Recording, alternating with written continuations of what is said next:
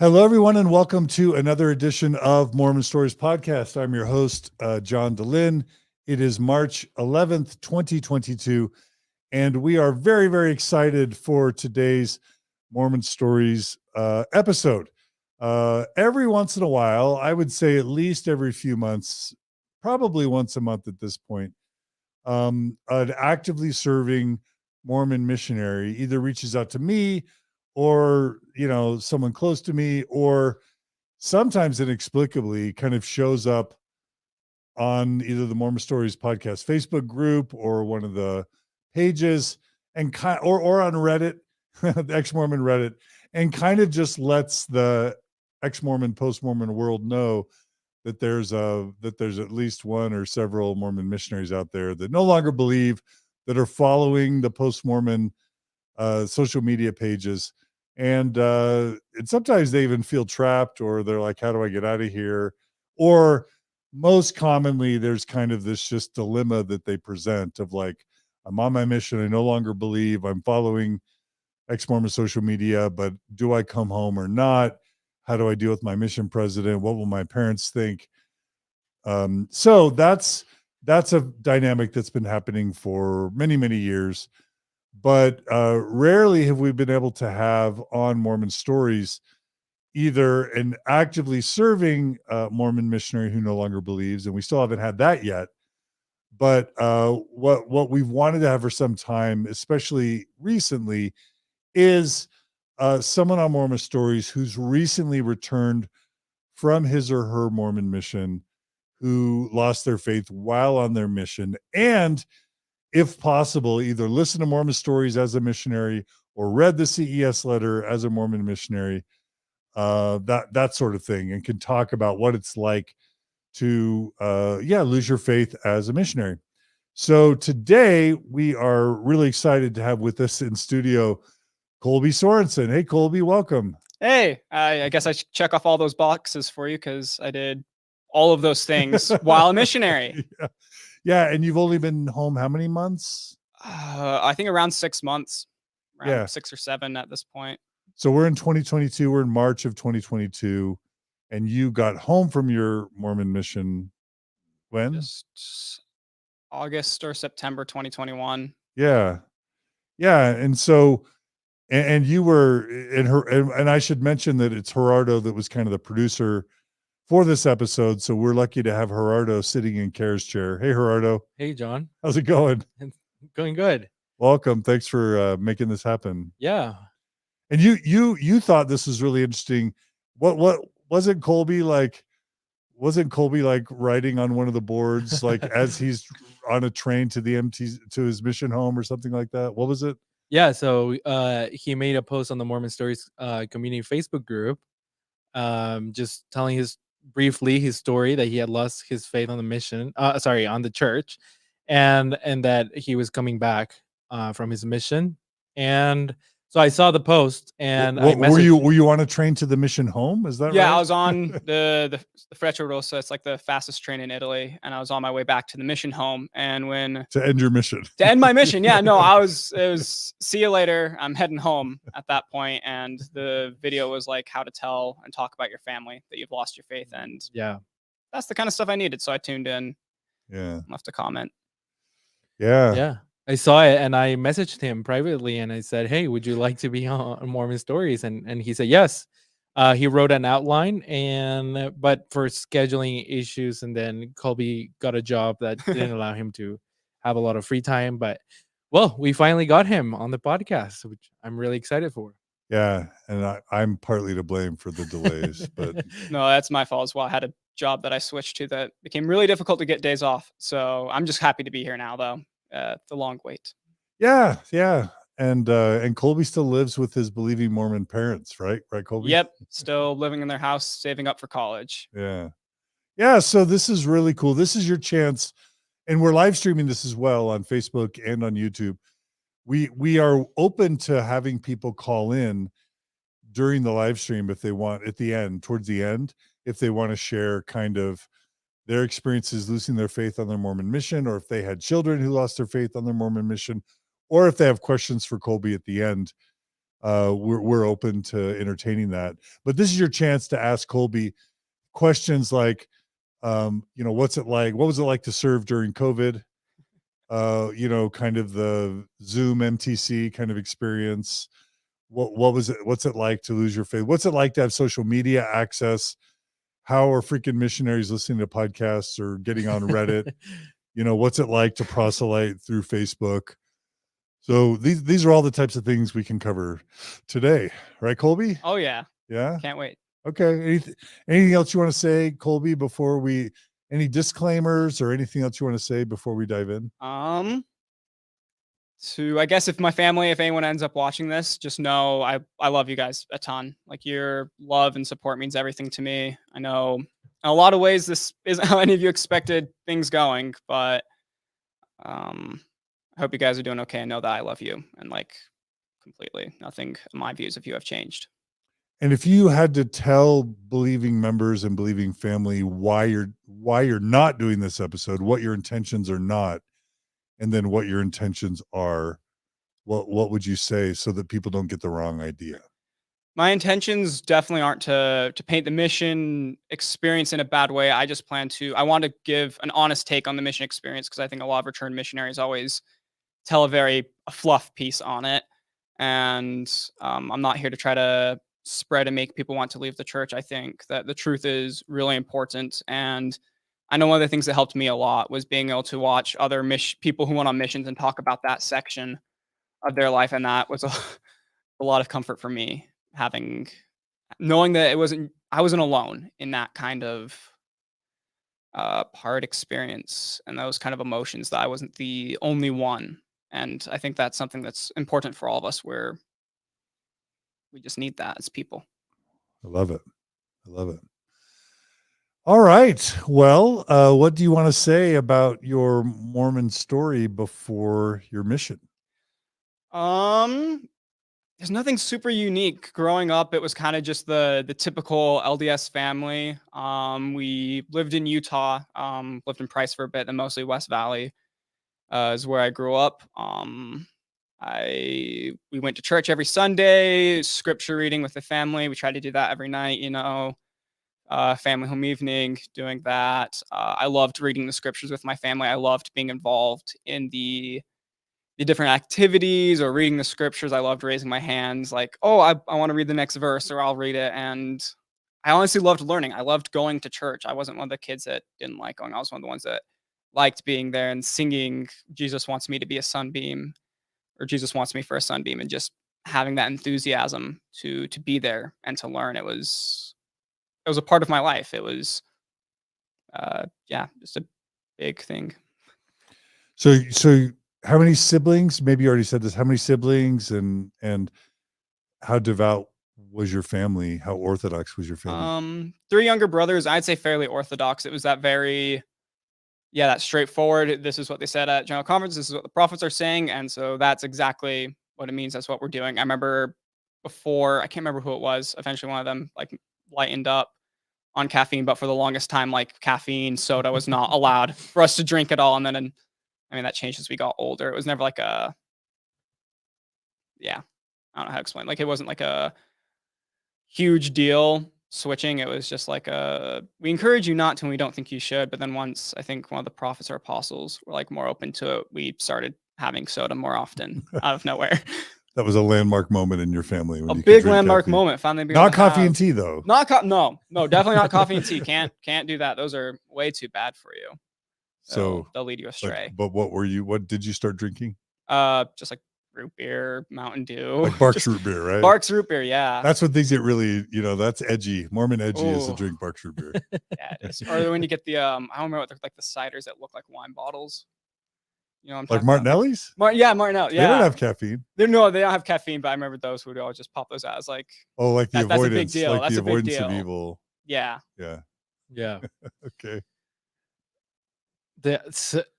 This caffeine thing is kind of interesting. My husband had a really similar experience where, like, for a while, like, his family was not caffeine, not Coke at all, and on his family. And then at some point it just switched. Like, I don't know exactly. He doesn't know exactly what happened in my family because we were in Mexico. I guess things are harder to get there. Like my parents still don't drink Coke.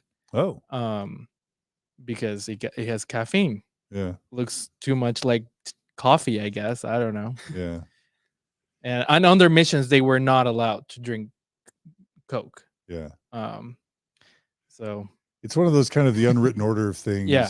Everyone is living a little bit different. Everyone kind of lives their personal life a little bit in different places along the private orthodoxy spectrum. So Yeah. anyway, yeah. So yeah, you were the oldest of four? 3 brothers, 3 younger brothers. So yeah, I'm the oldest. Of four. Mhm. Yeah. Yeah, 4 of us total. Okay.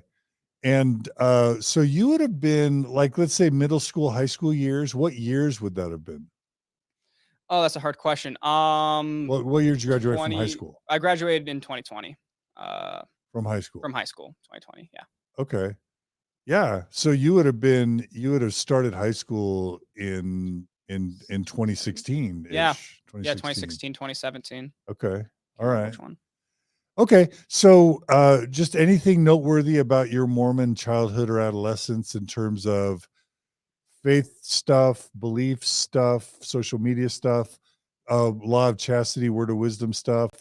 We always try and cover shame because we've discovered that to be central to the Mormon faith model / business model is making sure people. So anything you want to share about Yeah.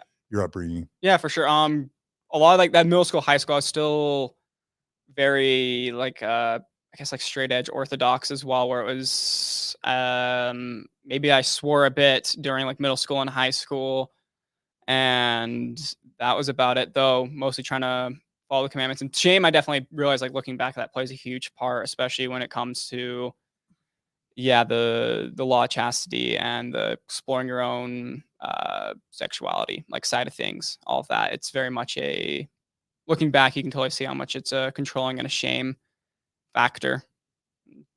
Yeah. So were there any teachings that were really shame inducing for you? And is there anything you want to talk? And you don't have to talk about anything you don't want to talk about. No, but yeah, like, I guess for me personally, there were never any that I think stuck out as shame inducing. Of course, I had like the typical having sex before marriage is like eating chewed gum off the ground, like you don't want a dollar bill that's been torn up and ripped to shreds, like that kind of thing. But for me personally, it was just never, that part never played in. More of the masturbation shame and that side of things was what affected me for sure. And just, yeah. was that something that really made you feel really bad about yourself? No, definitely. I remember, yeah, I mean, you're a young teenager, you start to explore that. I remember, of course, like not fully understanding, like, oh, this is what masturbation is, because it's not really talked about or explained. That you're always kind of in church, it's like, don't masturbate. What's that? Oh, we don't really want to talk about it. And so once I figured out, like, oh, this is what I'm doing, and it's this big wrong thing, I went into my bishop and then started kind Around of what age? probably like 15 or 16. Okay. Or somewhere in that range. Like it was maybe 14 because I think it was in middle school. But I guess just seeing how, looking back at like the shame of it, definitely I think plays into the making it almost more desirable, because it's a bigger deal in your brain, because it's something I'm not supposed to do. It's something I'm not supposed to do. And because of that, it's just, I guess, like a bigger deal in your brain and on your mind more, and can lead to doing it more, but also just not, feeling shameful for doing something that's just a natural part of your body. How did your Mormon bishop kind of counsel you? Basic counsel me like, hey, look, try to avoid these things, don't be alone with a phone, and make sure if you're having those thoughts, sing a hymn.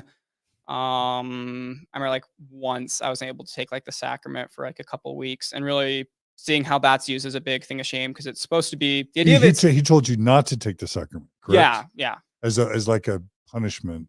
Yeah, it's, of course, it's never worded like that, so you can fully do the repentance process. But I mean, I definitely think it's a punishment, and because not taking the sacrament is something that everybody notices, or it was during the time when I could pass a sacrament. Can And you explain? Half of our audience has never been Mormon. right. So can you, in your own memory and words, explain kind of like how the sacrament works for a 14 or 16-year-old or 12-year-old kid, and then how what the surrounding context is, and then how it would feel for a Mormon youth to be told not to take the sacrament, and what that would be like? Right. So the sacrament, it's part of the service that you do every week. It's supposed to be like renewing your covenants with God. There's the promises that you make with him, like baptism. And so you take it every week to sort of renew those. And it's bread and water, Yeah. because you can't have wine. Wine is against the word of wisdom. It's bad for you. So you would, I can't remember, it's 12 when you start passing. Yeah, you start passing it at that age, and it's kind of a big deal because you're in front of everyone. You're supposed to be like Christ. You're I don't know if it's in the similitude of him is right, but you're doing part of what he would do in spreading that sacrament and that part of the gospel, or not part of the gospel, part of those like ordinances. And so it's something where like everyone sees you. You're walking around with that tray. Everyone's eyes are on you, even if they're looking for, like, you notice who's up there and who's not.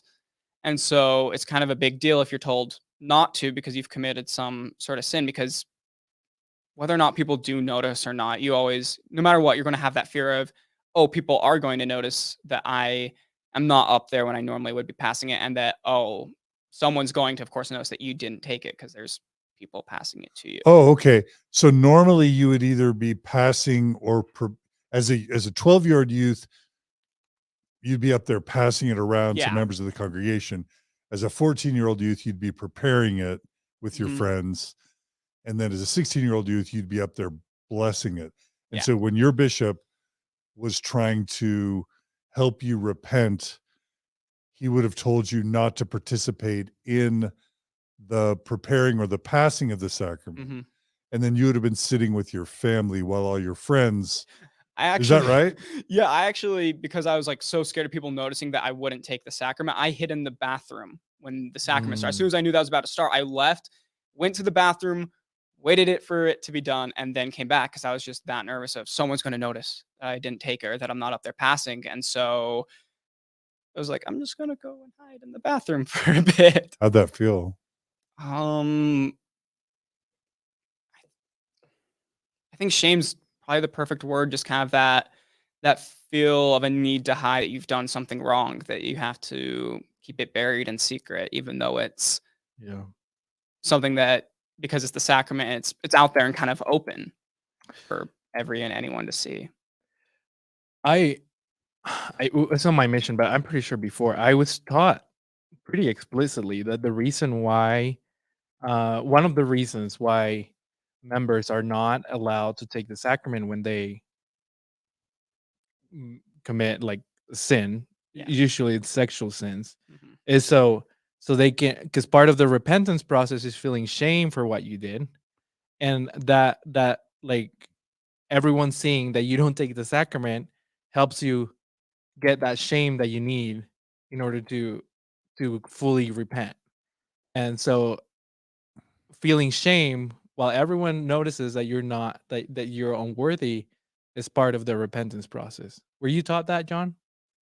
Interesting. I had this, I was told once as a teen that I couldn't take the sacrament for 2 weeks because with my girlfriend, we went just a tiny bit farther than we should have. I think it was, I had a pretty cool bishop. And for me, it was more just like, hey, this is the way you can get right with the Lord again. Yeah. So I wasn't told shame. No. Yeah. I was told that it was part of the process of repentance to feel the shame when everyone notices that you can't take the sacrament. Yeah. I definitely hadn't heard that. The way it was explained to me was just like that you have to take a break from those. That way you can like realize how much you do need them, and like to be able to fully repent and heal from it, that you have to have a break from something that's supposed to renew your covenant of baptism, which is what wiped you clean from sin. Kind of weird. I don't know. But there's no way to do it privately because everybody, it's a very your peers thing. will know, your deacon teachers or priests will know, your young women's leaders will know, your parents will know, your siblings will be looking at you. Why aren't you taking, the sacrament will come to you. It'll be passed to you. Everyone's around you. And then you have to just pass it on and not take it. That, right? or you're the lucky one that you're on the edge of the seat. So they're about to hand it to you. And so you're going to grab it and hand it over while looking at them in the eyes and them just knowing exactly why. Yeah. It's crazy. And it was something always stood out to me as weird because I remembered in DNC, I can't remember what section, where Joseph Smith, I think, was saying basically let private sins be counseled in private. I'm like, hey, if it's something that's supposed to be in private, why is it that you're stopped from partaking in this very open thing? I didn't see it as anything as a big deal, but I just always thought that's kind of weird. Yeah. Sometimes when I'm thinking about trying to be charitable with my Mormon upbringing, sometimes I feel some of these things are horrible. Other times I feel well, you learn discipline, you learn you learn to self-control, you learn to do hard things. For you, was it traumatic, or was it hey, I learned self-discipline, or somewhere in the middle? Well, if you had to, I'd say, somewhere in the middle, because it was it's about learning self-discipline and control and not acting on being able to be the master of your own ship kind of thing. You're not controlled by your urges. You control your urges don't control you. But there definitely was that factor of, I guess maybe not traumatized, but definitely shame. It was a big part and definitely affected me during those times when I didn't. I felt really anxious about it. I would be scared about going to church, and I was scared enough that I hid in the bathroom because I was just nervous about people knowing or thinking that I did something wrong, because that's just kind of part of I'd say the Mormon culture is kind of putting on a pretty face and oh, look, see how great of a family we are. Look how perfect we're doing. Yeah. The one thing for sure is the church ends up, I think many of us are concerned with informed consent, but also undue influence. And undue influence, shame becomes a really important part of making you feel like you need the church. Mm-hmm. You can't be happy or healthy without the church. And it's shame that's kind of the axle that church devotion can often circle around. And in that sense, I have a problem with the shame, because it makes people feel like they're dependent. No, definitely. Yeah. Psychologically. Okay. I assume you did release time seminary in your local high school. Yep. Do you want to explain what that is? And because it's so bizarre, I still can't believe the state of Utah, a sovereign U.S. state, allows the intermingling of religion and public education. It works. Yeah. Release time, basically you get a period off where you go to an LDS seminary. You're in high school, right? In high school. Yeah. This is in high school. So you're doing your schedule at the beginning of each year. Yeah. It's a where class it's you sign up do I want for. biology or chemistry or English or math? And you have the option of or what? release time. Which And is release time what? Release time seminary. Yeah. Release time is seminary, and it's going to that class. It's a separate building, a little off the school property usually. Kind of across the street. Yeah. And there's a Mormon seminary building that all the Mormon kids are shuffling every class period to and from, right? Yeah. Yeah. And you just go, and it's kind of Sunday school plus. You just get a little more. It's just an extra day of the week. Well, not extra day. It's an extra class period where you continue those studies and talk a ton about the church and go through different scriptures. They no longer did doctrinal mastery. Or scripture mastery. We started doing doctrinal mastery instead, where it was before it was scriptural mastery. I was never mastery. Where you'd memorize scriptures and then do scripture chase to try and see who could find the scripture the fastest. I never did that. That's what I did. Yeah, I never did. I had the doctrinal mastery, which is just do you understand these doctrines? But we still did scripture chases, which I thought were super fun because I liked everyone likes a little bit of competition. You like being oh yeah, I found it the fastest. Look at me flip through my quad right here. Yeah. Did you we recently had Brad Wilcox week on Mormon Stories. He's an example of kind of a CES instructor. Did you like your seminary teachers? Oh, I loved all of them. They were awesome. What were they like? I had really kind ones. A lot of them were really I say good emotional, really sympathetic and empathetic towards students. You could tell they cared about the people in the classroom and they liked their job. They liked being there. They loved the church and being able to talk about it. And yeah, I like the classes. I remember my favorite year was my junior year. I had an amazing teacher and two of my best friends in the class, and we would be the ones always shooting our hands up to try to answer the questions and getting excited about whatever the topic was.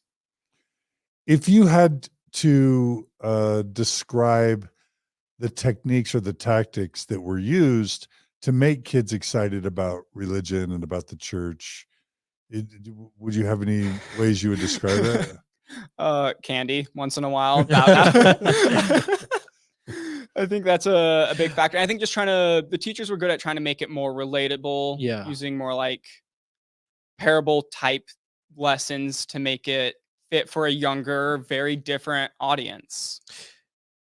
Don't seminary teachers tend to be a little more charismatic than what you would see on a regular Sunday school? Someone that it's not their job, but it's just like in Sunday school, like it's a voluntary position where like seminary people are selected and like filtered through, and like like it's hard to get a job as a seminary teacher. They tend to be a little more charismatic. Am I right? Was that your experience? Yeah, I'd say that's a way to describe it. They're usually charismatic. They're good at, I guess, kind of entertaining a crowd a bit. They knew how to talk and present in a fun way in front of a classroom. They felt like kind of like TED Talk speakers. They know what they're doing while they're up there. Yeah. So they can be funny, they can be emotional, they can be heartfelt, they can tell a good story. We're talking John By the Way, Hank Smith. Yeah, very much like that. Yeah. John By the Way-esque kind of thing with either making a lot of jokes to make it more fun, or having like a lot of emotional stories that they would share to kind of bring you in more. Yeah. As far as like the history of the church that you were taught, or like doctrines that you were taught in seminary, I mean, I'm not asking you to compare them to what you later found out, but what would be the things that you understood or started learning about history of the church and all that on seminary? I'd say pretty similar to what I would have learned growing up. They started to touch on, of course, a little more polygamy, and like, yep, the church did polygamy, but it was usually a lot of we don't really know why, but it was a thing we did. Yeah, and just to back up, kind of to piggyback on your question, Gerardo. Yeah. So if the gospel topics essays were released around 2013, 2014, they would have started coming out, and then the church, and of course, several high-profile excommunications would have happened between 2013 and 2016, and so you would have been in high school right as the gospel topics essays were starting to become more aware, which was the Mormon Church's attempt to respond to the internet and be more honest about its history. But they also would have started to be incorporating a bit more of a factual history into their curriculum. So like, in what ways were you not well prepared versus prepared for what would come later, which was the CES letter? Right. Yeah. The one I'd say the most prepared for would be the Book of Abraham. That's the only one I recall like going into more depth, but I don't think they used the gospel topic essay. I think they avoided going to that still, but we talked about that more in depth. What would they have said to you?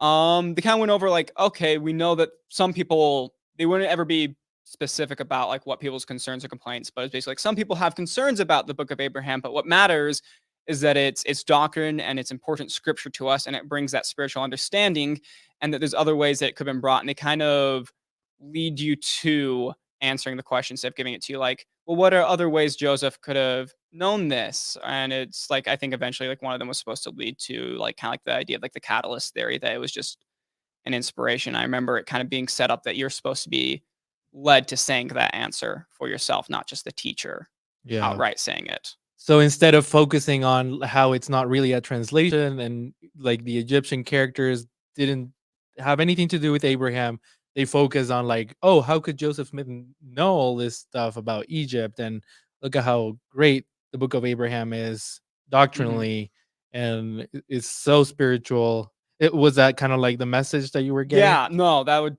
definitely summarize the message really well, is that it's just kind of focus on the spiritual part of it. So prior to, let's just say you had a Book of Abraham lesson in seminary. Prior to the lesson, would you have known anything about the Book of Abraham, or was your seminary experience the first introduction you had to the hieroglyphics, the papyrus? I Would you know have I heard about it looked. growing up? Yeah, I definitely heard about them growing up, but like really understanding more about it would have come through seminary. Like I remember I looked at the facsimiles a lot because I thought they looked cool. I Growing remember up. doing that a ton growing up, just like Yeah. these look really neat. Yeah. Not really. So would they have said, we're going to teach you the story of the Book of Abraham, and then they would have talked to you about the scrolls and the mummies. So they would have introduced that whole story to you in seminary. And it was definitely like, yeah, we went over the whole story, and like that was kind of, it was prefaced with like, it doesn't really matter how we got here, it's that it's important scripture. That was kind of like the small point they touch on, and of course going deeper into like, here's why it's important to our doctrine and our understanding of how the world works.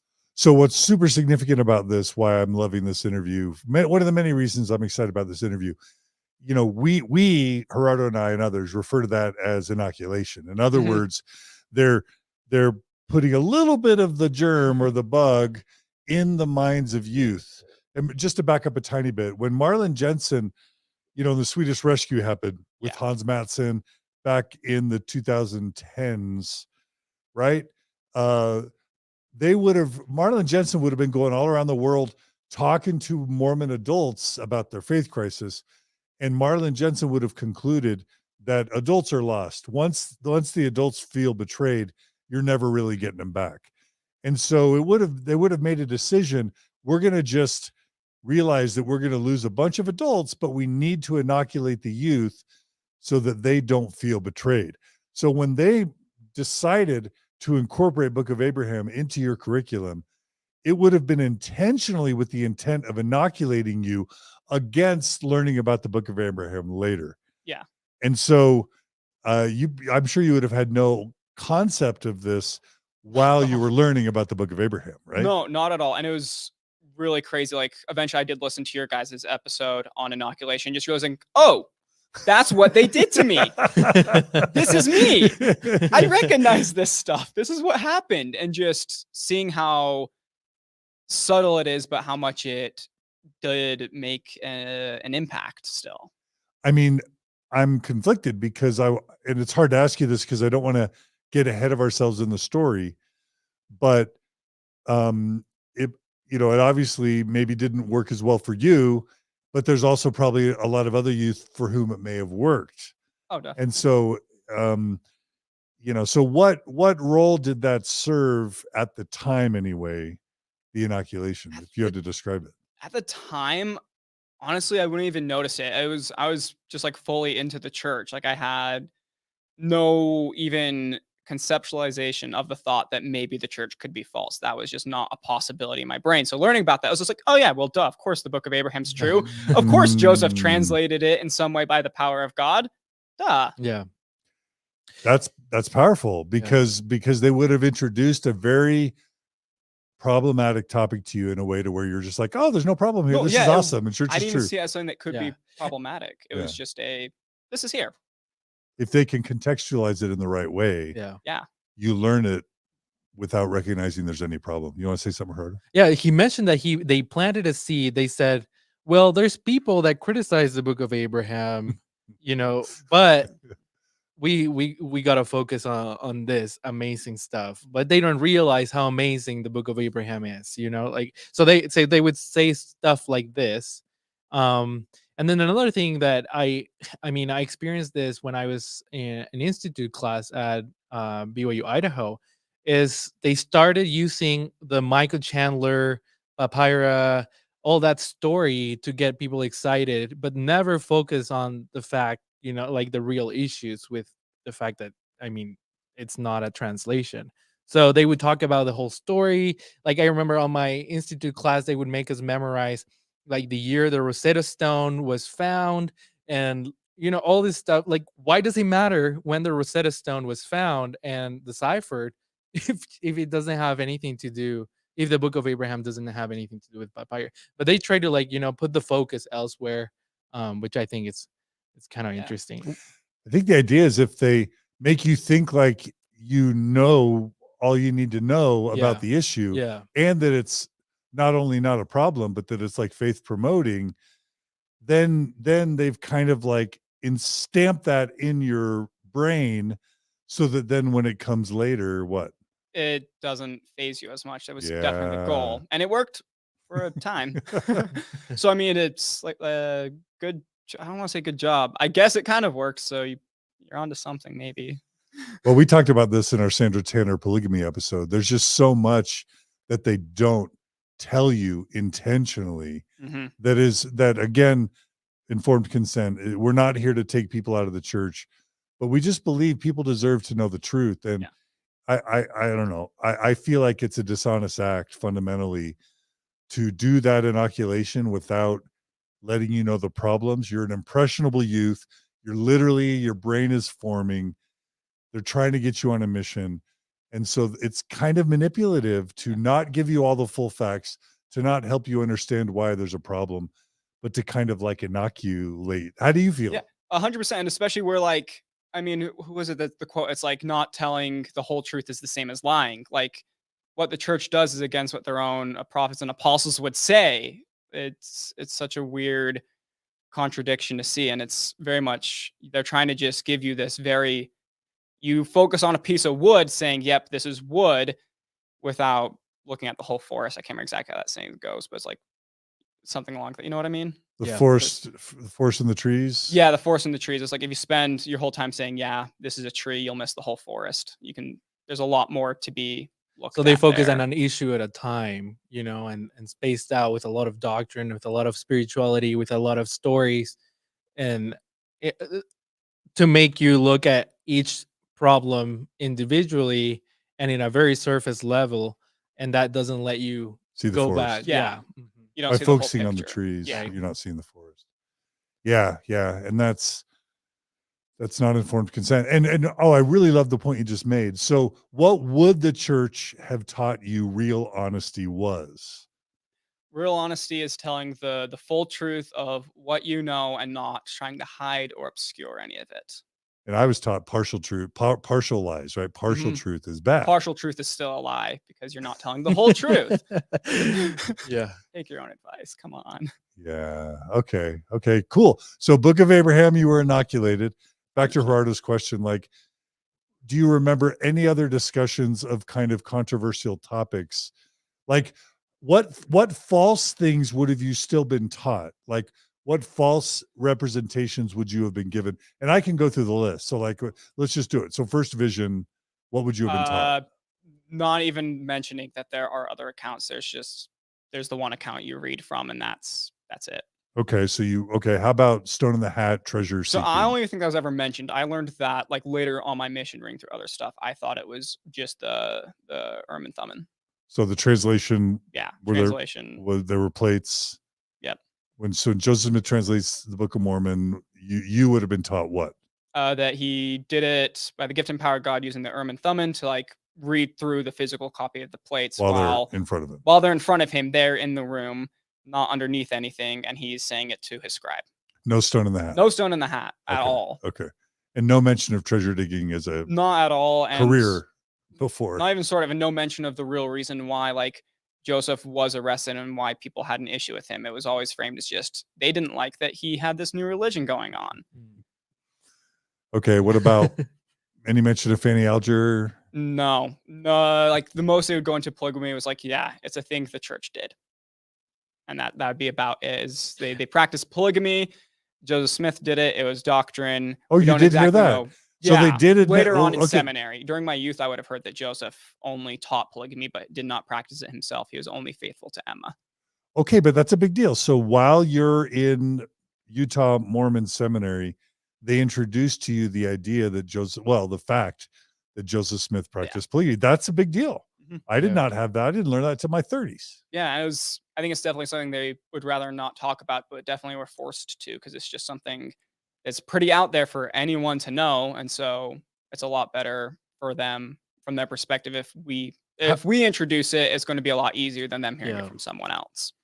How would they tell you? Did you have any idea how many wives? What kind of wives? No. How'd they introduce it? Do you remember? It would be like the introduction was just that Joseph practiced polygamy because he also taught it, and that he followed like they wouldn't explicitly say it, but basically not setting up that there were any issues with it or that he didn't tell Emma. Like that would have all been left out completely. It was very much just Joseph practiced polygamy the same way he had other members, and that he didn't like it, that it was always a great trouble to him to We have talked to about practice so polygamy. It was awful. so hard for him. So it's such a trying time, many sleepless nights. That's probably true. Sleepless nights. That's probably Yeah, there were some sleepless nights. Oh, sorry. I went too far. So no mention of underage girls, 14-year-olds. like any detail like that would be troubling at all was definitely left out. Like I cannot recall anything like that ever being mentioned. No mention of, which is interesting because that's how we talk about Brigham Young's polygamy. Even among ex-Mormons, we don't really know much about Brigham Young's polygamy. I mean, we know he had many wives, but we don't really know their names much, you know. So my guess is that's how you view Joseph Smith polygamy. Like, oh, he practiced polygamy like Brigham Young. That's it. Yeah, no, that would have been it. Yeah. He practiced polygamy like Brigham Young and like the rest of the church members would have. Yeah. no mention of polyandry or Joseph marrying other men's wives. Not at all. Okay, so you would have known that word. No, high school. I would have known that word, I think, like from like a social studies class, but not at all anywhere from the church. Like it'd be from a separate history class just talking about what that means, but without any context of Joseph Smith involved.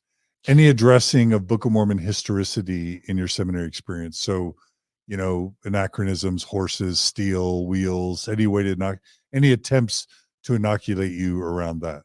None that I can recall. I just remember usually like, oh, look, see, we have these old Mayan ruins. This is proof that the Nephites and Lamanites were here.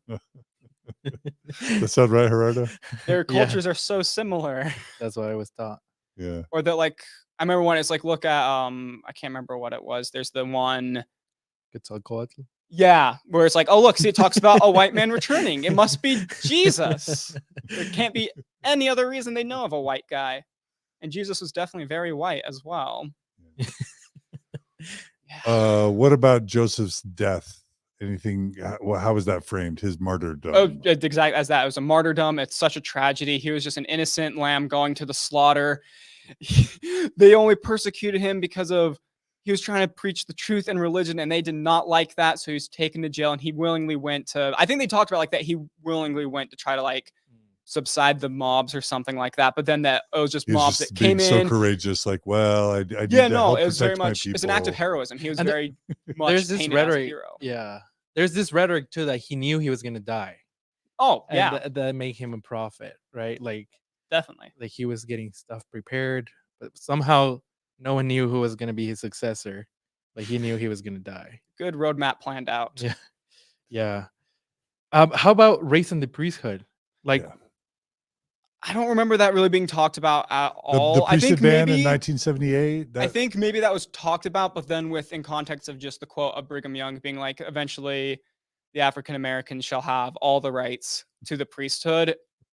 And that's the whole quote. Don't check that for yourselves, anybody. So no mention of Brigham Young's racism, only a mention that Brigham was this awesome prophet who foresaw people of color receiving the priesthood. Yeah, That's awesome. He loved African Americans. He called, what's his name? I can't remember his name. I feel so bad Elijah for that. Abel Elijah Abel. He's like, look at one of our best members. Like that Or- would be the only part told. Yeah. It would be painted as they were very against race. Oh yeah, I remember growing up being told like, yeah, Joseph, he was very against racism, and so was the whole church.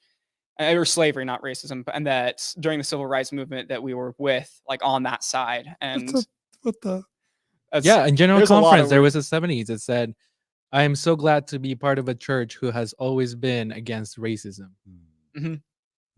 I very much remember that. Like, I can't remember when. It was probably when I was a little kid because I have no memory of exactly like the time, but very much believing that and thinking, yeah, that's so awesome that we were there and helping with the civil rights movement and that we were so supportive of that. This almost feels like KGB kind of misinformation, like Orwellian, Yeah. like rewriting history and 1984. indoctrinating youth a little bit. Yeah, I remember there's just, tons of scattered weird doctrinal things that I would have been told that now, of course, are like, oh, it's just teachers saying weird stuff. But Something I've noticed on the seminary manuals is a lot of emphasis, especially on when you study the Old Testament, but also Doctrine and Covenants, a lot of emphasis on inoculating the youth regarding LGBT issues. Yeah. and the marriage between a man and a woman. Oh yeah, talk about that. No, yeah. that was drilled into me that I Proclamation remember. of the Family, all that. Yeah, I remember very much during the time when like the LGBTQ movement was going on, them trying to be able to, just be able to legally get married. Oh, you would I have been keep going, but you would have Yeah. been there when the 2015 thing came down. Okay, keep going. Yeah, and very Yeah. much them being like, yeah, we oppose this because it's against God. And growing up, definitely having those, like as a little younger, once I was in high school, I had a friend who was LGBTQ, and because of that, I definitely had like a lot of my view change. But before then, it was very much I had that very straightforward church view of like, yeah, homosexuality, absolute sin. That shouldn't be legal or allowed. Like, I didn't Yeah. see. I don't know. I don't want to say the church tries to dehumanize them, but that's definitely how it feels sometimes. Where they're second class people. They don't get to just show love for who they love or have these basic rights that anyone else would, but just because they're different, they see that as evil and want that taken away. And that was something that definitely was, I guess, hard for me in a way because, like I said, I had a friend who was LGBTQ, and In high school. Yeah, she came out, and that was a big moment because it made me start to actually think about that more. Because Okay, before I so- never had critically thought about that, and so her coming out made me had to realize it just made me had to reevaluate a lot with my thought process towards that. And the church was trying to reword everything they said about it during the time as well. Man, so what's it like for a Mormon girl in Utah, in Salt Lake area, suburban Salt Lake, to come out as lesbian at her high school Right. in the late 2010s? What was Yeah. that like? Hers was for her, from what I don't want to share too much. She might be watching this. I don't want to say names, but hi if you are watching it. Hope you're doing well. Like, how did She her was very much peers treat hiding her? it. Like her parents didn't know until way later because she didn't want to tell them. She was scared she'd get kicked out and that they would no longer love her because of it. Kicked out of her home. Yeah, she was scared of being kicked out of her Oh home. my gosh. There were only very few people that she told. Like it was like only the close friends knew, and she even lost. So she didn't come out to the whole school. No, very much not. It was a very undercover kind of thing, and she even had a friend that she lost because of it, and it was. But you were seeing how much she was struggling because of who she was, and then that would make you think, and then the fact that she was your friend and you knew her and you were able to see her as like a human being, just as a normal person, that kind of started you thinking, right? Is that what you're saying? Yeah, it made me actually critically think about it and realize like, oh, like duh, like it's like a no duh statement, but it's like these are people too who this is just part of who they are. It's not a choice. This was something when she talked about it, she said, like I said, she's like looking back, it's like, oh duh. She realizes like I was of course always a lesbian, but that I very much like before that believed it's just a choice and they can choose to give it up and all of that, and just actually having to have critical thinking about it and having all of my views about that change, which I think was obviously for the better, being able to have a lot more sympathy in that way. So you're in high school. How did you balance believing the church but loving your friend? Was it a conflict for you? No, it wasn't. It was I don't know. I guess I didn't even think about it much because it was just like, this is my friend. They're awesome. They're a great person. Of course, I love and appreciate them. They're human.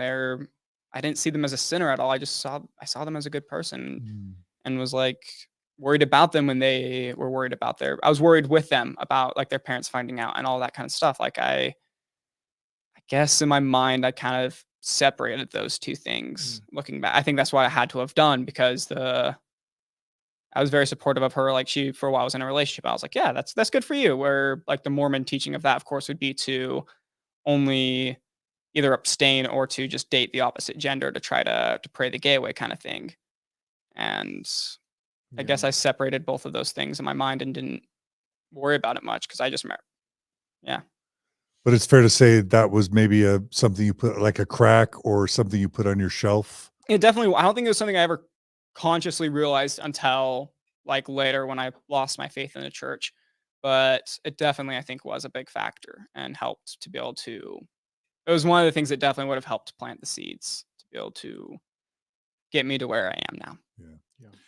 Going back to the issue of race, Jen just highlighted a quote from Quentin Cook in October 2021, where Quentin Cook writes, one of the reasons for the violent opposition to Mormons in the early days of the church was most of them were opposed to slavery. So this is kind of like rewriting history that Mormons experienced persecution, not because Joseph was sleeping with a bunch of women, breaking the law and marching as militia around neighboring towns, declaring himself king of the world, but because Mormons were just so anti-slavery. Yeah, they just could not stand that we're being a little bit cynical or sarcastic. I can't even. Yeah. Anyway, thanks for sharing, dear viewer. Thank you for sharing. I guess that was Catherine Class. Thank you for sharing that quote. It's a nice illustration. Okay. Any other important points? We didn't cover women in the priesthood. Was that covered in high school at all? Yeah, no, it was, because I remember that movement happening and kind of just. Oh, the ordained women. Yeah, the ordained. I remember that happening and remember hearing about it, because I think I remember seeing it on the news even at one point. I think it was maybe after a conference or something. I don't remember the specifics. Anyways, I remember seeing that, of course, immediately. Like, I can't remember who it was, someone I knew, and it might have been my family or it might have been like at church or seminary later. But like, oh well, we don't have to worry about that. And it's like women will. I remember one person like, women will probably get the priesthood in God's own time. And others saying like women don't need the priesthood because they get the gift of childbearing because of that. Like I've heard of others who had like the women don't need it because look, they're already like kind of like one-upped on men. I never had like heard of that kind of teaching, but definitely they're blessed with being able to birth a child, and so that's why, or like this or that. Okay. Yeah. All right. I have a question about so if the essays are coming out in 2014, there are excommunications between 2013 and 2016, high profile excommunications. And then the CES letter comes out, let's just say 2015, 2016, kind of around that time. And by the way, podcasts have been, 10 years into their Mormon themed podcasts have been around for at least 10 years by the time you're in high school. And there's Reddit, and there's Facebook Mormon themed progressive or post-Mormon themed Facebook groups. I'm wondering, I would just think, I could imagine a bunch of Mormon kids in high school, someone stumbles on CES letter, passes it around all the kids, and it's like this epidemic that sweeps through. Or one Mormon kid starts listening to a Mormon themed podcast that's controversial, and then all of a sudden they start sharing it with their friends, or even YouTube stuff. Like Brother Jake stuff would have been out by this time. And so I'm wondering how that didn't happen with you and your peers in the late 2000 teens living as a Mormon kid in Utah. Can you talk about the bubble or no? Yeah, I was definitely within that bubble where just none of that stuff existed. I was completely unaware I probably knew one person. I remember it was in a debate class and he had mentioned that he left the church. He's like, oh yeah, it's because there's just questions that as soon as you ask them, they won't answer them. And me being in the bubble Mormon kid I was, I'm like, of course they'd answer them. They'd answer any question, like not at all understanding that there are these much more serious topics going around. So I was completely out of the loop that anything like that existed. How would they have kept you from just Googling and being curious? Well, that's a pretty simple way, is that ever since I was a kid, I could even remember always just in general conference, even just very much painting that not that the internet is evil, but that the internet just cannot be trusted once it comes to topics about the gospel, because it's only through like scripture that you can really know the truth, and that the internet is not a good source for any of that. So along with stay away from porn growing up and masturbation, you would have been taught from a very young age to distrust information about the church available on the internet. Like distrust, and it's all just anti-Mormon lies, and scientists just have their own agenda with things. How about evolution? Because you would be learning about evolution in school, and then how would you reconcile that with the story of Adam and Eve? Mine was very much evolution is just a theory. It's not like there's much credence behind, because I was just completely in the church. Like looking back, I'm like, wow, that's pretty dumb of me. There's plenty of evidence, but I was like, oh, there's not really much evidence for that. And I mean, come on, Wow. the church is true, so there's no way that could be right, right?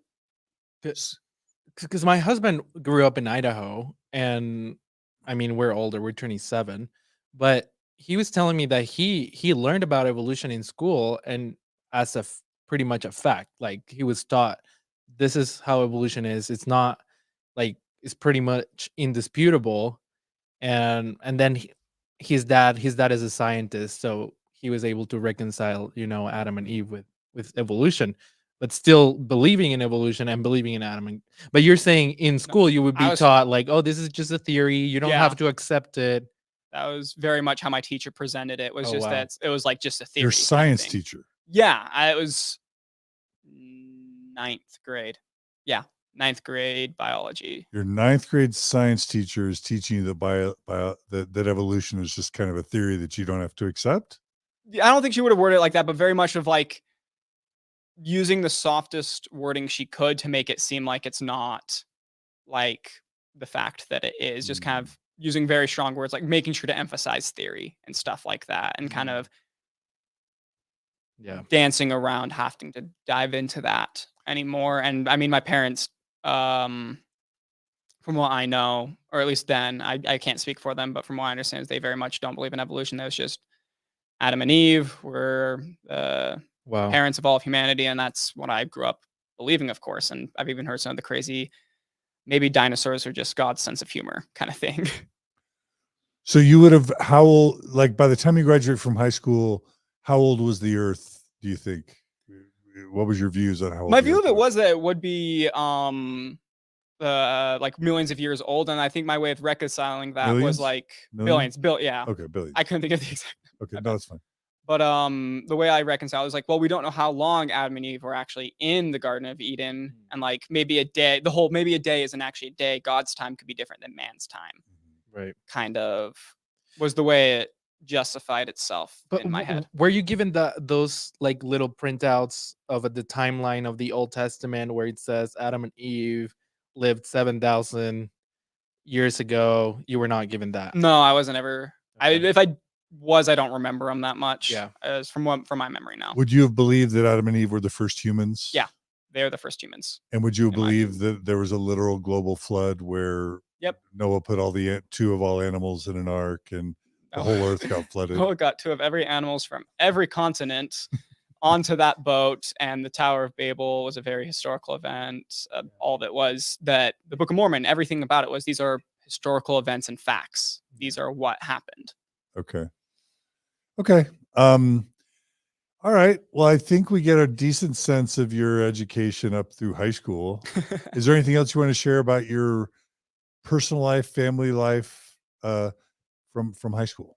There's only one more thing that stands out, and it's just, I guess, something I'd like to talk about because I know it's something I've seen affect a lot of families, and it's the kind of the perfection culture that exists within the Mormon church. Like my parents suffered with that a lot, of kind of beating themselves up as parents because, oh, look at all these parents, they're perfect and they're doing such a good job with all their kids, and we're over here not being able to do that. And just seeing how that was a toll on their mental health was kind of hard, because I could see that it affected like my mom and my dad, my mom especially, and seeing how that would play in to their views of themselves as parents, which was hard to see because I think my parents are amazing. Like they were good parents, but kind of bought into that, oh, look at these parents, they're doing such a better job than me kind of thing, and like the whole comparison thing. And they've grown past that, luckily, which is really good. I'm super happy to see that. And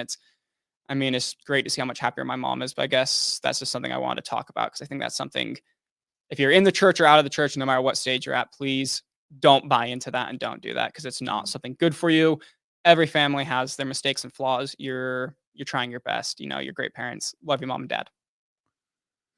But you saw that sometimes as being harmful, to try and put off in a public image of perfection when things were not so good or not always perfect. Yeah, like my parents, they've grown past that now, which is super great to see, and great to see my mom be able to see herself as a good parent without having to compare herself to others, and seeing that like we're humans. We all make mistakes. We're not going to be perfect parents. What matters is that we're doing our best. And like, I love my parents. They did an amazing job. So Yeah. That's awesome.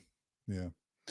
No, that's the thing. Like it only, the perception that the gospel works only works if everybody thinks that everybody's happy and living it. If everybody's vulnerable in their ward experience, saying all the problems and all the ways they're not living up to it or all the ways they're not happy, then people are like, well, it's not the plan of happiness is if people aren't living it and they're not happy. So it forces this facade of happiness and perfection. Not that Mormons are always miserable, but no, not at all. Yeah. But it's definitely like something that plays into it. And like perfection, like that perfection kind of culture definitely like played into my mind a lot too, where I was like, I needed to just always worry about being better, trying to be more perfect, because like that's what we're told we're supposed to do. And seeing, like, looking back, I guess just seeing how that affected me and others in a way is interesting. Yeah. We have a comment from a listener. Bay Flory writes, OMG, he's so cute with his heart, and shout out for mom and dad. So Shout out parents. how old are you right now? Somebody I asked am that. 20 years old. I almost said 19. That was bad. 20 You're years 20. old. I'm 20. Wow. I'd still, just for everyone who, if you don't know, I would still be on my mission right now if I stayed out for the full time. Wow. Yeah. That's weird to think about.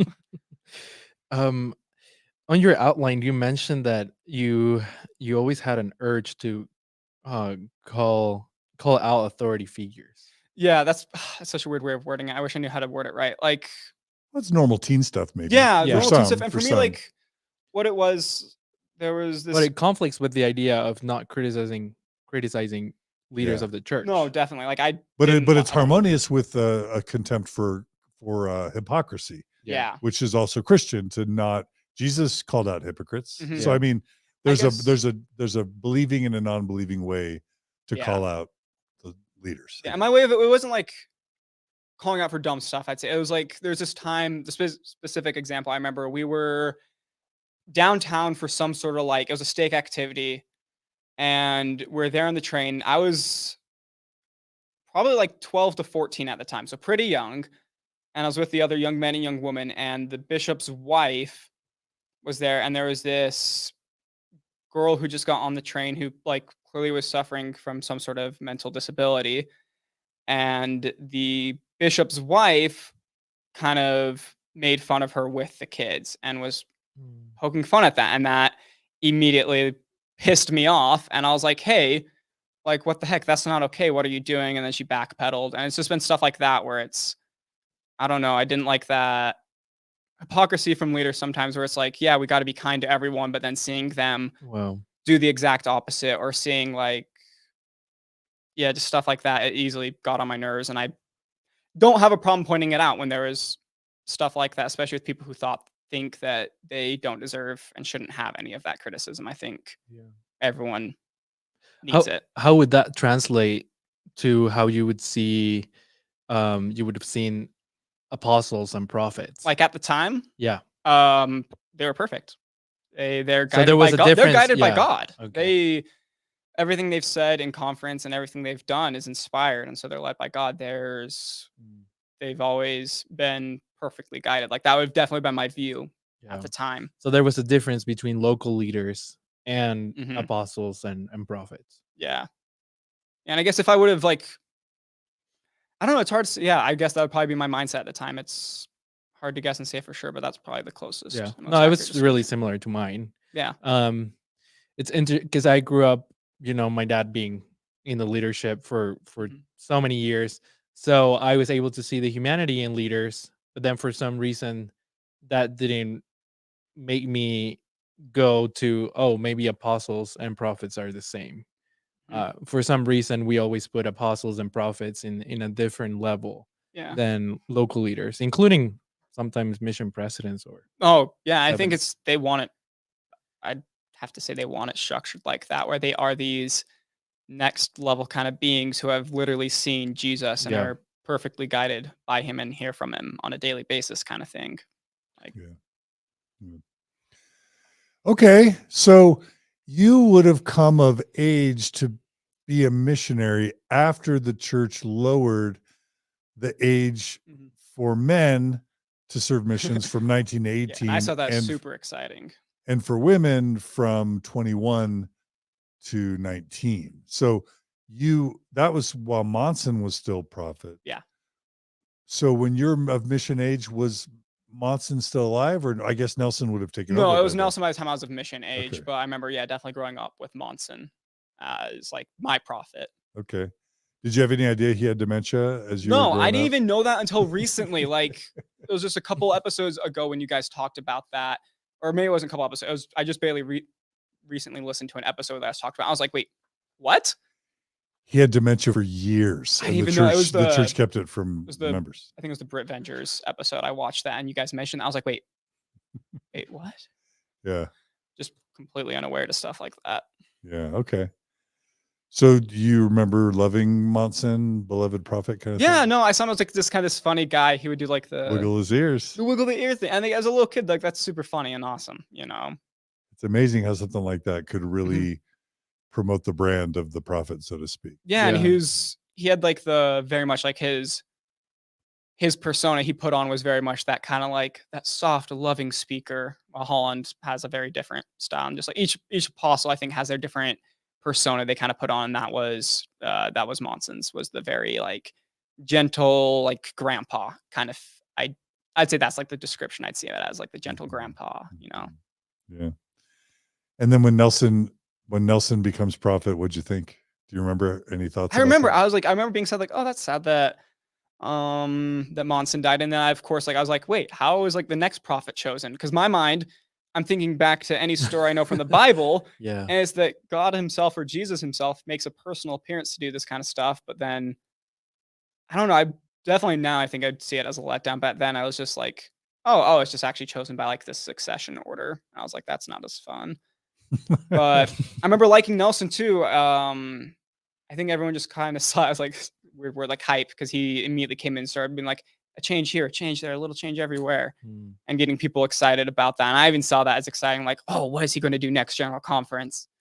And then he hasn't done anything too crazy since, but that's okay. There's a comment from one of our viewers, Jason Lewis, says, wait, what? In which episode do they talk about President Monson having dementia? I'm not sure we ever did a fully dedicated episode to it. No. I was still active in the church when Monson was prophet, and it would have been viewed bad form, even amongst progressive Mormon circles, to like call out Monson as having dementia. But the reason why I was plugged into that is because I'm cousins with Ezra Taft Benson. And when Ezra Taft Benson was prophet, in the final years of Ezra Taft Benson's administration, he had dementia, and the church would like wheel him out like a Weekend at Bernie's kind of thing, where they would prop him up and stick a shovel in his hand and put a helmet on and make it look like he was still leading the church, because they didn't want members to know that for several years their prophet, seer, and revelator literally had dementia. And then one of his sons or grandsons came out, I think it was Steve Benson, and made a big public stink and said, I'm an apostate, and my dad or grandpa has not been able to like lead the church, wipe himself for like years or string together a coherent sentence. And it was a huge PR nightmare for the church. Wow. So that I would have experienced that, then I would have read about it after my mission. And so then when Monson started getting dementia, but no, we never actually had an episode about it. We may have made passing references to it. Yeah. But if you Google, I mean, maybe Jen can do it. If you Google Monson and dementia, I bet you'll find articles or references to it, because it's a fact, and it was a multi-year thing. Yeah, anyway. I remember like just viewing that he was getting older. It's like I remember my family saying, "Is like, oh shoot, he's like." I mean, his last general conference, you could tell that he didn't have much strength left. I remember we saw that and we're all kind of sad, but not knowing at all that there was way more going on behind the scenes. Yeah. Some people believe that, I mean, because of that dementia, that's how Russell M. Nelson and Oaks were able to pass the November 15 policy. They kind of rushed it, didn't go through the whole, like the entire Quorum of the 12, because it was kind of messy how the prophet was, you know, like, not really leading the church. Nelson was able to ram through the November 15 policy because Monson had dementia and wasn't really controlling the ship. Mhm. That's what allowed that disaster to happen in the first place. Yeah. Right. Yep. So really quickly, I hope our believing Mormons are patient with our I hope our Mormons and ex-Mormon listeners are patient with our never Mormon viewers and listeners, because over half of our YouTube viewers have never been Mormon. But KP asks, is it a lifetime appointment? And that's interesting, because on the one hand, the Mormon Church teaches that their prophets are called by God. And it's this big deal when like a pope kind of, when a Mormon prophet dies, it's a big deal who the successor is. And for over 100 years, it's literally just been whoever has served in the quorum of the 12 the longest, immediately, without any inspiration, without, it's legally, who's ever served in the quorum of the 12 apostles longest automatically becomes the next president or prophet of the church. And yes, it's a lifetime appointment. There's no making a Mormon apostle or prophet emeritus. So that this is interesting. The quorum of the 12 in the first presidency decided that emeritus status or retirement was okay for the general authorities in the first and second quorums of the 70s. So retirement, emeritus status was okay for them, but they decided that for Mormon prophets and apostles, no retirement, even if they get dementia, even if they become completely feeble and incapable of leading a hundreds of billions of dollars corporation, it's a lifetime appointment.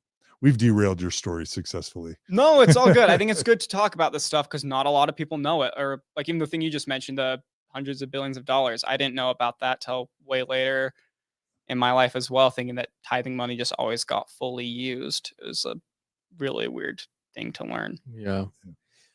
And I just wanted to mention, like, that had, like, I think Brigham Young changed it a couple times. It used to be the oldest apostle, not the one that had been on the quorum of the 12 the longest. And then, I mean, throughout the history of the church, it has changed. And also who has more power, and like at some point the apostles, had a lot less power than they have now. And anyway, it's very messy.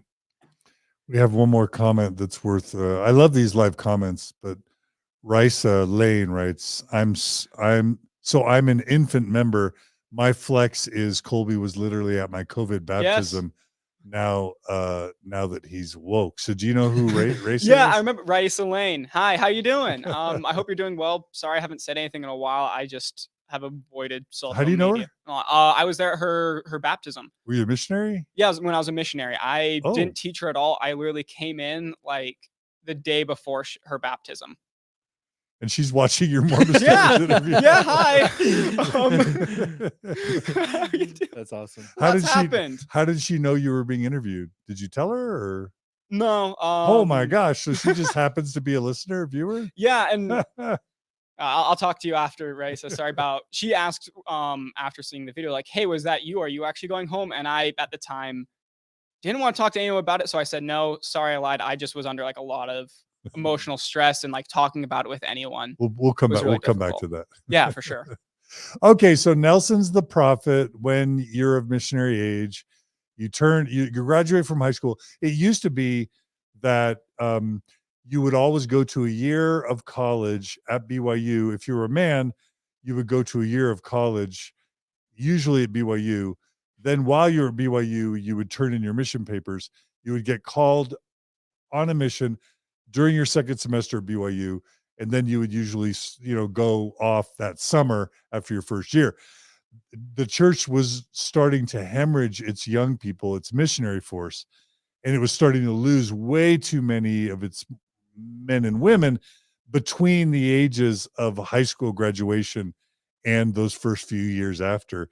And so they were losing missionaries in general. So they lowered the age to 18. So you wouldn't have had that year of college before it was time for you to go on a mission. Yeah. Correct? And a lot of missionaries still take that. And do they? Yeah, I know some, like one of my trainers, he did a year of college first before going on his mission. And I would say some do. I wouldn't say a lot. I wouldn't say a lot. Some. That's definitely better wording. Some do. honestly, I recommend it because one, it gives you more time to learn about stuff, but also like any missionary I knew who waited at least a year was a lot more mature than any of the other ones out there. Well, we covered in a recent episode, number 1, that like across the Wasatch Front, something is stark as like 2/3 of young men now are choosing not to serve missions, 2/3 of Mormon men, but also that 1/3 of the missionaries being sent out from Utah are coming home early. Yeah. I don't know if you knew any of that. No, I saw that in my own ward even. I remember before you left? Before I left, yeah, like What it were you was seeing? me out of like my age group, only 3 of us went on missions. One is just about to leave. The other one left at the same time or a little earlier than me, and then I left. And all the others just went right. How to many college. would there be the others? Yeah. I think How there's many? probably about 6 or like just for my specific age group, about 7 to 8, and so only 3. That's 3 out of 8. So less than 50% of the priests, maybe. It was so crazy to me too. Like, less than 50% of the priests you would have attended church with ended up serving missions. Is that what you're saying? Yeah, like not a lot went in Utah. That's crazy. Yeah, it's if you want to see how much stuff is declining, just look at stuff like that. Yeah, it's apparent. It is worth mentioning that Monson's, I don't know whose idea was to lower the age, but it actually worked for a time. Like there was a boom of missionaries going. In sisters, right? Yeah, it had changed when I went on my mission, and they had to start opening bigger MTCs, making the Provo MTC larger, because there was a boom of missionaries going. I think a lot of it had to do with it was seen as a revelation, and and then prophecy becoming true when a lot of missionaries were going, and then like, oh look, this is a time, when you should go and look at the prophet. He is foreseeing the times, and look how inspired he is. But it sounds like has been wearing down and not having as much impact as it had initially. Yeah. I just want to say we're up to 800 live stream viewers right don't now tell on me YouTube, on YouTube and Facebook. That's a really big audience. Especially, we didn't announce this ahead of time. Yeah. We just started live streaming. That's a really big audience. So welcome to all our YouTube and Facebook viewers. We're really glad to have you. Yeah, and if there's anyone in there that knows me at any point, like feel free to reach out and talk. So sorry, another question. I love these questions. We're just taking our time because truth matters. Bay Fury writes, John, where can you find these mission stats? Very interesting. The mission pressure on boys especially was a major reason I raised my son outside the church. So Bay, sad news. There are no stats because the Mormon Church won't provide any stats. But if you go back a few episodes, and maybe Jen or Gerardo can put a link in the comments, but I did a recent episode with a member of a stake high councilman in sort of Salt Lake, Utah County, who is on a stake high council, and he shared with me the stats from his stake, which is a mainstream kind of Utah / Salt Lake County faithful Mormon stake.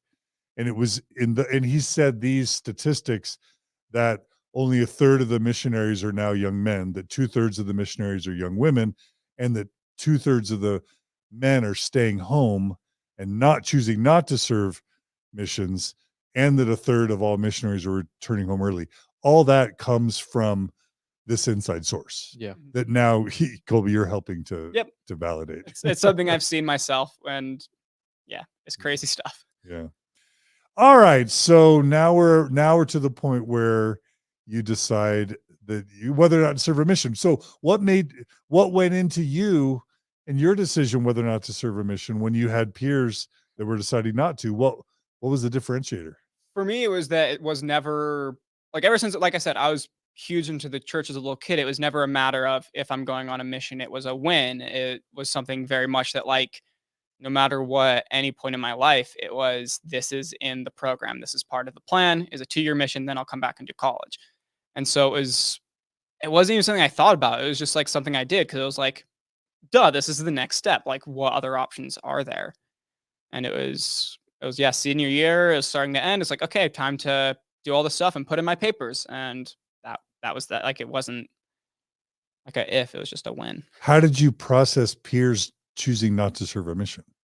I don't know. I just kind of saw. I was like, oh, they like. I already knew them. I mean, I was in young men's with them, so I of course kind of knew them. I already knew they weren't coming to young men's as often, and like with a couple of them, I knew specifically that they didn't really believe in the church much anymore. And so I just saw. I was like, oh, yep, some people will fall away, but some will stay faithful, and we have to stay faithful and help bring them back. The wheats from the tares.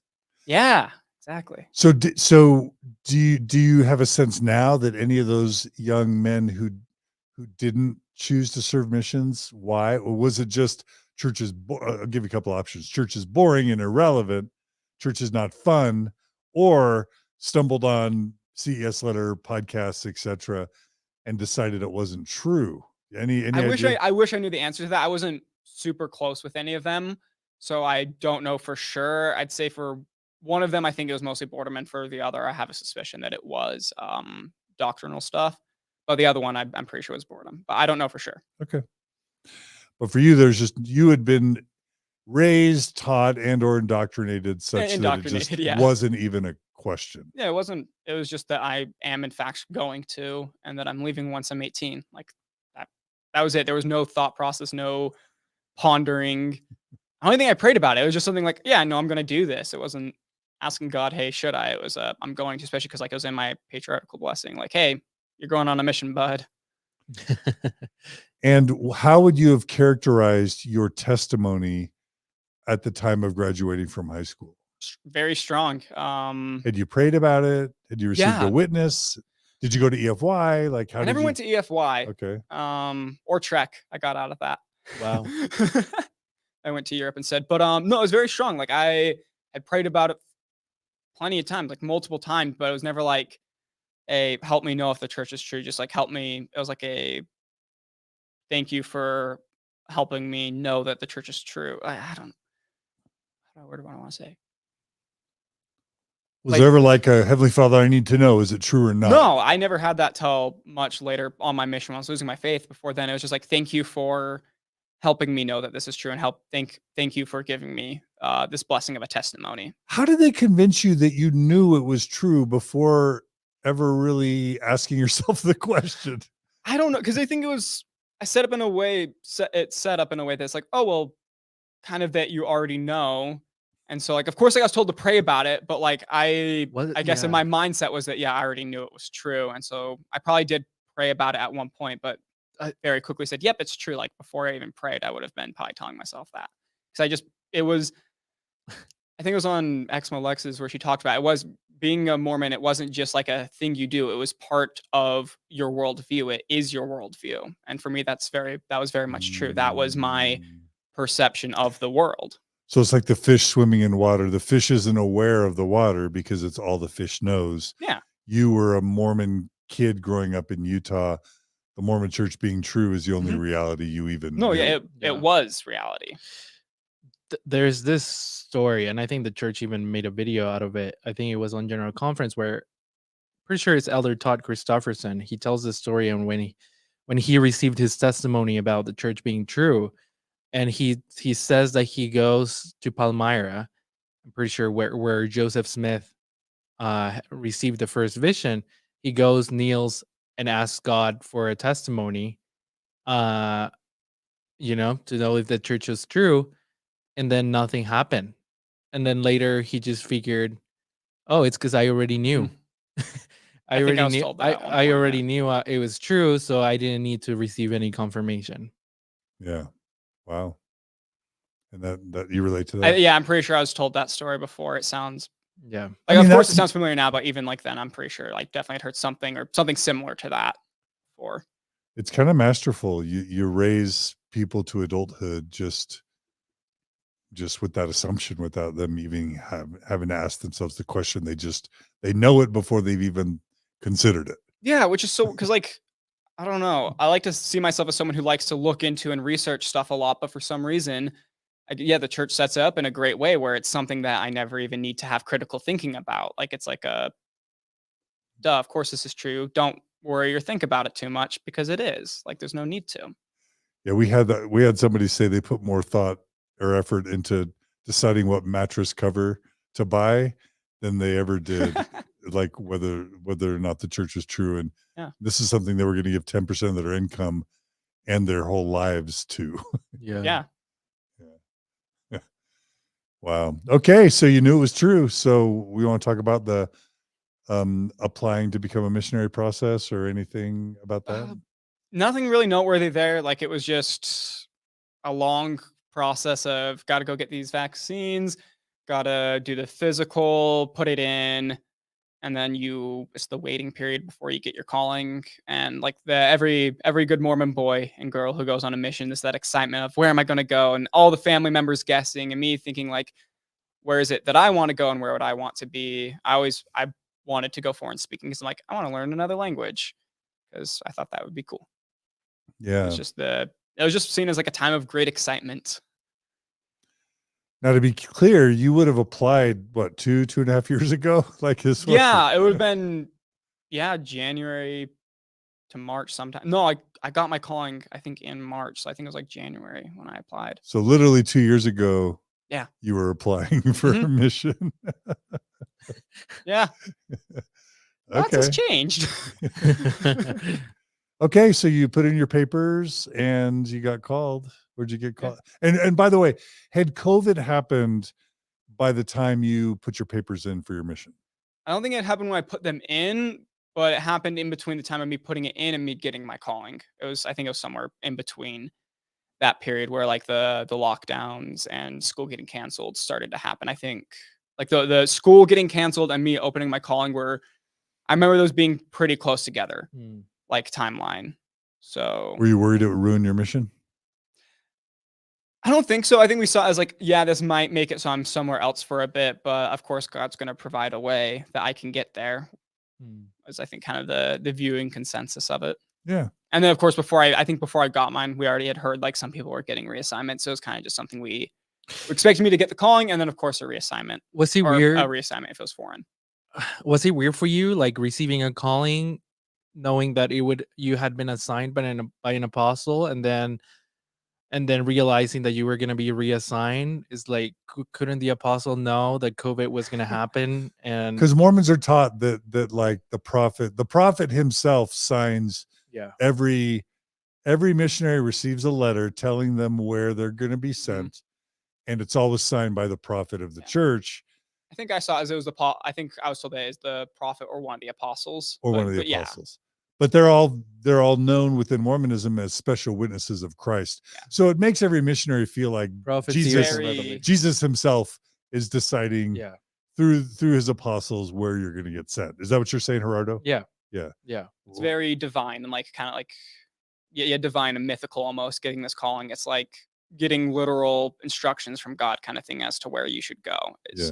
I'd say the general view from people, because and some people have more literal views than others, because Gerardo, I think what you're getting at is, if Jesus is calling you to Italy, wouldn't he have known COVID was coming? And would you have felt weird that you didn't end up going there first? I can't even think of how I rationalized that at the time. I think I just saw that as, well, God always has his ways, and this is all just part of his plan, kind of thought is probably the best way I could sum it up or guess what my thought process was, because I didn't really question much even during that time. It wasn't until later that I started thinking. That's interesting. Yeah.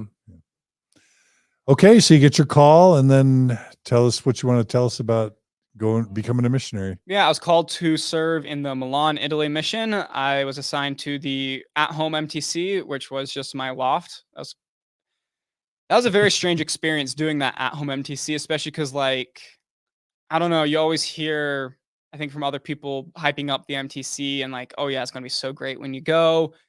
And my mindset was very much like, I just couldn't wait to get out there. Like I was excited about it. I could not wait until I was thrust into the field and got to get right to serving the Lord. And so like, I think I was bummed out about like that kind of feeling like it took a little longer because I was at home longer. Not that I didn't want to be around my family more, but just I was like, I was just ready to go and hit the ground running kind of thing.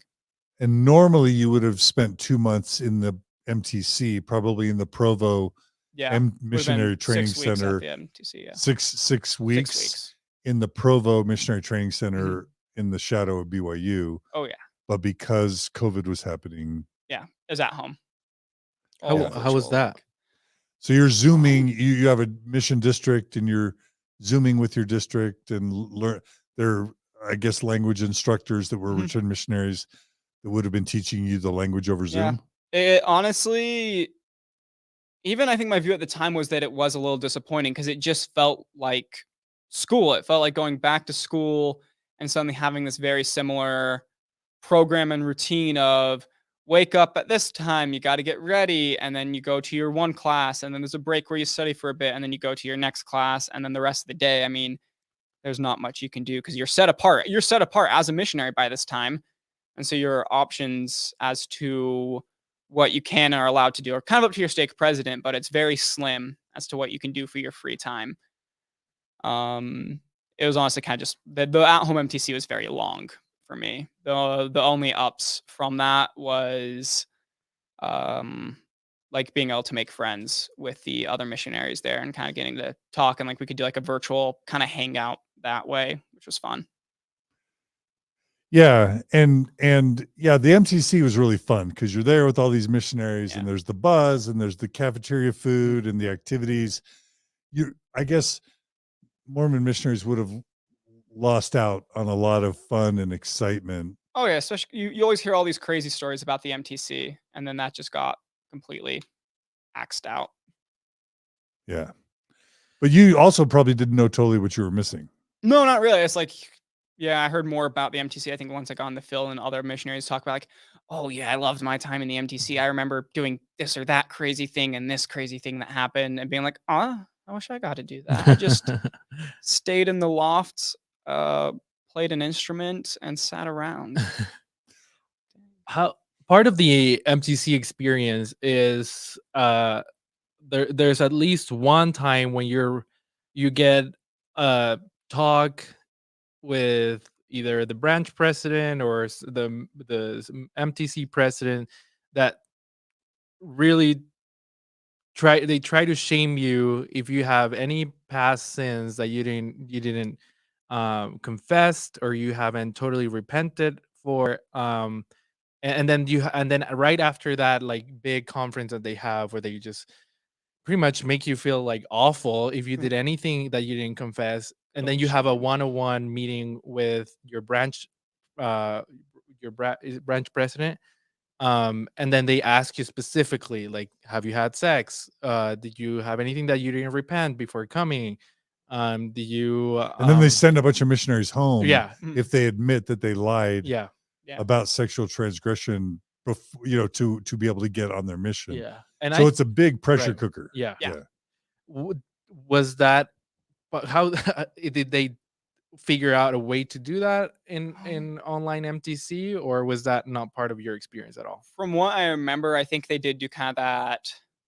I think they did like a lot more passive approach as well. I don't remember it being so much of a grilling, but being a more as like, look, you're about to serve the Lord. So if you have anything you need to talk about or repent of, go to your, I think it was like a go to your bishop or stake president was what it was. Because I mean, it would have been a pain to make the branch presidents do one-on-one interviews over Zoom all day. I don't think anyone wants to do that. So I think it was just like if you have any of the stuff that you haven't resolved yet, then go to your bishop, or stake president. I don't remember which one they said. So it was a lot softer than It was, what my experience would have been. We have a question from KP on YouTube. Are you given companions in Zoom MTC? Yes. And how does that work if you don't live together?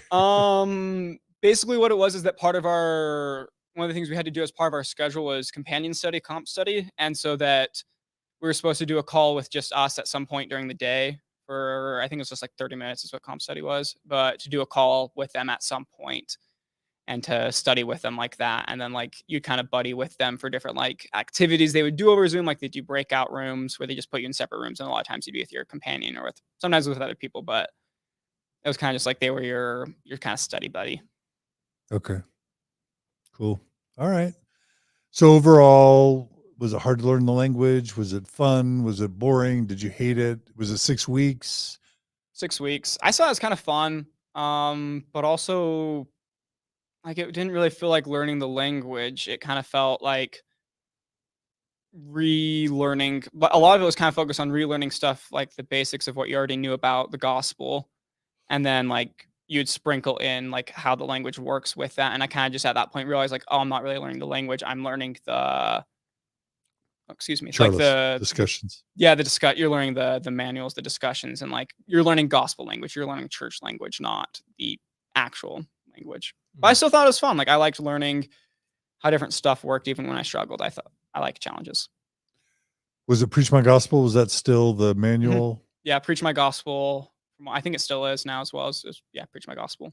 Yeah, it would have been edited by then. It would have included the references to the different First Vision accounts and a couple other stuff that they include a couple links to the gospel topic essays, right? And I didn't even know about that till later as well, because in the MTC I had an older the older version. And from what I know, all the ones that aren't in English are still basically the older version and don't have that updated stuff in it, from what I know. Like I know the Italian one at least is still more like the original one, not the revised edition that's come out. Did you find out about the First Vision accounts when you were reading Preach My Gospel at some point in the MTC, or? I think it was like something that was just like, it was mentioned, but just kind of, it was very much just like glossed over. Right. Like you read it.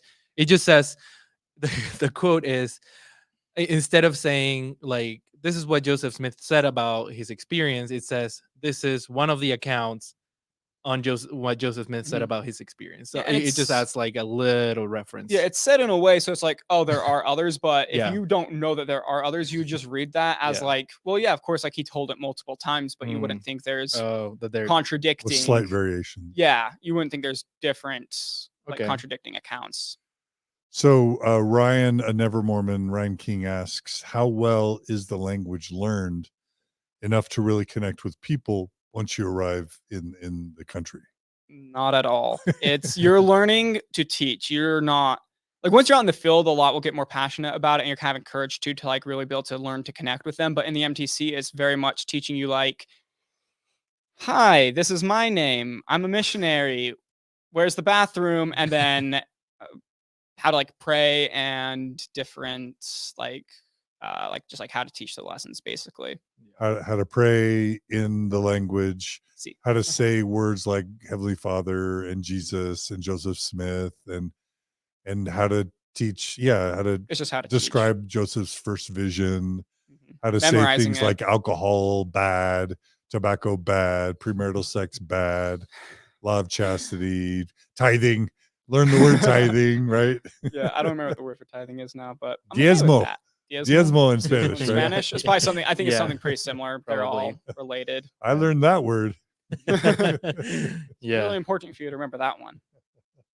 Temples, temple marriage. You know that all. And on your outline, you mentioned about trying to become the best missionary you could and trying to find out about what the anti-Mormons said. Was that MTC? Yeah, this was in the MTC. I very much always, I think I mentioned earlier, I'm the oldest of 3 brothers, and so I have 3 younger brothers. I'm the oldest, and I always, I guess, older sibling complex where it's like you got to be the example and you have to be prepared for stuff, and that was always something like that I put as a burden on myself. And so when it came to this, I was like, okay, I want to. Well, of course, like I loved being a missionary. I already loved being a missionary in the MTC, and I wanted to be able to serve God as well as I could.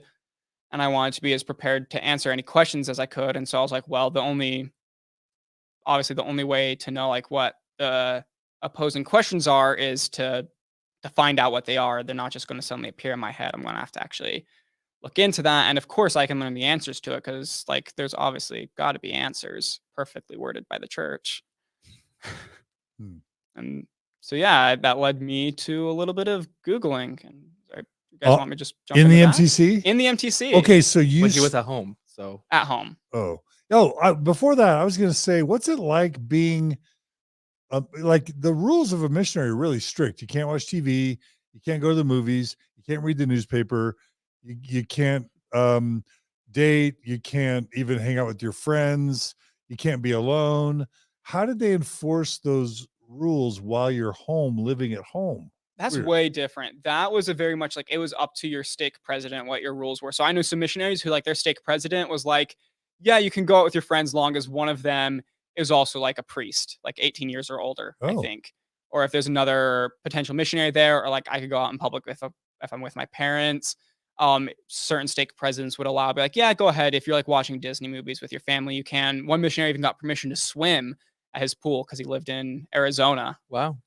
It was like a very much like the rules were at the discretion of your stake president, because they kind of said it's like, look, your stake president's your leader. He's like your de facto mission president. Yeah. For now. So Okay. look to him for the severity of these rules. So if you went to out to eat with your family for dinner, would you dress as a missionary? Yes. You still needed to be dressed as a missionary with your tag on.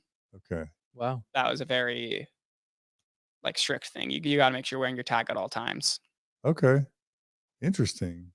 And so your family's kind of looking over you to make sure you're living the rules, kind of policing you a little They're bit. your assistants to the president. Okay. Okay. All right. Yeah. So you start, so your cracks in your Mormon testimony or faith, or at least questions, get introduced while you're in home MTC as a missionary. Yeah. Take us through that. Yeah. Because I didn't even see it as a like, oh, I'm searching questions, or even I had doubts. It was very much a just like, I want to be able to know how to resolve other people's doubts. Because like that's something I assumed I would come across. And you always hear people talk about like, oh yeah, we ran into these mean anti-Mormons, but then we spit straight doctrinal facts onto them. And so it's like, okay, well, I gotta be prepared and know the answers to stuff like that. And so I started with the only thing I really knew could even be a concern to start with, which was the Book of Abraham. That was the only thing I ever had even heard there were concerns with. So I did I don't even remember what I searched, but it was something about the Book of Abraham. And lo and behold, it came to pass that I found the CES letter. And it would be very dishonest for me to say I read it. I didn't even skim it. I think I just read very, very, very lightly the Book of Abraham section. And of course, as I'm reading, I'm like, oh, well, you're wrong, because it was just a catalyst. It could have just been a catalyst for the translation and like stuff like that. And I think I was kind of like a little bit like, okay, there is something kind of weird. But I watched Dan Peterson's video. I think it's I don't remember what it was. It's the one where he talks about the CES letter, and I watched the portion where he addresses the Book of Abraham. And for me at the time, it was like, yeah, that's all right, good enough. That's it. And I didn't like, I kind of looked at one or two other things. Like I think it was like the temple and Freemasonry, but then my mom found out I was Googling stuff like that. And I was like, look, you got to stop. I was given like the doubt your doubt before you doubt your faith quote, which at the time, of course, I thought, oh yeah, that's amazing. And so for me, it very much was I put all that on the shelf. I didn't even see it as a concern. I just kind of doubled down in my testimony. Like it wasn't, at the time, I didn't see it as any fracture at all. Looking back, I'd have to say that I was kidding myself. Like I was trying to convince myself that it wasn't a worry. It's still quite an experience when you're I mean, it was for me, because it was pretty similar for me being on my mission, and then I Googled something about the Book of Abraham. Like I remember my heart was pounding. I was super nervous. I was reading it, and I was feeling like my world was like completely being destroyed, and it was just it was pretty awful. But at the same time, like you're saying, you try to convince yourself like, no, I have a strong enough testimony, this is not affecting me.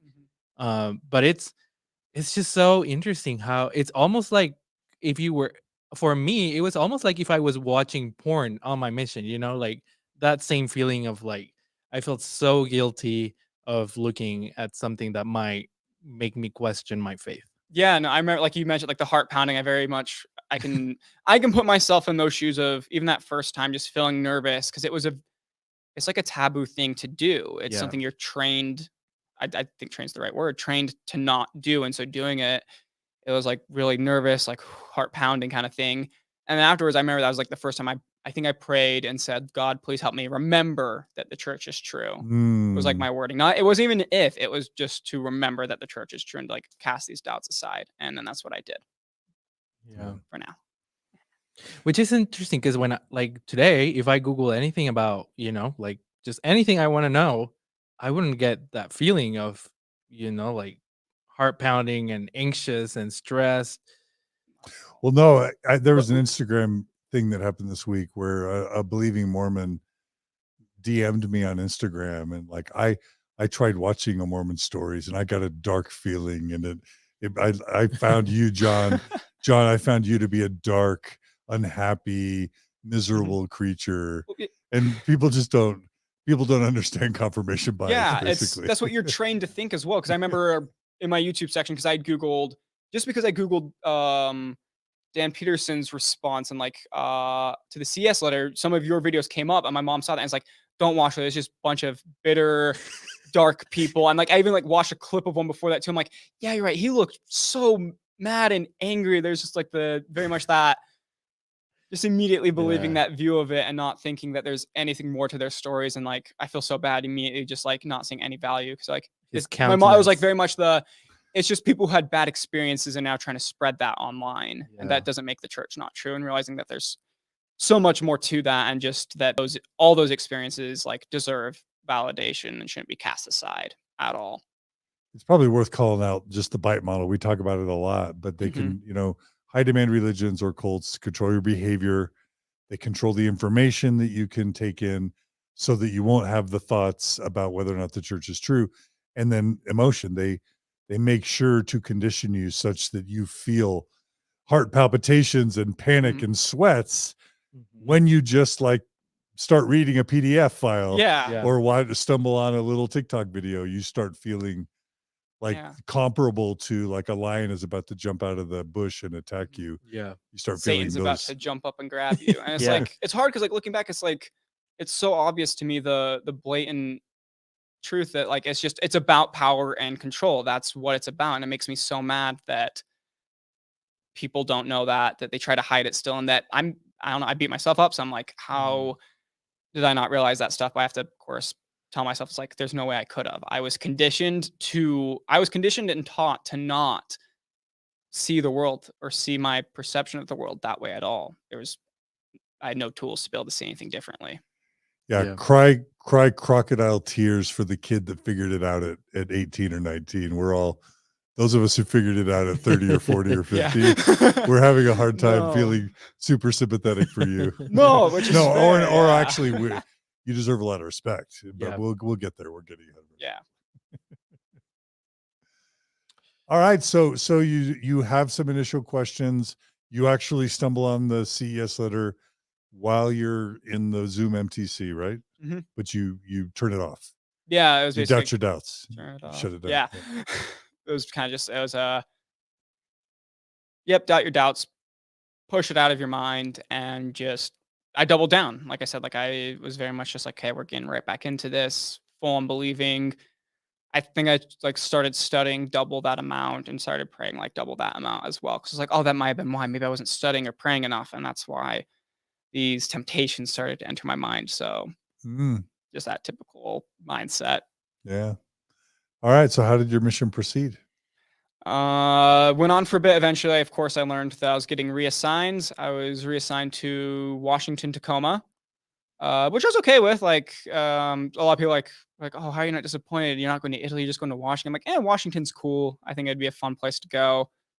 So I was still excited. I was like, look, it doesn't matter. Like, I'm serving the Lord. That's what matters. It's not the where, it's the fact that you're doing it. And so I remember just the excitement of the last couple of days of packing up my bags, double, triple checking to make sure I have everything because I was terrified of forgetting something that I would need. And then taking You still off. did the 6 weeks Italian. 6 weeks Italian, but then you go not Italian speaking Tacoma, English speaking. English speaking, but you're encouraged to like still study your language every day, which I loved. Like, I think it was like good. Like our mission president, like, yep, give yourself an hour to study every day still. Okay. Like, it was like encouraging for the time as like where you're like, because some people had stories of like where their mission president was trying to get them to forget at all that they were reassigned anywhere and make that feel like not valid at all. Be like, look, that's no longer your mission, not something you should think about at all. Just focus on here. And that was not like the mindset of my mission president. I was like, look, you're given this calling, you're still eventually going to get there, somehow use it. So still study, which I thought that was good because it just made that feel more valid. Like, and it was, I think, made it a lot healthier. But I remember I remember being really upset that during COVID, a global pandemic, the Mormon Church was sending missionaries out to proselyte, putting them potentially in harm's way versus, and that I'm not trying to interject that other than to say, what was it like for you to be sent out into the world in the beginnings of what became a really severe pandemic? This is pre-masks, right? Yeah, no masks. This was Okay. masks. By the time I was going out, Okay. masks were required, and so I was going into Washington, which was already like a very like locked. Not very. It was a little more open by that point, but it was still pretty locked out. I got there like August, and so it was. If you're going out in public, you have to wear masks. We couldn't knock at all. We could only go to people's. Like when I got there, they just barely could start going to people's houses if they were invited, kind of thing. And it was still, and you still had to wear your masks inside. I think unless they told you you don't have to. I don't remember exactly, but I remember, yeah, being on the plane and I was super pumped to go and to get there. My view of that, I guess, it was just like no one hauled hand can stop their work from progressing. So like, why would a pandemic stop the missionary work? Nothing can. Did you God's feel will like must be God done. would protect you from getting sick? Yeah, no, it was like I didn't see it as like, oh, cool, I would be invincible, but I knew that my mindset was, yeah, of course he's gonna protect and watch out for me, as long as I'm being faithful. Yeah, and that the church had your best interests at heart. Oh, you know Yeah, what we skipped? definitely His believe that. temple experience. Oh, yeah. Let's actually definitely talk about that. I almost forgot. Okay, yeah. So Mormon missionaries, before you go into the MTC, after you get your mission call, you go through the endowment ceremony in the temple. Mine was the very last week before I left to Washington because the temple's just barely opened back up. I was like, went in the day before. Oh, wait. So it was after you were almost done with your Mhm. Zoom MTC. Yeah, like last week of Zoom MTC, the Saturday before I left before is you when I started. went through. Okay. And for me, I'd say the experience. Was this Jordan River Temple? No, that one wasn't even open yet. It was Mount Timpanogos. Okay. I think Okay. it was a different one that was like farther away, because like tons weren't open. We almost went to Cedar City because that was one that was open and all the other ones were full. But for me, the experience I'd have to say was underwhelming, actually, because like anyone I talked to, especially when I was in the MTC, it was like they were hyping it up, like, oh, you just wait till you go through the temple and how much you'll learn. And even this nice older lady, she's awesome, but it was like you don't have to try to take everything in at once because it's a lot, but it's all very important knowledge that God will bless you with. And I know you'll try to learn it all at once, but just take your time. So I was like, very much my mindset was like, I'm going to learn some crazy stuff going on in here. Like the truths of heaven shall be revealed. I was pumped. And then I go through and I'm like, I already knew this. Yeah. Adam and Eve are the father and mother of all of us. He was the first prophet. And then you learn a couple funky handshakes. And like, I thought it was weird. I'm like, oh, okay, this is like neat, I guess. But I was just like, it was hard for me to find it weird because I was just expecting so much more that I'd have to say like I was disappointed and like wanting to learn more. Yeah, you were expecting it to be way more interesting weird. Because like, different. The way it was portrayed to me was that you'd be learning something new, and like the Lord's University is the temple. Yeah, yeah, and it wasn't. It's and like so warmed for me, over Old Testament Bible stuff, creation, Adam and Eve, Garden of Eden myth. Yeah, basically. Really quick, I have to ask you this, and some won't know this history, but for decades there were these much viewed movies that were shown in the temple, and then the church decides they want to remake a super modern version in the mid 2010s. So they hire an Academy Award winning director named Sterling Van Wagenen, who also was the co-founder of Sundance Film Festival, to produce new movies for the temple. Unfortunately, they he had a history of being a child molester, and they knew that, but they hired him anyway. And then they released these new and improved, exciting temple videos, and they would have been around 2013, 2014. So it would have been before you went through. But then Sean Escobar comes out of the New York Times and tells the world that he was sexually molested by this Sterling Von Wagenen guy, who was who the church had tapped, and they knew he had done it.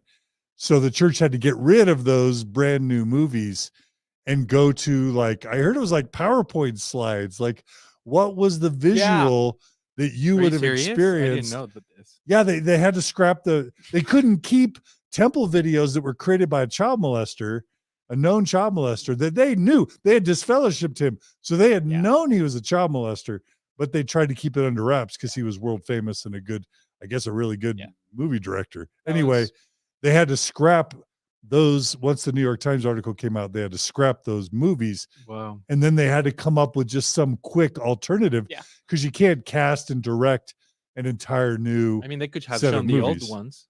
Yeah, but I guess there were changes in, like there were the changes about like the veil and the woman hearkening, and by that point they had made progressive changes to some of the feminism stuff and other things. So they couldn't go back, so they had to create something. So what were the visuals when you went through? It was a PowerPoint slideshow. For reference, I got the Satan with hair, not the bald one. But they were PowerPoints. It was basically a PowerPoint, it was like a slideshow. Like it was just like it would flash and it'd be like Satan stuck with this pose and he would give his whole monologue. Oh my God. And it would flash to Eve, of course. You hint that she's naked, but you get to see shoulders, like the Cropped. only crazy they get to see shoulders in the temple, honestly. Yeah. But just it gives her and then she's monologuing, and there'll be like a flash of something else in it, monologues, and they'll go up and be like, okay, here's one of the signs you do with your hands and the handshake and all that it means, and then it'd go back to the slideshow. That would make it extra underwhelming. It was kind of awkward, honestly. Like, it just felt really weird. And I still don't know if they've got movies now or if they're still slideshows. Like right now, they don't let me in, so I don't know if they've got movies now or if they're still slideshows now. If one of our listeners knows, they can.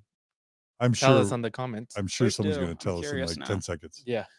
Okay, so you were underwhelmed. Were you disturbed at all? No, because I think it was just like I didn't have any mental space to be disturbed because I was just solely focused on how underwhelmed I was and just being like, oh, I kind of wanted more. Where I just didn't even think about, hey, these are kind of really weird, and wait, I might be in a cult. Like I never had that thought. Okay. But I know a lot of people have, and I totally get it because now, like thinking about it, it's weird. Jess writes, it's still slideshows. So I'm pretty sure they're working on new movies that aren't directed by a child molester, but they're not Good out call. yet. So yeah. Wow. Yeah. Okay. So anything else about the temple? No, not really. Okay. Like not the peak spiritual. No, it wasn't. Like it was hyped up to be this crazy spiritual experience, and for me, it just kind of wasn't because it was overhyped for me. So it was just kind of a dud. Yeah. Okay. Yeah.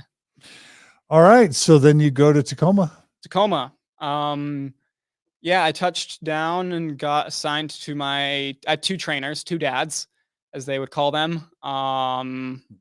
Both super awesome guys. I like them a lot, even to this day. Like they were really cool. But I remember getting there, and honestly, the hardest thing for me was that I didn't feel like I fit in anywhere. Because like even before I stopped believing, I still fully believed at the time, but I very much just saw the mission as a clique. It was the high school popular kids sitting at a table talking, and that's not at all who I ever was. And so I felt kind of like a black sheep and an outcast in that way, where I just didn't feel like I fit in as much with the other missionaries. I felt kind of like on the outskirts, especially being a reassigned missionary. Even though my trainer was reassigned, one of my trainers was reassigned, but I just kind of felt like out on the outskirts. I didn't feel like I was like as popular or as cool or funny as them. And then I also like was totally beating myself up because I was like, I don't know how to teach worth crap.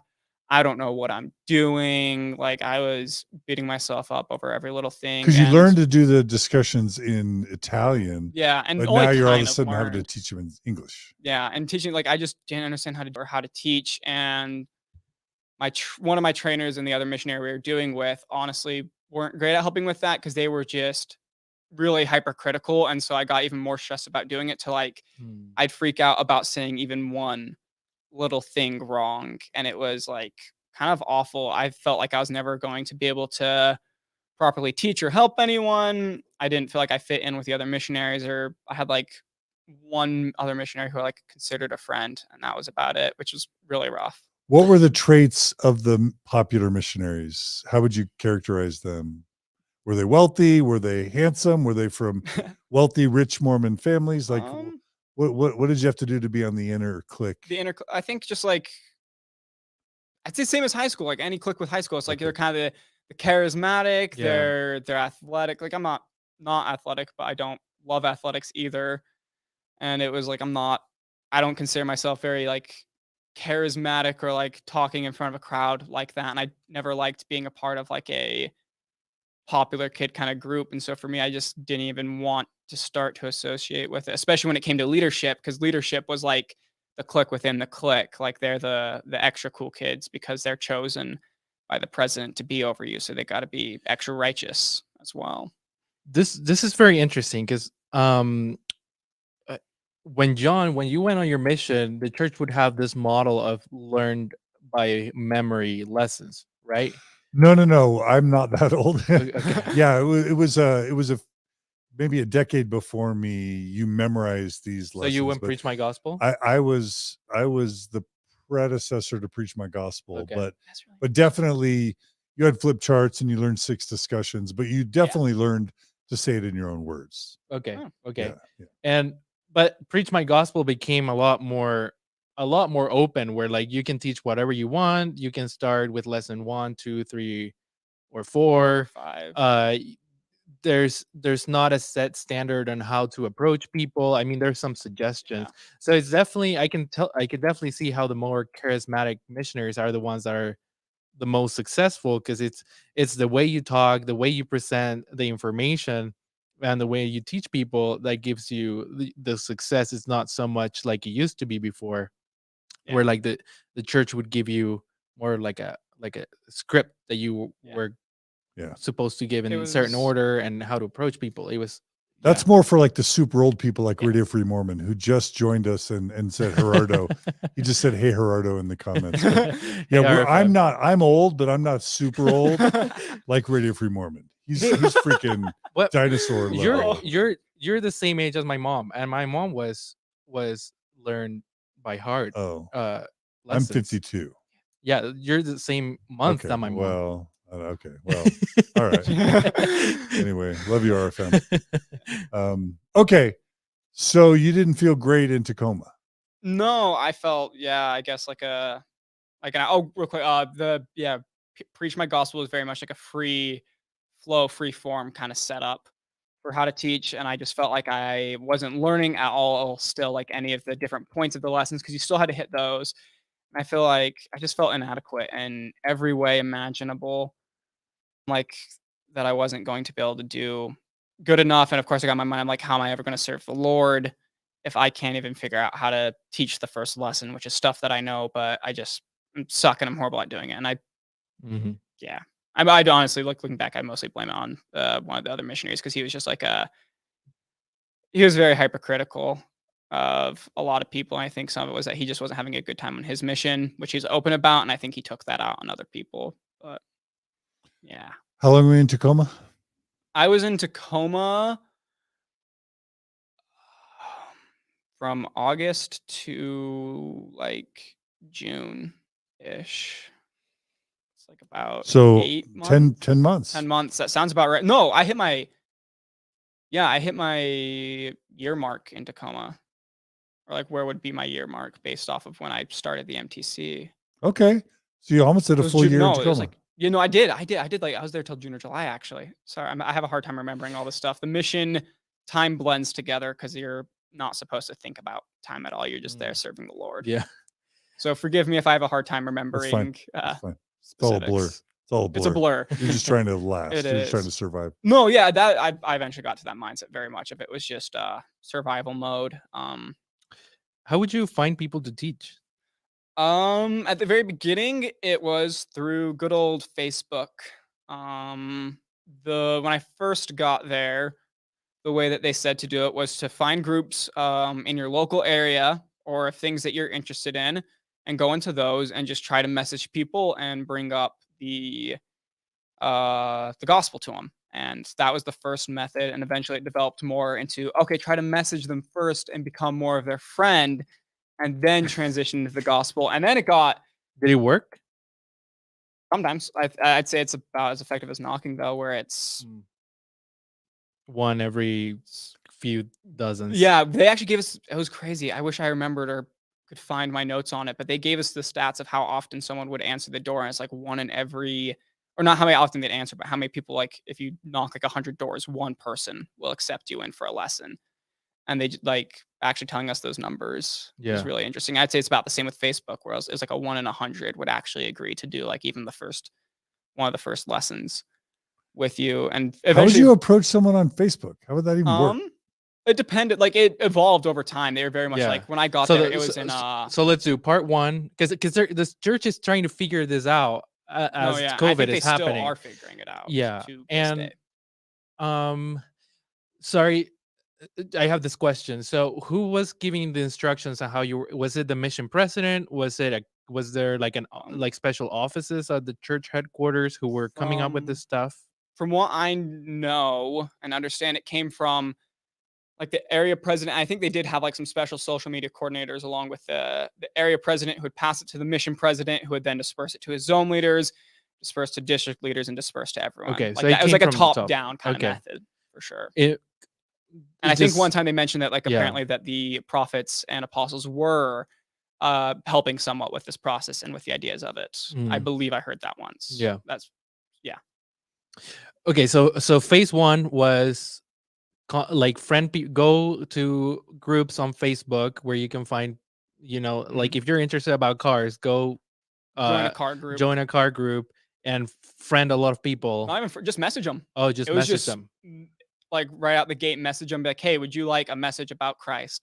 And sometimes Facebook filters those messages. If you don't have a relationship or some connection, they stick it in a filter where the person never sees. Yeah, and they learned that, and eventually that's why they developed that you're trying to friend them. But at first, it was very much you join the group, because a lot of times if you're in the group, it'll still let it go through. Which is why I think they had the group method. Phase two was so you would just DM people. Yeah, and you'd say less than 1 out of 100 would want to. And would you say, hey, I just want to teach you about Jesus? Yeah, and you'd get maybe like one response. You'd get like 3 responses. One person would have a sassy comeback. One person would say no, thank you, and one person would say like maybe. But then they'd learn that you're actually Mormon. LDS means LDS means Mormon, and never mind. There's so many people who like. Okay, this is really important because this is a time when the church is encouraging missionaries to create groups. I don't know if you were part of this, but they were starting to create groups. I know my sister. It was very confusing because my sister was on the mission at this time. And it started to be like, okay, as companionship on my area, let's create a Facebook group, and usually they would be called, or they're still called, like Venir a Cristo or Come unto Christ. Oh yeah. In Magna, Utah. Come unto Christ in Washington, whatever. Yeah. And then people from the word, you're supposed to tell them to join those groups, and that's kind of where you post things and you direct people that you friend to, right? That's definitely accurate. And then there's definitely this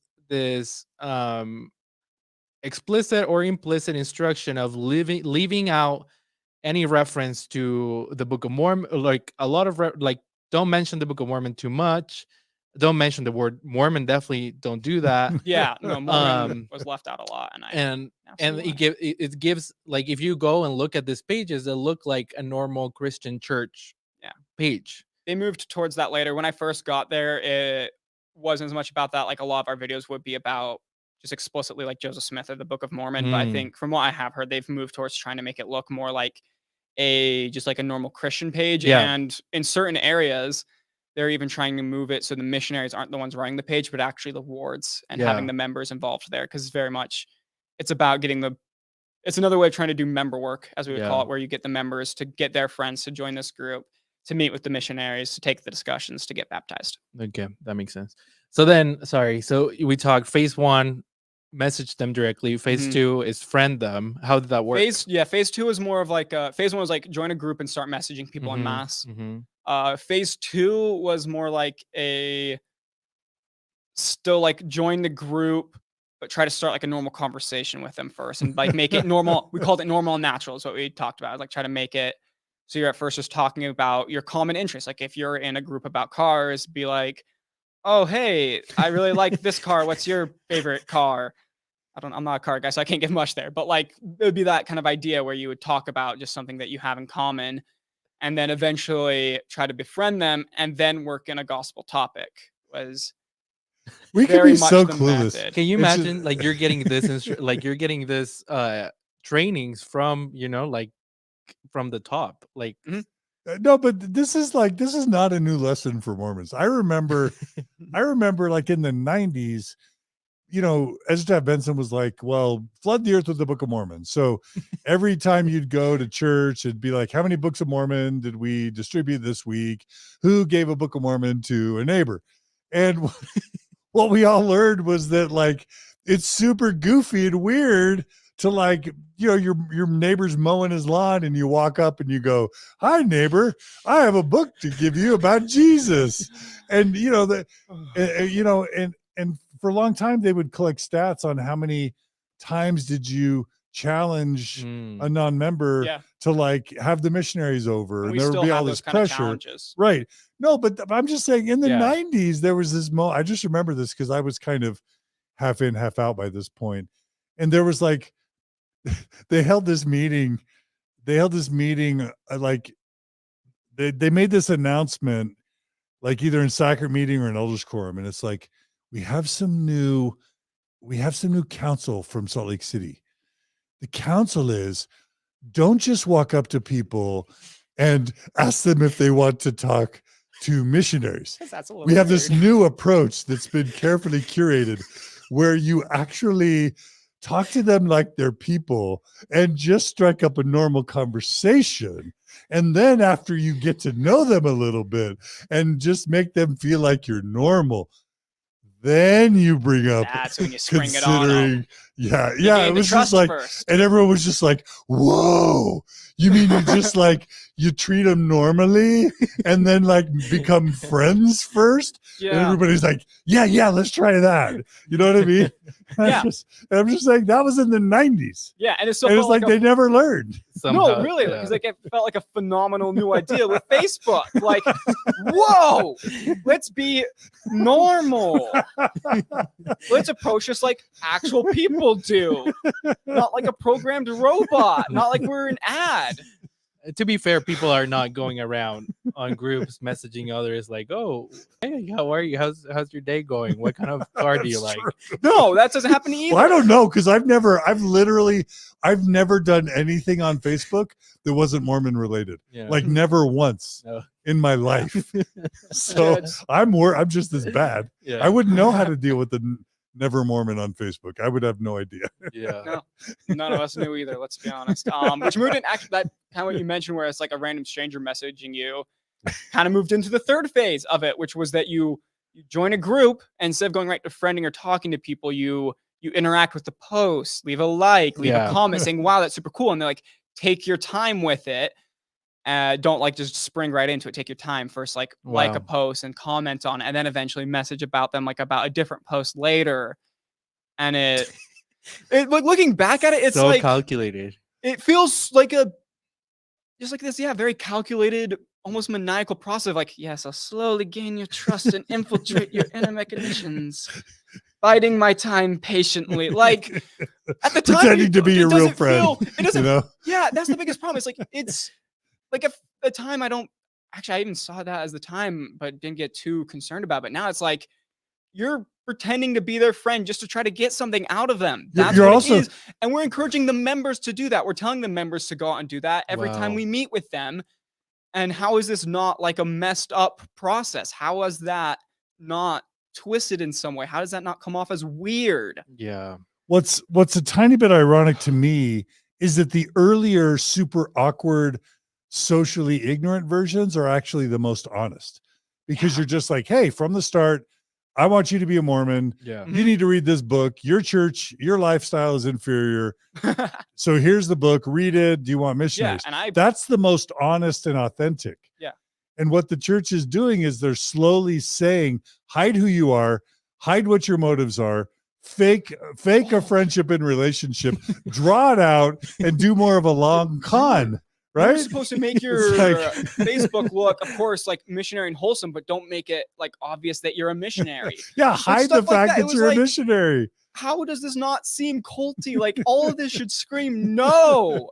run Yeah. away. And like, even at the time for me, I didn't like it at all without even thinking like much of it. I just didn't like it. So I still did very much the gist. I'd message, be like, hey, do you want a uplifting message about Christ? Or, oh, hey, God loves you. Like that would be about all I did. Cause I felt really weird. And I realize now, like I felt wrong trying to do this very deceptive process of gaining their trust and infiltrating their inner circle kind of thing. So that felt wrong to you. It felt wrong. It like just didn't ever sit right with me because it felt, I don't know what the word I would have used at the time is, but now it just, it feels twisted. It feels. Did you have that rule maniacal. that because each of you and your companion would have a tablet, right? Phones? We had Okay, phones. you I had have phones. I have my Did mission you have phone this with me. rule where you had to show your companion what you were gonna say before you sent it, Yes. and then he had to review the message Yeah, every time? Talk about social media rules where you have like smartphones and access to social media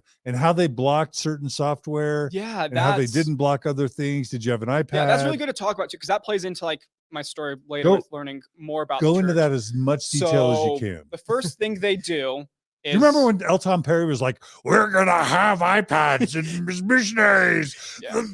You know, he was so proud. Yeah. You remember that? Yeah. So it was the like first such a thing big deal. they'll do with your phone. This is So that's your actual. This is the one I used on my mission. Android or iPhone? It has to be Android because the software they use will not work on iPhones. Okay. So you have to buy your own phone. I already had send it Samsung, to them, right? but I bought this one because it's cheap. If there are any people who are potentially thinking about a mission and are saying like, oh, you're just a horrible anti-Christ who left the church, at least listen to me on this. Like, buy a new phone when you go on a mission. Don't bring the one you previously had at home. Buy like a cheap Android phone. And know that the software you put on your phone is completely restrictive. You download an app called MOS 360 that will. What does that stand for? I don't even remember what it stands. It was just an app. I don't even know if it stands for something. It's not like a church-specific app. It's like used by other businesses as well.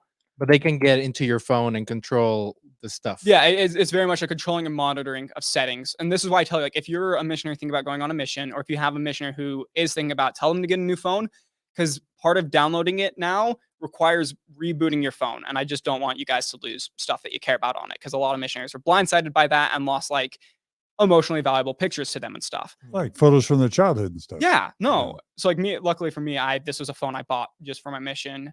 It's beaten up clearly. I've dropped it a few times, but you download an app called MOS 360, and it's. I wonder if it's a missionary operating system. I wonder if that's what it is.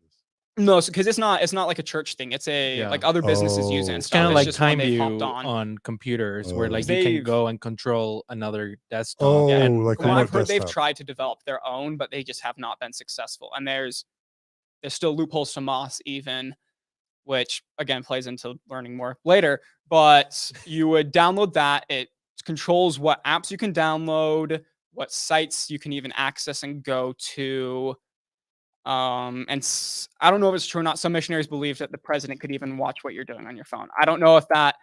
Missionaries are a little paranoid, yeah, and like conspiracy-esque. Yeah. So whether or not that's true, I have no idea. But they can lock down your phone. They do have a method to be able to like brick it, essentially. Wow. And isn't that kind of weird? I mean, very. You just don't think about it at the time. It is like.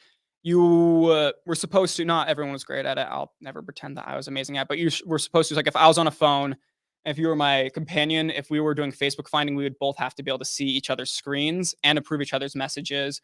And what does that? Wait, how does that work? So, like, we would you'd have to sit side by side like this. To use your phone? To use your phone. At all. Like, you should always both be able to see each other's screens. So, like, you can't just be in bed at night looking at your phone. No, not at all.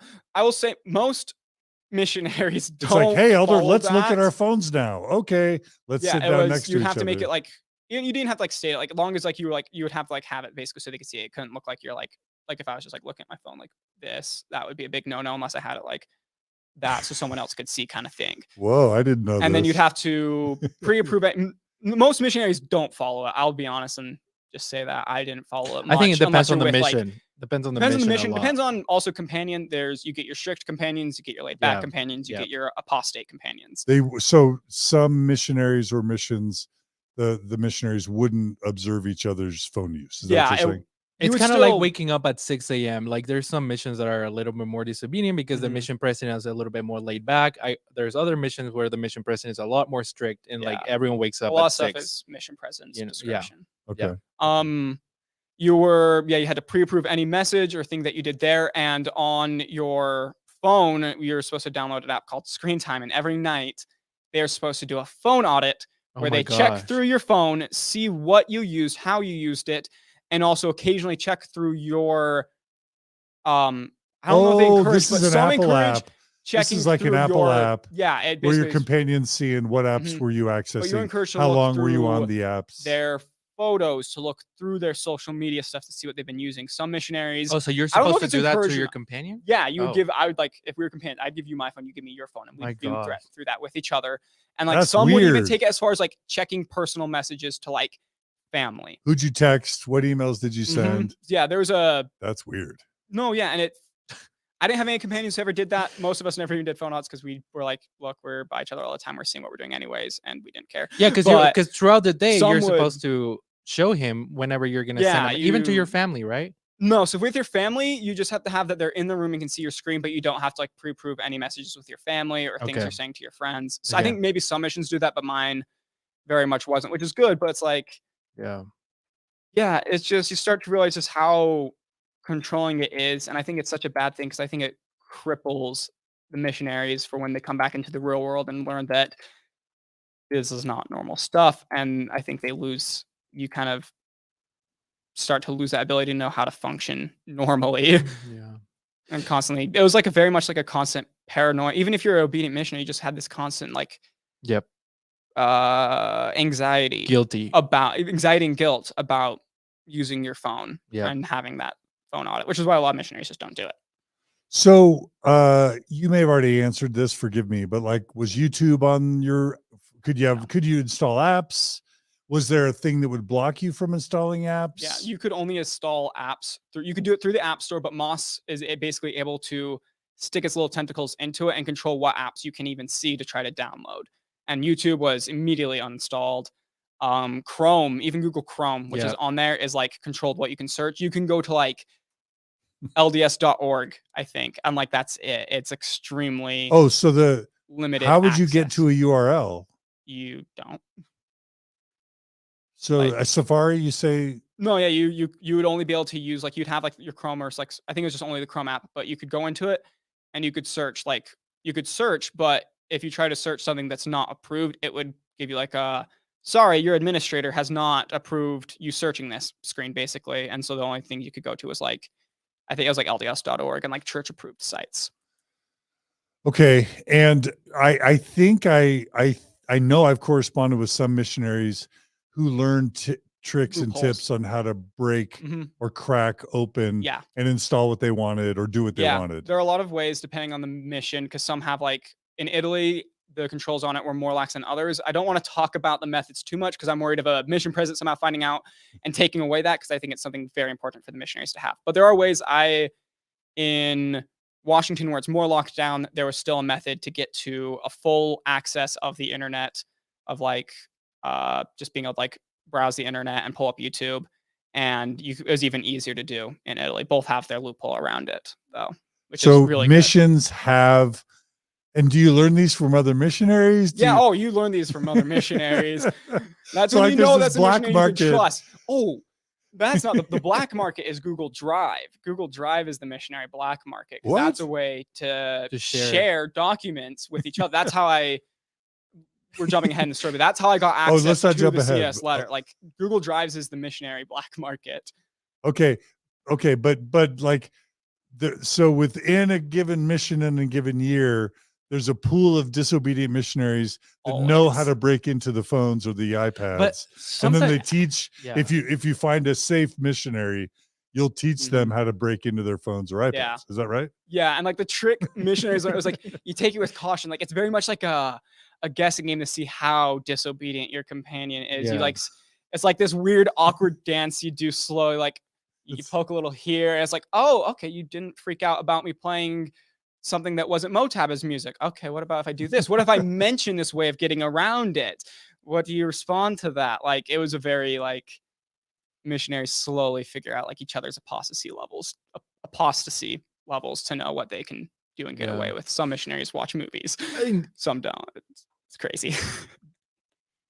I mean, that's all fun and cool that missionaries are able to figure that out, and I think it's great. I think it's good because there's also this, but there's also this. Jen's back there laughing. I'm here, Jen laughing. But there's also this side of. I remember my sister several times called us, on her weekly calls, and she would cry because of how stressed and anxious she felt about not, because the church is trying to figure out social media rules, so it was hard for her to figure out what the rules were, and feeling guilty all the time that she was not doing everything correct, or she was not doing everything 100% or being 100% obedient. Yeah, no, that's so while there's so missionaries who will find loopholes, it causes really real pain in missionaries who are really trying to be 100% obedient, and like almost like too much temptation. Too much not temptation, but like it's like you're saying, like, I don't know, like I accidentally opened something I was not supposed to, or I spent too much time with this person when I was not supposed to, and just those things like really create a sense, I don't know, of guilt and pain in anytime some you missionaries. break the set rules and control, you immediately have this anxiety of like, oh no, they're gonna find out, and they'll tell the mission president's gonna get mad at me, and it's very much, I hate to say it, but I feel like it's set up in a model that's supposed to make you feel constantly like there's the horror movie villain just behind your back waiting to get you, so you're constantly looking over your shoulder in fear and anxiety. Like that's how it felt for me. And then there's also the fact that you're being watched so much. Like if you had a companion that was being abusive emotionally or physically, because the companion is always looking at everything you're saying, it has to be in the room every time you're talking to your family. I remember with my sister, and I know it happened with my husband's sister who was on the mission at the same time. Like they were having issues with their companions, and they weren't able to tell us. They wanted to tell us, but they couldn't tell us because the missionary was there listening all the time, 100% of the time in the room. Yeah, that happened to a missionary I knew. He just did not like his companion. They just weren't getting along, and he emailed his family about it. And that missionary went through his emails and saw it and like got super mad at him. He was like, "Dude, that's none of your business. Like that's my personal interactions with my family. What are you doing?" And like it wasn't encouraged at all to look through personal emails. There are just some that take obedience a step farther than it needs to be. Yeah. Because you have to be exactly obedient to have the Spirit. So, I mean, that's probably a factor as why. Yeah. Wow, what a weird tech missionary culture. No, it is. And they're still figuring it out to this day, like how the best approach to Facebook is, especially Instagram. Now they're trying to get to Instagram and figuring out how to do it there. There were some missionaries who started to do it like a very like TikTok dance style, and the church immediately was like, no, that is not how we want to be represented. Oh, that wasn't church approved? Because I remember when dancing missionaries were all over Instagram. It was very like, I think maybe a couple encouraged it, but from both the missions I was in, it was very discouraged. Yeah, my like this is not how we want the church represented. But that's what reached. Like I'll be honest, that reached tons more. Like it was way more effective. I thought the church was leading that, and I thought the church liked it because it was hip and cool. From what I know, no, it might depend on each mission. That could be, but from what I know about in Washington, it was very much like we want to stop doing this. We do not like this. And it was very meant, like it used to be like Facebook was like a fun and goofy thing. One of my companions made a rap battle between Alma and Korihor. Yeah. And it was hilarious, but then they very much wanted to move away from that. Like we want very serious, spiritually uplifted content. I was like, this was fun though. Come on. Yeah. What's not awesome about white Mormon missionaries from Utah co-opting, culturally, what's it called? Cultural appropriating urban rap music to the lyrics of Book of Mormon stories. The Nephites are wanting to light some though, so it's accurate according to them. But no, yeah, and just like even like it was very I felt like creativity was discouraged, and I don't think that was good. I feel like missionary mental health was like a big thing that played into every missionary and in every mission, and just the view on physical and getting sick. It changed from like, I've heard other stories where it was very much like if you're sick, you keep knocking through it. But I'm glad to say and report at least that's changed some, and that was because of COVID, where it became more normal for it's like if you're sick, Yeah. actually stay in bed. If you're feeling depressed or like you have anxiety, we actually have like a mission therapist you can meet with. It started getting taken a lot more seriously. That's good. Yeah, because oh my gosh, yeah, I'm just remembering because my sister was on her mission too. Like there was times when she would get sick and she wouldn't want to go to the doctor because she would feel she felt like it was gonna be perceived as like she was not being righteous enough, Oh and yeah, that's and why she was getting sick, and she didn't want the mission president to look down on her for getting sick yeah, and not have like being able to do the work. yeah, and it's gotten better in some ways and has stayed the same in others. Like the leadership now, like mission president, as in leadership, is very much more like, yeah, if you're sick, like go into a doctor. But the mission culture still very much is that of like, Yep. you knock if you're sick, you knock if you're tired, you knock when you're sore, you knock when it's raining, you knock if you're feeling depressed. Like it's very much and seen as like if you're feeling anxiety, some still very much see that as like that's a bad thing. And that's because of you not being faithful enough. And I think I don't know. It was good at least though, because like missionary mental health got like a much better light brought to it, which is good Mm, because there's not a lot of coping mechanisms you can use as a missionary. My biggest way I usually cope with stuff is music. And if you're following the mission rules, the only thing you're allowed is like LDS hymns and EFY music. And EFY music just annoys me. And LDS David hymns are Archuleta? nice, but like when I'm going through a hard time, like none of those let out the emotions that I need to let out. And you can't really have Yeah. any hobbies. You can have an instrument, in which they started allowing a lot more, but that's about it. And it's just mental health definitely needs to still be taken more seriously within the mission field, and there needs to be more coping mechanisms available and coping methods available for missionaries, because it's very much just you get one day a week and not even like a full day where you can do like you can act normal and talk to your family. Well, that you're allowed to talk to your family. And it's the rest of that is just this 24/7 work, work, work. And I don't think that's something that's healthy at all.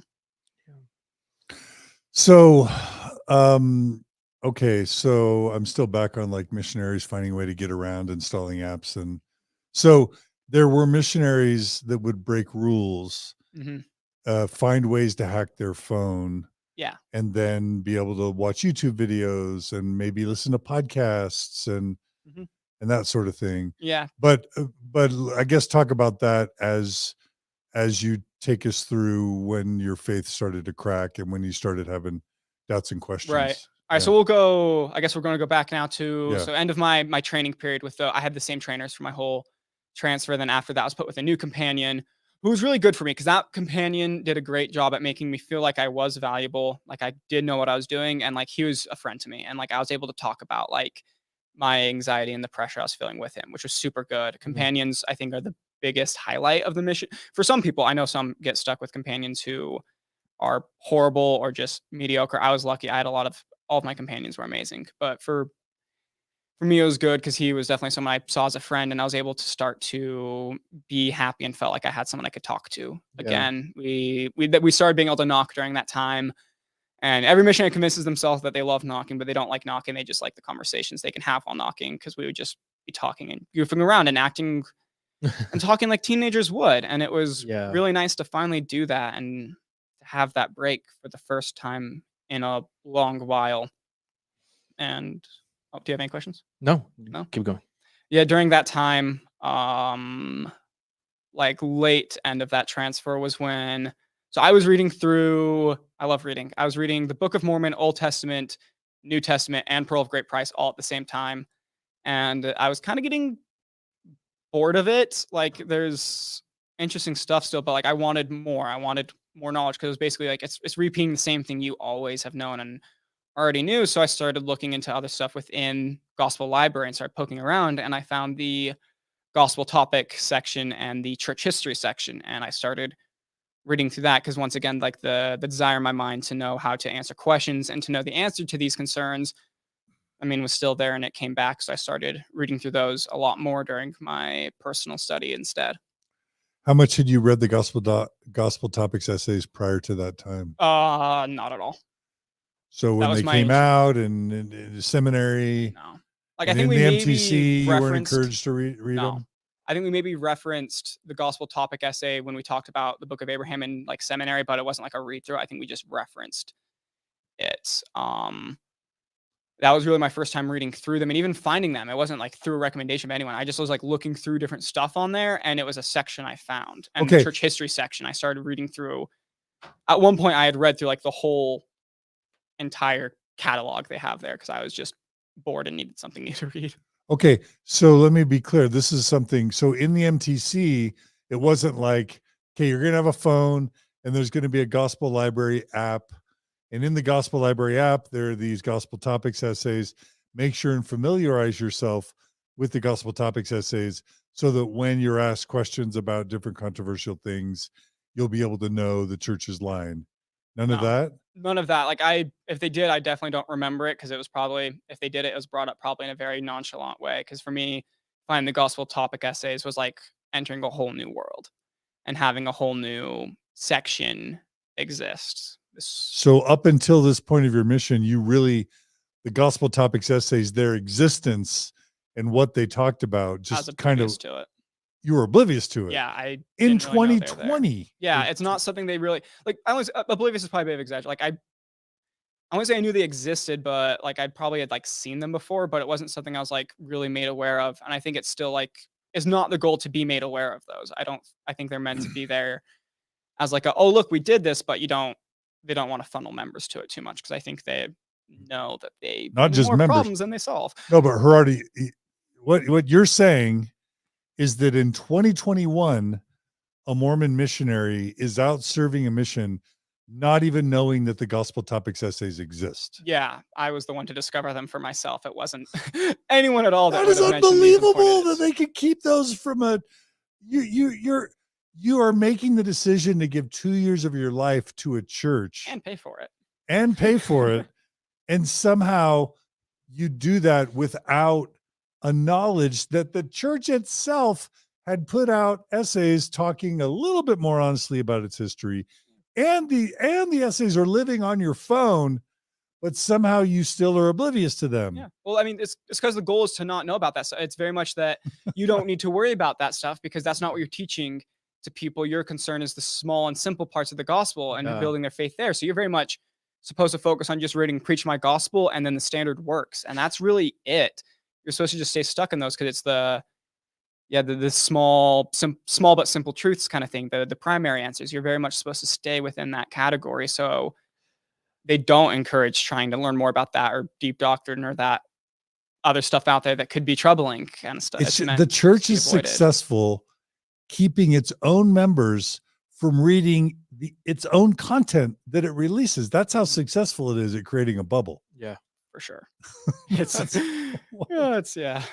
like George Orwell stuff again. It's 1984. Yeah. Because then, I mean, that is a real feat. We're going to put out essays, put it on our website, put it on everyone's apps, and no one's going to know about it. But then we're going to be able to say we're transparent in our history. They were always there. They were always there. It's not our fault. They were there the whole time. We just may have not mentioned them, but they were there. That is really a remarkable achievement. I have not. My sister was told on her mission that she was not even supposed to read like the Pearl of Great Price or think too much about it. Like she was supposed to stick to the Book of Mormon, maybe a little bit Bible, especially New Testament, and preach my gospel. That's it. Really the main things you're supposed to read are New Testament and Book of Mormon. Like Pearl of Great Price is there. It's like you can read it, but I'll get more into that, but you very much avoid Pearl of Great Price and even Doctrine and Covenants with people you're teaching. And then Old Testament. No, she was told by the mission president, like, you're not to study this even on your personal study. Meaning Doctrine and Covenants, Pearl of Great Price. Focus on Book of Mormon and New Testament. So now the church is creating a bubble that excludes large sections of its own canonized scripture. That was her mission president. I don't know how it's in other missions. That's what Kolby said. Yeah, it's very much stay in the standard works, focus on the Book of Mormon. and maybe a bit of the New Testament, avoid the Old Testament, because some of the stuff is that's all weird and outrageous, and some of the stuff. And I mean, we know that, of course, some of that was translated incorrectly because Joseph said so. So we don't have to worry too much there.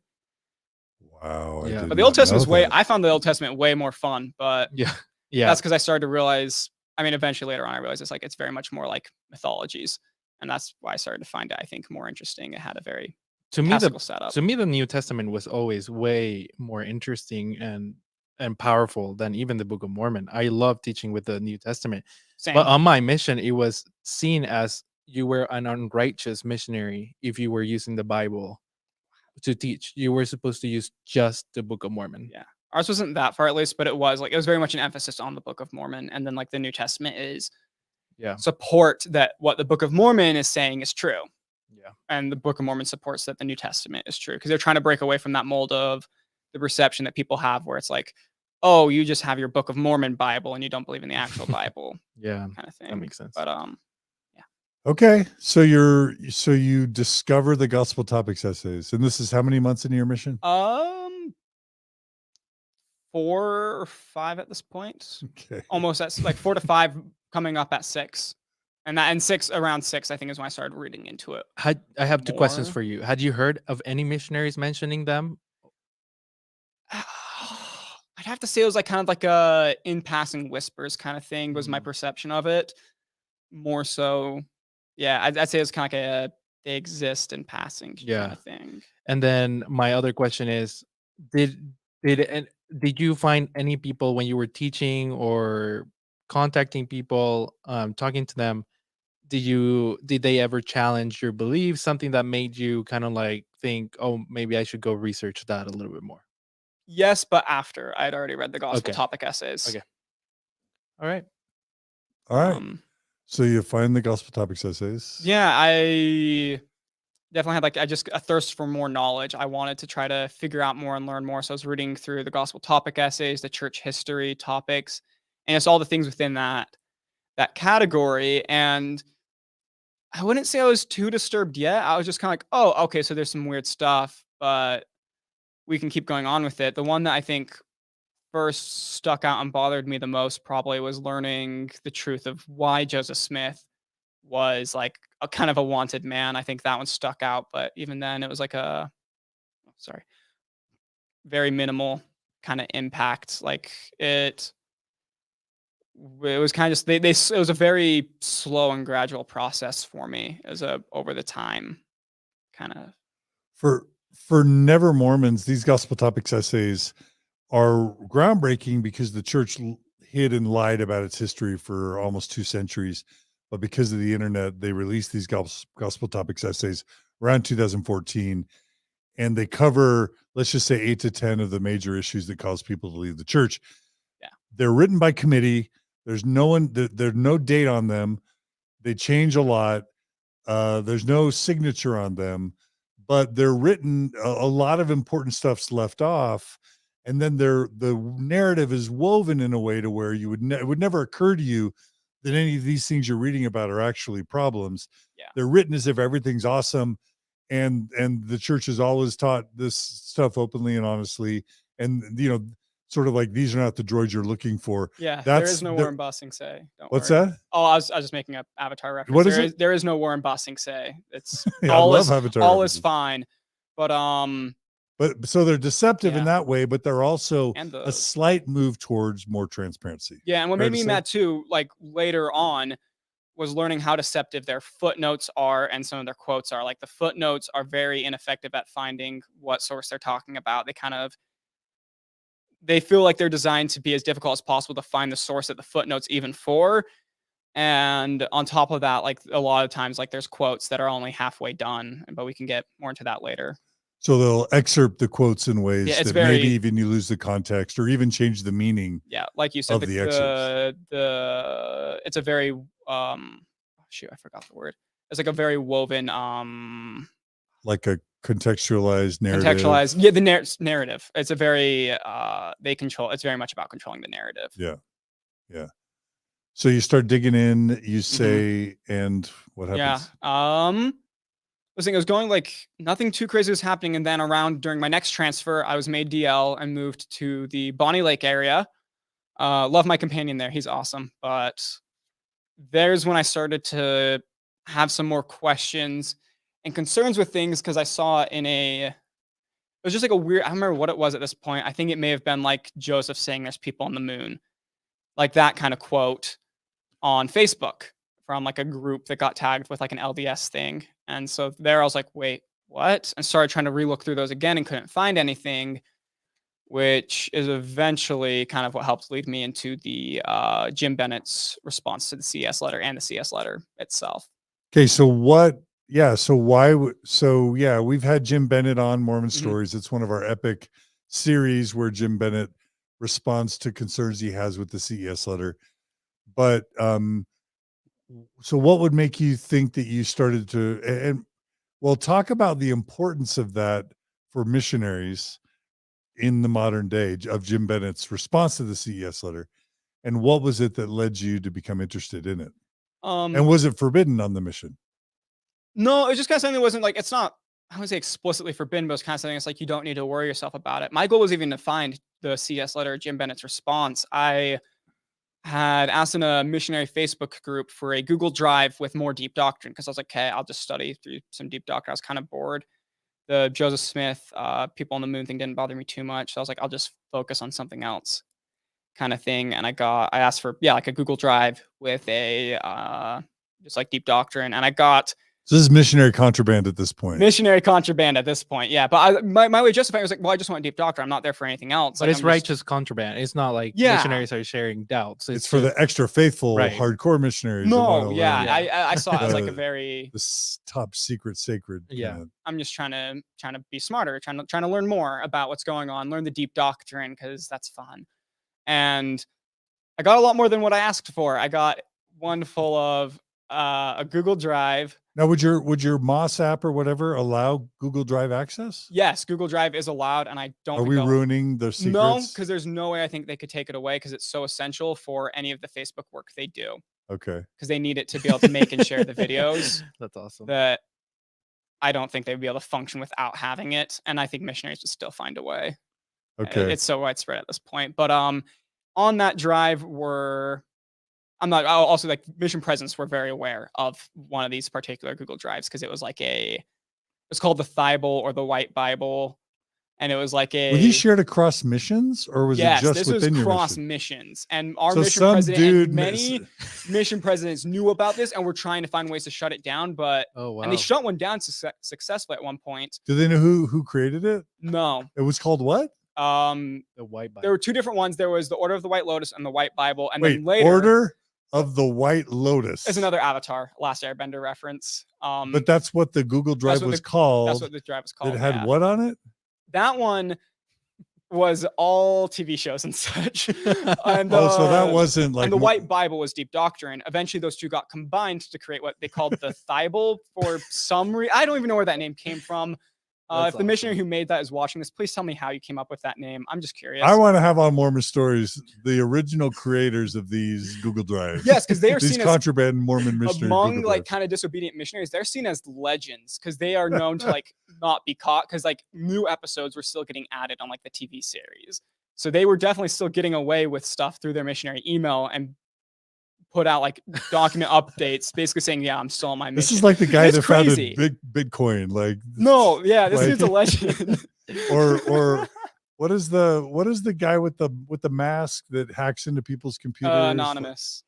Yeah. Like, this is that kind of lore. Yeah. No, yeah. This is like a whole nother level of missionary contraband. Like once you're a part of this and know about it, you're like part of a secret group and you probe to see what other missionaries know about it. And stuff. I've never heard of this before. No, it's wild. And I'm not too worried to talk about because I don't think mission presidents will be able to shut it down because our mission president very much knew about it and still couldn't stop it. I want the links. I want the links to these two Google Drives. I can do that. Okay, in the show notes, we're going to include the links to these Google Drives. I still have the link to it.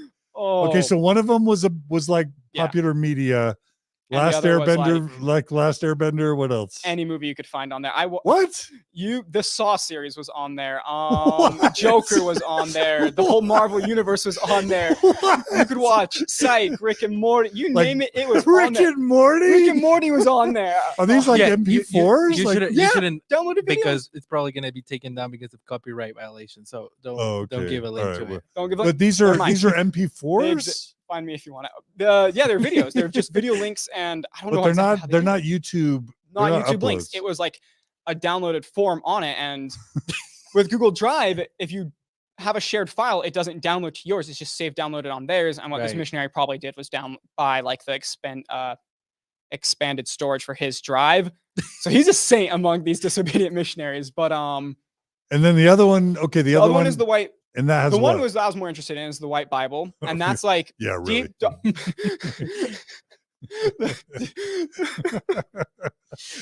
Why are you laughing? Big- Deep doctrine and stuff like that, and like So like resolving Mormon doctrine. Mormon deep doctrine, old conference talks that you can't find within. Was it like, Journal of Discourses? Journal of Discourse, the Miracle of Forgiveness, Doctrines of Salvation. Doctrines of Salvation, Miracle of Forgiveness 0 out of 10. Don't recommend.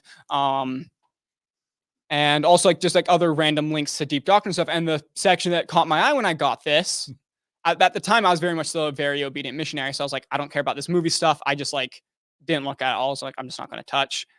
But I found there was a section that was like anti-Mormon stuff. And so I looked at it, I'm like, okay, this is kind of what I'm interested in a bit. I have questions here.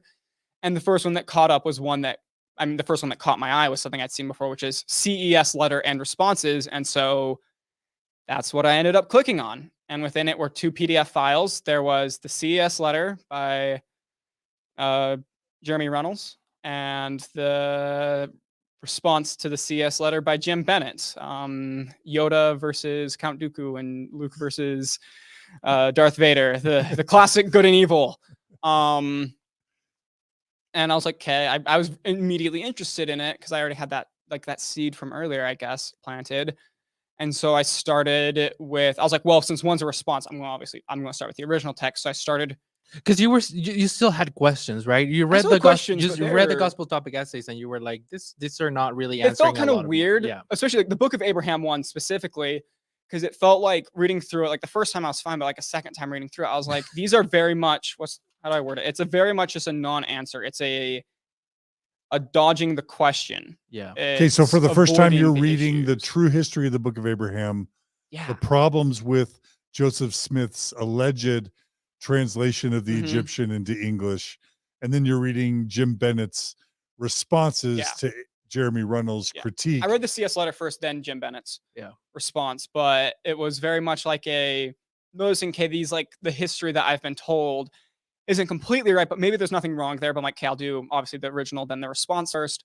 So I'd say I had to say I skimmed because like reading through the CS Letter, like it was that same kind of heart pounding thing where it's like, if my mission companion maybe sees this, he might get the wrong idea and just being super worried. So I was always very short and brief in my readings and tried to make it pretty quick. So I won't pretend like it was like the best read through ever. But okay, really quick. I'm trying to imagine this scenario where you're like, so your companion doesn't know you've got this Google Drive. So I'm imagining some other missionary must have told you about it. So I got you're from like, another missionary. it's like a P-Day, and you're like, Elder, come here. Psst, there's a Google Drive. No. So how it happened was I found out this missionary, this is a whole nother story now. This other missionary came in who had, oh wait, no, just kidding. There's one eventually I got another Google Doc from that guy, but the main one I had, which was the one with the deep doctrine stuff. I'm just imagining I even mentioned it to my companion. No, it was very. No, but I'm imagining how you found out about these secret contraband Google Drives. Facebook. I was in a Facebook group. I asked for I asked for just deep doctrine, and I got way more than I asked for. But not from other missionaries? From other missionaries. In your mission or in the world? Just the world. It was like a worldwide missionary deep doctrine group. I was like, hey, can anyone give me a Google Drive link to like a folder with a ton of deep doctrine? And they gave a link, and it had, like I said, way more than what I bargained for. So I got rid of, when I first got it, I got rid of like the Order of the White Lotus section, just had the White Bible section. So I was interested at so the time. Missionaries outside of their mission are able to communicate on Facebook. Yeah, highly discouraged. Unless it's on P-Day by like mission presidents, like it's discouraged from doing. But how are you gonna stop it? Let's be honest. Though sometimes those groups got shut. That group eventually got like shut down because the church apparently was trying to get rid of them because they didn't want them around, and so mission presidents were told to find the missionaries who started them and to shut down those. What was the group called again? I think it was. Oh, there's a couple different ones. There was like LDS Missionary Deep Doctrine, and there was like the After Hour Missionary, I think, or something. It was like something like that. That's awesome. There's lots of weird missionary groups. That's a whole nother. Just look up LDS missionary groups and you'll find tons of weird stuff on Facebook. Have fun with it, everybody. That's so. But awesome. no, so yeah, I was very much reading it in secret. I was reading it during personal study because I was like, I didn't see it as like wrong. I was like nervous about someone getting the wrong idea, but I was like, I'm just trying to find answers and figure all this out. Right. So like, it's not a big deal. I'll use some of my personal study for it. But even then, it was like I'd only use like 10, 20 minutes of reading through it. So it took a while. But after I read through it, I was like, okay, well, that's kind of a lot to think about. And in my mind, I was like debunking some stuff, if that's what you can call it, like mentally working around some of the issues. But then I was like, okay, I still had like somewhere I'm like, I felt a little disturbed by it. I felt. Do you remember which ones they were? Book of Abraham. But like what things about the book? Because just the fact that. Let me just. Okay. So if you go to the Gospel Topic Essay, what most people are gonna get out of reading it is the church admits that the papyri has nothing to do, or it doesn't mention the name Abraham, and that all LDS and non-LDS Egyptologists agree that the translation would be pretty much incorrect. But then for some reason they at the end they have this like several bullets where they go through like different reasons why the Book of Abraham is historical. So it gives you like, it's kind of like this question, like, okay, you're telling me it's not a translation and LDS and non-LDS, but then it's historical. It's still ancient somehow. Yeah. Right. It's so I still have it's that kind of like underlined in red in my I started underlining doubts I had in red, and that's one of the very first things I underlined was the conclusion to the Book of Abraham Gospel Topic Essay. Yeah. So you were probably like, okay, which is it? It's not a translation, but it's ancient, but just like how is it doctrine, and how can we say this is for sure scripture if we're admitting that it's not like what's there? How are we making that jump? I wasn't at that point. I was very much not throwing it out as like a complete impossibility. But do you remember what Jim Bennett's response would have been? Jim Bennett's response was reread. I tried rereading it before I came, and honestly, that was hard because a lot of it just feels like him mocking and joking around, which I think is one of its strengths and weaknesses. But his response was kind of just making fun of who he said his source was for the facsimiles, and then he presents, I remember, 4 options for how it came to be, which is 1 that like the scholars are wrong. I think number 2 is that it's inspired, and number 3 is who cares? It's scripture anyways. And what I like is he does agree. Like he says, like I think this 3rd one is a dumb point because I don't like it as an answer, which I respect that a lot that he's willing to say that. But the 2nd one I think is what he kind of more leaned into for sure. But then the most of it is just making fun of the sources that the CES letter uses. And then even once Robert Rittner's mentioned, it's like, oh, well, here's he won't respond on these different issues here because the way he worded it is like they're challenging for him. And so he avoids them. He only chooses fights that he knows he can win. It was like the setup for it. Robert Rittner doesn't reply because he's going to lose his fight. Yeah. Let's trust Jim Bennett on Egyptology over. Yeah, Robert no, Rittner, and that's one thing that made me mad. Like looking back at it, it's like, wait, you're making fun of the sources here, but he at least admits, like, I'm not an Egyptologist, but also it's very much like, look, take my word for it, kind of thing. It was just like this hard double standard. And then with the CES letter, the other thing that really caught my attention was the prophets section, and also learning that it wasn't a big deal for me, but like learning that the Book of Mormon was translated using a stone and a hat. At first, I didn't get the big deal with that, but then like it was a bigger deal later. But the second biggest one for me was definitely prophets, and then race in the priesthood. Why? Prophets, because growing up, I remember singing follow the prophet, and just stuff like that, and always that like we can completely trust the prophets, but how can? Because Jim Bennett gives this version of Mormonism in his response, like it's a very prophets version. are so fallible that they can come up with the 2015 policy, but somehow still be profits. Yeah, his response was not satisfying for me at all. That was when I first read through it, I like found a lot of stuff satisfying, but that one for me never was, because it was like, how can we trust these as reliable men who we should always follow, or even if we're saying we should sometimes follow, how can we trust to follow them when they've been wrong, so horribly wrong, and endorsed horrible things on so many occasions? How do we know that they're not doing that right now? How is that? Even if the church is true, do I even want to take that gamble of following a prophet who might be wrong 20 years later? Does it even make sense to, even if I believe in the church, to follow that if it's someone who's could be wrong and on like very important topics? And that was hard for me. And then raising the priesthood was just realizing that like the narrative I had been taught about how the church was for the civil rights movement, just learning that it was very different than what I had learned, because I was taught, like, I think I don't remember if I mentioned it earlier or not, but that like the church has always been really pro civil rights and was really supportive, and it was not in so many ways. And it was just, that was definitely a big issue for me, because I'm like, again, coming back to it, it's like, why is God not getting at you guys for this? How is he not appearing and interceding and being like, hey, slow it down a bit. So don't say any of that. Don't say that blacks are lesser. Don't say that you shouldn't intermarry. Don't say that they were less valiant in the pre-existent. How is like that not on God's top list of concerns to come down and stop? And those are kind of my big concerns going in that I was trying to resolve with Jim Bennett's. Fortunately, Rod Meldrum cleared all those up last week. That's not the word I would use. Sorry. That was painful. I'm sorry. Yeah. I don't even have words to put about that. So let me check my notes here. With the CS, I guess, where do you want me to go next? Just like my reading through of the CES response, or? Yeah, just tell us more about like what were you thinking? How long? What was the process of you reading Jim Bennett's response? Was it over several weeks? Were you telling your companions about that? Yeah, you said you're reading this, but you're somehow trying to keep it from your companion. Yeah, so I was with companions who didn't care about seeing the screens all the time, which made it possible. Okay. And I was very secretive, because my mindset was like, these are my concerns, my issues. I know if I ask other people one, I might just get looked down on.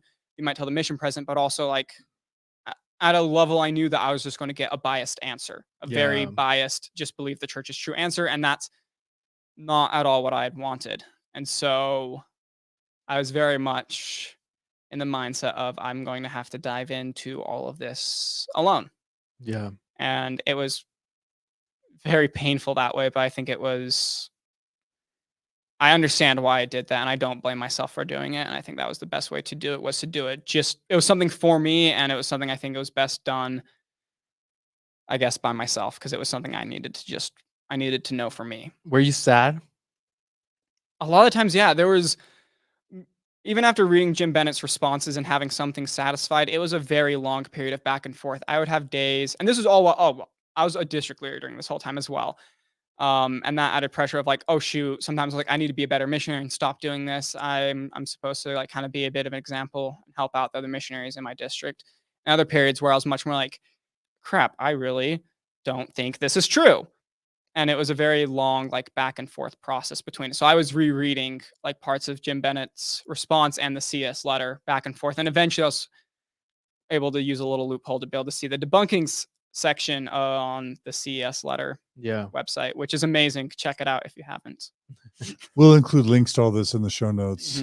Go ahead. You were going out and proselytizing and teaching people, right? Like at the same time you're going through all this. So how were you able to tell people, share your testimony and say, I know the church is true, brother, sister, whatever, pray about this book. Would you like to be baptized? How were you dealing with all that? Some of it depended on the day. Like on a day where I believed more, it was easy because I was like, okay, yeah, well, I do believe this. But on days where I didn't, especially once I just didn't believe, I learned to put on a mask. I wasn't me. I knew exactly what role to play. I knew the role of the missionary. I knew how to act, what to say, how to seem like I was all in and believed, but it was a facade. Like I knew it, and I knew I was lying to myself, and that was really strenuous and painful on my mental health. Just knowing that I was, especially later on once I stopped believing, just knowing I felt like an imposter. I knew I was a liar, and yeah. What's it like? Thanks for being candid and talking about Yeah. something really hard. What's it like? So, some would say, well, you're a missionary, then you start reading troubling things, and then you say, oh, it's not true, and then you go home. But that's not how it works. So No. what's it actually like when you're a missionary and you start to question?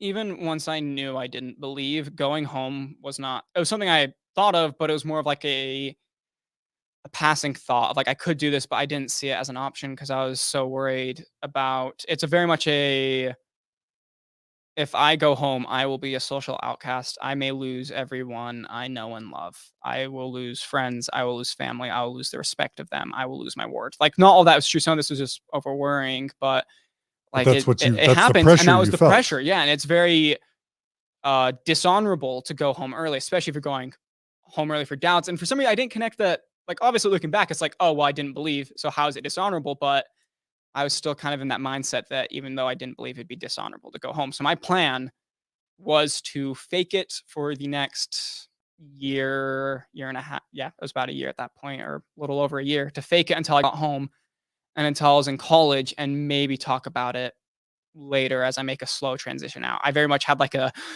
it's so dumb. I had like a planned phase of how I would slowly introduce this to my parents and slowly make my exit, because that's what I saw as the best and safest option.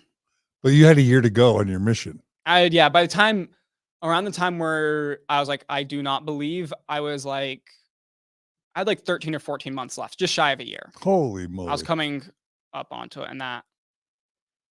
Well, you were 10 months in. Yeah, I was. That's months in. Missions are hard when you're a And full believer. yeah, the They're back and super forth. hard. Yeah, the back and forth was like a 4-6 month process of going back and forth between believing and not believing. And it was painful because, yeah, there were days, it was such a back and forth, and my emotions were everywhere. I did start seeing the mission therapist, but of course I didn't talk about the real concerns behind what I was going through, because I knew if I did, it'd probably be reported to the mission president. And so I was trying to get help and develop coping mechanisms that I needed, which was good. Like that, it did help for sure. And the dude was an awesome guy. Wait, so let me just get this straight. So any therapist, the code of ethics for therapists begins with the rule of confidentiality. I mean, the first thing you do when you meet with a client is you say, everything we say here is confidential, and I will not be sharing it with anyone outside of the session, that without your consent. So how do they address therapist client confidentiality in Mormon missions? So my mindset going into it was, I didn't know for sure if he would tell my mission president, but I kind of just assumed and had a suspicion, I guess, that if I mentioned it, there's a good chance he does mention it to my mission president. So I chose not to. And then I was reading somewhere later, and if I'm correct, I believe that like if you're doing therapy through like the LDS Family Services, is that they do have basically some legal wording, so they can tell leaders. So in my case, it would be a mission president. I don't know if it would have been exactly true for this situation, but looking back, I'm going to assume it was. Yeah. Outside the mission, like a regular word, there's a form. If the word is going to pay for the therapy on Family Services, there's a form that you're encouraged, and most people feel pressured to sign, where the therapist is able to talk to the bishop about your therapy sessions or what you're going through. And I'm sure on missions it's probably explicit. I'd assume it's the same thing. Yeah. So did your therapist start the session by saying everything we discuss here will be held in confidence? I don't recall that ever. I wouldn't think they would. I don't think so either. I know we started with a prayer each time, which has made me doing therapy now awkward, because I sometimes will start to fold my arms. I'll be like, wait, that's not how normal people start therapy. That's unethical. That's unethical to start a therapy session with a prayer. Yeah. I That's outrageous. I've never heard of that before. Yeah. I mean, I guess in my mind, it made sense in the context. It's like, oh, I'm a missionary. This person's a member. It's very much like a LDS therapist and therapy. But that's not therapy. No. If you're questioning the existence of God and your therapist starts out with a prayer, you already know you can't bring that up at all. Yeah. That's off limits. Yeah.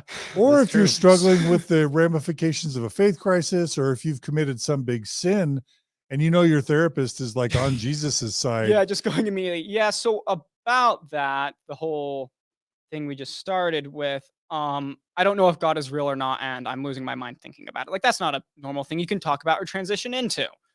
Yeah. It's yeah. Oh, I actually, believe it or not, I didn't know it was that bad. I thought these were just licensed therapists that followed their codes of ethics. And this could just be my experience. I won't speak for all, but that's from my memory and I'm recollection. sure it's That's standardized. Yeah, I from what I understand, assume. the therapists that treat missionaries are vetted a lot more than the regular LDS service I believe that. therapists, and regulations are a bit different. Yeah. Okay. So you don't remember him guaranteeing you confidentiality. I don't remember that at And all. then you, regardless, you remember feeling like I can't be fully honest with this person. No, yeah, I had like made a contract with myself to not tell anyone, and even when I started therapy, I definitely held to that because I'm like, I'm not taking any risks. I need to find this out for myself, because if I find out it's not true, I have to fake the next part of my life until I can go home. And if I find out it is true, well, then it's no big deal to bring up anyways. It was like a lot of how I rationalized it in my mind, even though it was something that was weighing heavily upon my soul and mind, and the source of a lot of this my is pain. outrageous and awful. I did not know this. It's terrible, because this is intense pressure a Mormon youth is feeling about, is there a God? Is the church true? Should I stay or should I go?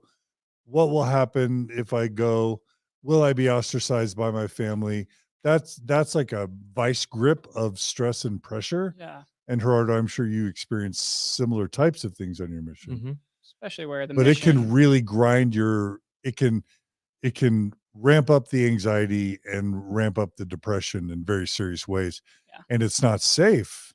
And for sure. won't some mission therapists will assign you scriptures or give you therapy with kind of like the gospel intermingled with the therapy? Was that your experience at all? I think we did a little, but like mostly he did focus on, because like I told him, like my main concern was finding like new coping mechanisms, and that is what he mostly focused on, and finding them, like helping learn some like new, like I like meditation and learning some new kind of just like figuring out some ways to better meditate and calm my thoughts.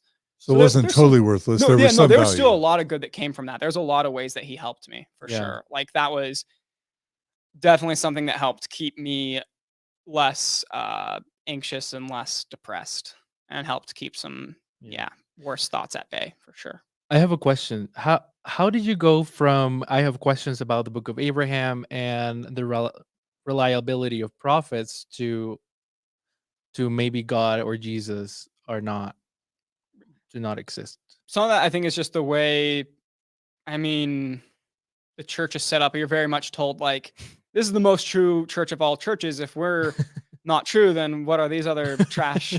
And it's like, well, so it's like, it's part of like the logical conclusion to come to, but it was also just realizing that every other religion had these, missionaries love pointing out these problems within religions, but once you realize that your own religion has this problem, you remember they all have these similar issues as well. So what's to make them any more true than this? What's to make any of this true? And I started to view it as more, I started to have a very different view on God and religion because of that. Yeah. Once I lost my faith, when I still had it, it was still like, maybe God's real. Maybe he's kind of real. It was kind of like, I think the farthest I would have taken it at that time. One more question I have is how are LGBT issues talked about among missionaries and on missions, and like nowadays? In the most disgusting way and possible. Like, it's maybe talked about in decent ways, but the attitude is gross. I can't think of another word other than like it makes you want to vomit. Say it. There was a missionary who talked about his time when he was in Salt Lake before he got transferred to his other mission or assigned to his next mission. And he talked about at one point it was a quad, so there's 4 missionaries in an apartment. And he talked about at one point that one of the missionaries admitted that the way that he worded it even was like he was struggling with gay thoughts, like not that he was gay, but worded in the very same-sex very attraction. Mormon version of it, same-sex, that he was struggling with same-sex attraction. And everyone's reaction to that was to not want to be around him anymore and feeling like, oh, I don't want to be around him. That might be awkward, or he might hit on me, or just like stuff like that. And it pissed me off a lot. That was in your mission? Yeah, that didn't happen in the mission I was in, but it was when I was in Italy. A missionary there talked about how that's a experience he had with his companions before he was reassigned, and he was in Salt Lake. So was there ever an openly gay missionary on your mission that you were aware of? None that I ever knew of. No. And that would be very much a thing I would imagine. I'd honestly say I'd probably be discouraged, because like having doubts was discouraged, having worries was discouraged, even being open about mental health or physical problems you're having was discouraged. So I have no doubt in my mind that being open about that you struggle with same-sex attraction, as they would word it, I imagine that would be very much shut down as well. It's probably good to mention that there's at least 2 missionaries right now on the mission fields. I know one of them in person because he went to BYU, Idaho, and I saw him there. I mean, he's not my friend or anything, but he's serving a mission right now, and they're on different missions, but they are both very openly gay and very open about their sexuality.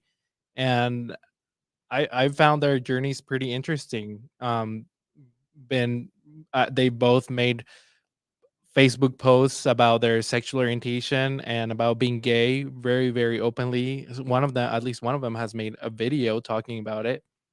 And I know that from church headquarters, at least for one of them, they have tried to shut it down and tell him, like, you should delete this post and you shouldn't talk about it. Yeah, imagine some Mormon kid raised in Magna or Tooele or freaking, Mount Pleasant, Utah, who's homophobic, and then all of a sudden he finds out the companion he's getting is gay. Like, that's not going to work.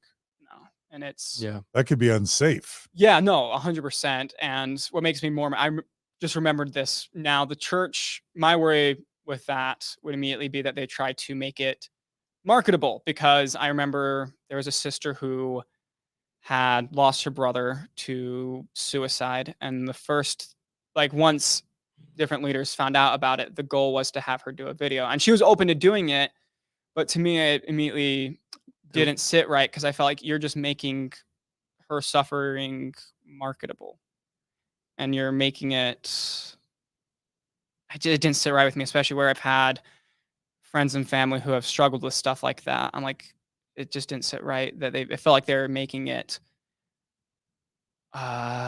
like something like, oh, look, come to us, we can solve this problem. Like, the Elder Rasband video.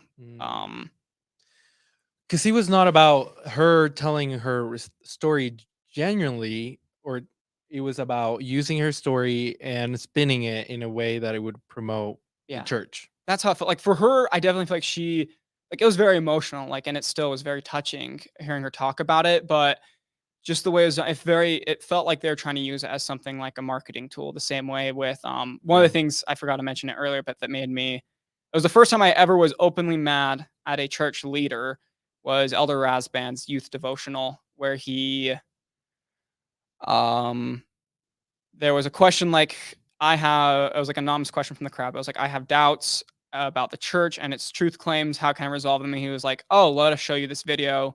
And it cuts to a video about a teen who is suffering with depression and has suicidal thoughts. And that immediately fucking pissed me off. I was visibly upset, and my companions knew it, because it just immediately registered to me as wrong, because it wasn't even answering the question. It was saying, the point of the video was to say, if you are struggling with depression or suicide, it's leaking linking it to you having doubts, and it's also saying we can resolve those and make it go away. Because afterwards he had him stand up, be like, look, he's now about to be happily married, and look, like, basically, like, how much better he is now because he Yeah. has the church. And it it riles me up still. Why?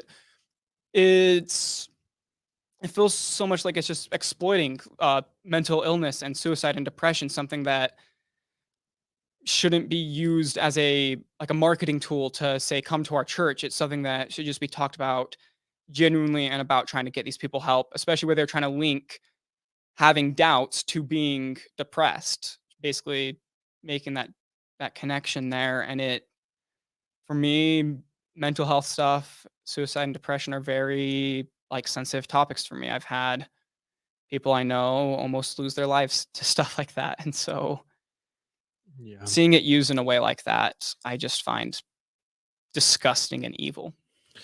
And I'm sure once you started losing your faith, it was a lot easier to see those things, Yeah. and recognize when things were being done wrong, right? Yeah, for sure. What? And then, are we at the point in the story when you're already in Italy? No. Okay. So where we're at would be, I'm starting to go back and forth between my faith, and eventually it's hard to pinpoint what exactly made me lose it because it was kind of just an all at once thing. Right.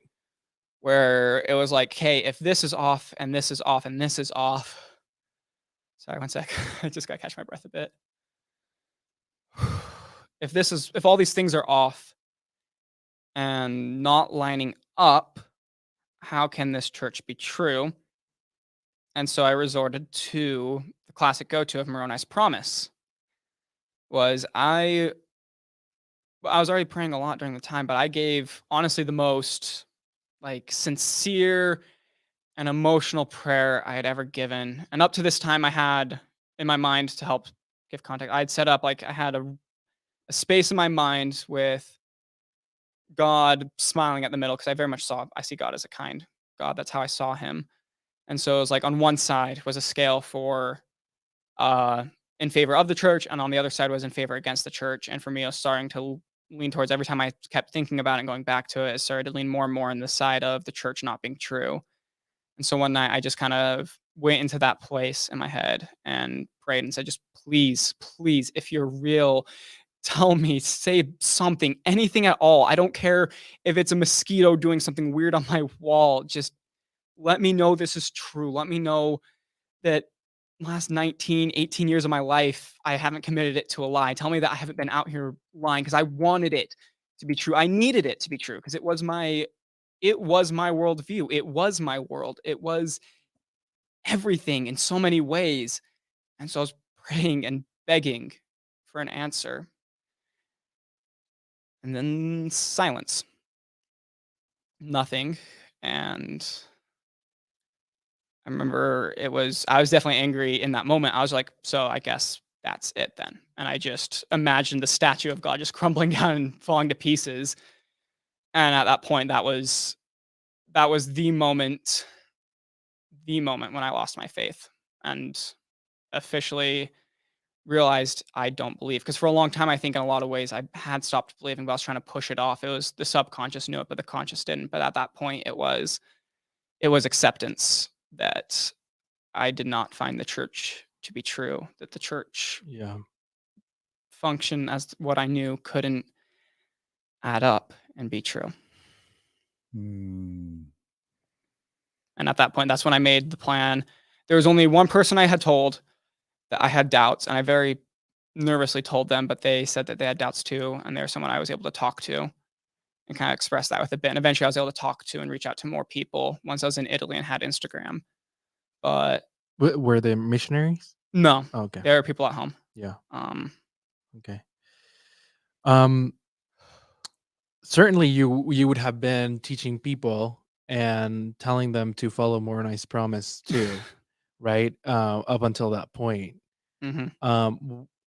Did any of your investigators ever had an experience when they followed Moroni's promise where they received a definite answer that the church was true? After the point where I said, no, I don't believe the church is true, no, I never had an experience like that. But before I did, But So you're saying you had investigators who actually received answers to their prayers. Okay. But I'd also heard of stories where people had prayed and said that they got led to Revelations, whatever, where it's like, if any book be not the Bible, or as Right. takes from it, they truly, like that. So they God told them that it was not true. Pretty much. Yeah, Missionaries' rationalization of that was always funny, because it was just like, oh, well, I guess they were misled, but there's nothing more they could say about it. And that just started to speak to me of the inconsistency and the lack of reliability that the Spirit has. Yeah. What do you mean by that? Just that if people can get led away, like we're saying, to read that scripture in Revelations, but that also you can get an answer that the church is true by the Spirit. It's like, how do you know which one is actually the Spirit and which one's not? Because for her, it was a prompting to go there. So you obviously can't say, oh, well, it's Satan leading her there in the scriptures. Like, that's such a weird, it's almost saying the Bible is evil. So missionaries couldn't and wouldn't say that.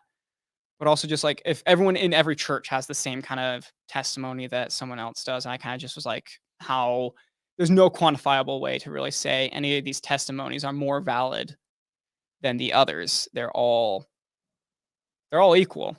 Yeah. Because they're all based from the same kind of emotional experience. And that heightened emotion. Yeah. Exactly. So the flow or elevation emotion. Elevated emotion. Yeah. Which all humans experience. Yeah, it's very just consistent. Mormons call it the Holy Ghost. Yeah, they brand it as something only they have, which also started to annoy me too, because it was like, why do we get to trademark happiness? Why do we get to trademark the Spirit? It's like, stuff like that made me so upset. Why do we get to trademark truth? Like, who are we to say that if you leave the church, you couldn't be any happier, or that the only way to be truly happy is in the church, or that what you felt was not really the Spirit, it's only kind of the Spirit. You have to join our church and pay 10% to get that deluxe edition, the DLC. Yeah. Yeah. Wow. That's just so, like, I had hard stuff happen on my mission, but that just sounds incredibly difficult. Yeah. It was hard, especially just knowing that once it got to the point where I knew I was putting on a mask, because it was what does that do? Like, so for people who've never been in a high demand religion, maybe they don't understand what it's like to live a lie month after month after month, teaching things that you know aren't true, pretending to your companion that you believe things you don't, faking it to your mission president, hiding things from your therapist. What does that do to you month after month after month? It slowly eats away at you, and you, once looking back especially, are almost a little disgusted with yourself because of your lack of moral integrity. And that was very much how I felt. I was gross, that I felt just disgusted towards myself for believing that. And it's something, putting on that mask every day was so painful, because it was a very conscious action. It was no longer something I was unconsciously doing. It was something I was purposefully doing every single day. And it ate at me knowing that I was doing it and then I wasn't truly being me. So that's actually a surprise to me. I would think that in that position, you would say, I'm part of a high demand religion or cult. This isn't fair. I was manipulated and pressured into this mission, and I can't leave because everybody else who's still in is a part of it. So, like, you wouldn't beat yourself up for lying. You would literally say, I'm doing this for survival. Yeah. And that's a heroic act. And I'm just going to suck it up for my own survival. But you wouldn't beat yourself up for deceiving people. That's what I would think. Yeah. That's my mindset more now, is what you described, where I am a lot more kind towards myself about it, and like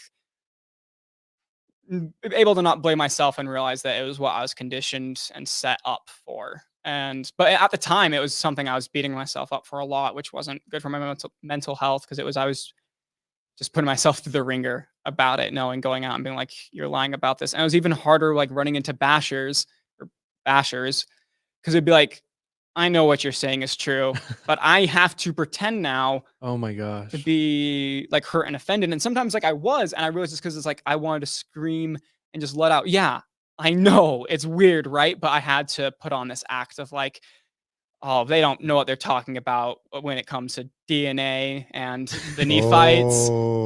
That's the one distinct one I remember being bashed about. Yeah. So when you heard about like He's- problems with the church's truth claims, you would support the church knowing that the truth claims challenges were legitimate. Yeah. Oh man, that would be. And just like hearing him say that and wanting to be able to scream out with him, like, dude, I know it doesn't make sense, but having to pretend like, oh yeah, there's totally answers to that in the gospel topic essay, and it's totally coherent and makes perfect sense. Yeah, it's weird. That would be super hard. And you're freaking 18. Yeah, I was 19 at least at this point, but 19, still not 20. 19. You're not drinking age. You're not even drinking age yet. I'm still not, yeah. Your brain still isn't fully formed. It is. I'm still just a kid, okay? Yeah, all these people are commenting this kid's brilliant, but your brain won't be fully formed for another 6 years. Not at all. Yeah, no, like, which I love. I made a vow also when I was done with the church. I'm like, I'm not going to stop learning, because that's what I felt like they were trying to get me to do, was to have a cease in progression, to be damned, as they would put it, a stop of progression. And I was like, well, I don't want that. I'm going to always try to push myself to learn and find out more and to learn something new every day and to have my worldview grow. So I think that's a lot healthier to do. Just a little side note. When I was growing up, damned meant going to hell. That whole stop for progression thing is modern spin interpretation to make the Mormon church seem less, its doctrines seem less barbaric and hateful. Yeah, and it was so hard. Like talking, we had a girl we were teaching who was, I was like at a midway point when we taught her, but she was, I think she was bi or lesbian, but she eventually asked so you guys believe I'm going to hell then, right? Because I'm lesbian, and realizing that even our nuance, like, well, not really. You'll still be in one of the other kingdoms and it'll be happy, with such a BS approach. Because it's like, but we believe you'll no longer be gay and that you'll have that cured, because it's something.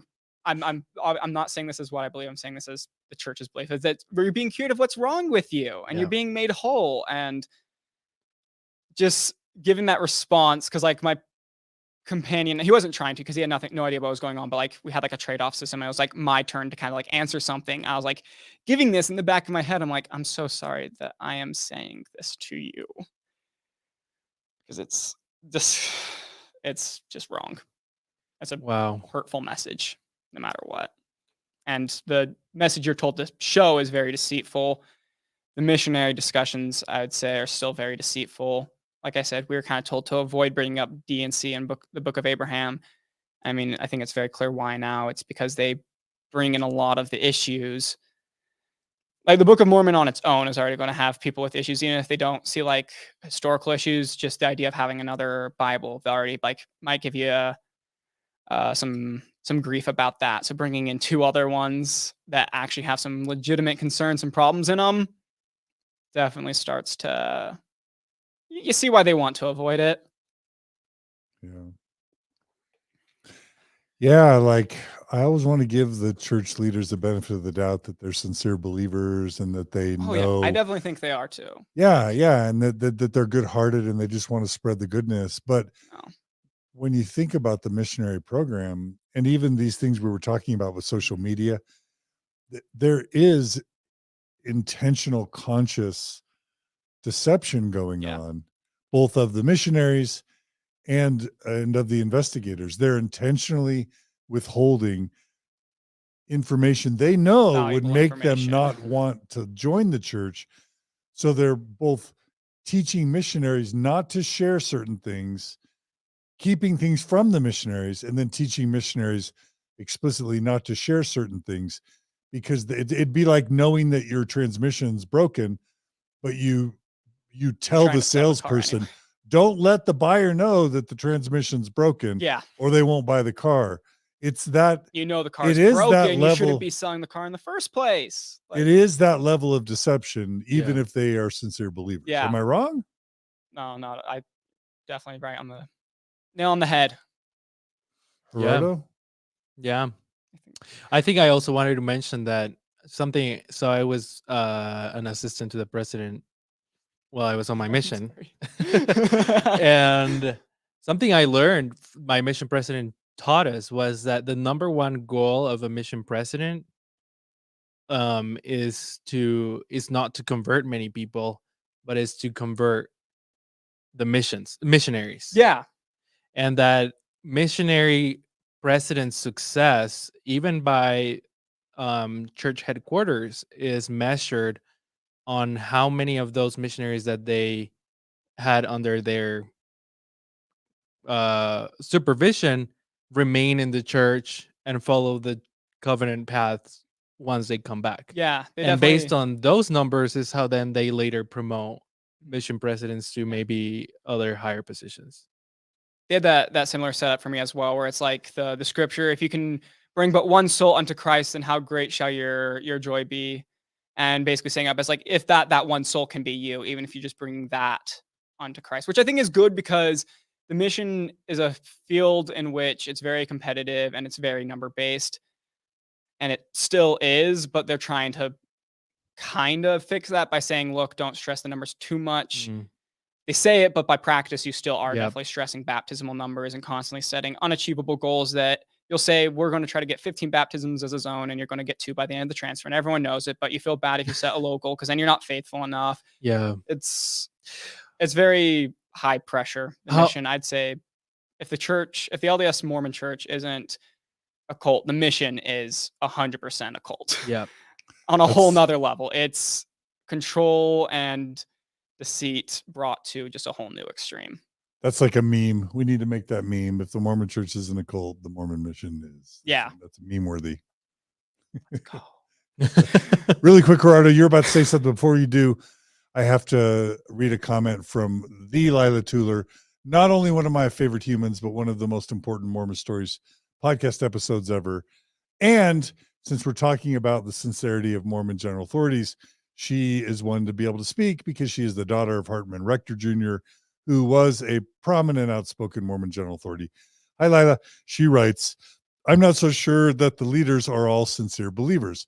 I think they know too much, and I think they are too invested themselves to do anything about it. So they keep the lies going to support themselves in their own self-deception. That's Lila throwing it down, dropping the mic. Hey, Lila. Yeah, I think it's very possible. I like to try to give people the benefit of the doubt that their intentions are good, even if the fruit sown from their actions isn't.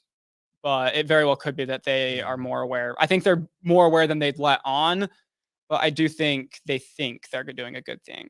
I think Yep. they definitely have that. I don't think anyone ever looks like, I can't wait to do this horrible thing and hurt all these people. Yeah. Like, that's just not how we are as people. I think they think they're helping, but Yeah. And it's honestly not just the high up leadership. Like, honestly, just thinking about how I was as a missionary, I believed in the church. I believed it was true, but I knew there was a lot of problems that I didn't have answers to. And whenever I would debate with bashers or Jehovah's Witnesses or other religion people, I would always avoid to say the things that I knew that I didn't have answers to. right, things that would be problematic. Yeah, I would hide evidence that I knew existed that invalidated my point, and use deceit to promote the church because I really believed it was true and it was worthwhile. So, I mean, human psychology is really is not black and white. It's Not at all. It's Yeah, very for sure. We're very complicated. complicated Yeah. creatures. For sure. Yeah. And so you reach this really dark moment before you get transferred to Italy. Is that Yeah, right? no, I was in Washington is when I started therapy. It was during my last transfer in Washington. I didn't know that at the time, but that's when it was the one just before that when I had started therapy, and it was around the same time. Like, during that time is when I officially said, I don't believe the church is true. But I was like, of course, still going to go to this therapist, because it was like, I knew I needed therapy. I knew a lot of my thoughts were not healthy. And I knew that trying to say I can manage that on my own would not be smart or safe. And so I was aware of that enough to it was the best remedy I knew I had for the time. And I plan to, of course, continue therapy when I'm home, which I'm doing now. And it's wonderful. So really quick, in your experience, can you envision missionaries, Mormon missionaries in the same situation as yours, experiencing suicidal ideation? Completely. And there were times where I did. They were never, I don't know if I ever dwelled on them much, but there were definitely moments where it was, this would just be better if this was all over. And that's not a place you should ever be. And if any one of you are or know someone who is, please reach out and give them the love and support. Let them know that people care about them, help them get the help they need. Like, no one's alone. And having someone there definitely makes a big difference. Like, that's something that's extremely important. And if some apologist is just saying you're just being dramatic, it's not that bad. It is that bad. I knew many missionaries who were faithful and struggling with mental health. I knew many missionaries who weren't faithful, struggling with mental health. It's a huge problem within the mission field. Everyone, I'd say almost every missionary I met at some level had some form of anxiety, because even there's this missionary, the sister, who was like full all in, believed in the church, was super like chatty and bubbly, but even like if you could get her talking, you could see that she had like tons of worries about not being good enough. And the mission field is a field that sets you up to always think, I'm supposed to be being better and I'm not being good enough. Yep. It's So the scrupulosity can really, a mission can really stoke religious OCD or scrupulosity. Right? Yeah.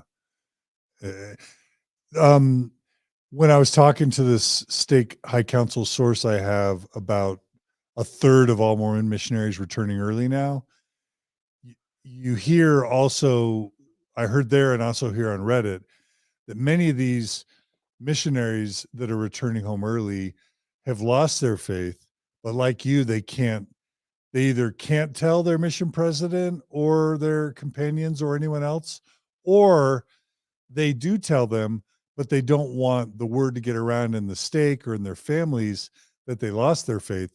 And so a lot of faith crises are being masked as anxiety or depression. Can you talk about that at all? One of the things I noticed, a funny comparison, is once I realized I lost my faith, I could start picking out other missionaries who I thought had as well. It was like, if you've ever read the Scarlet Letter, the main character talks about when she's branded with the A, that she starts to notice other people who she believes are like her and were an adulterer.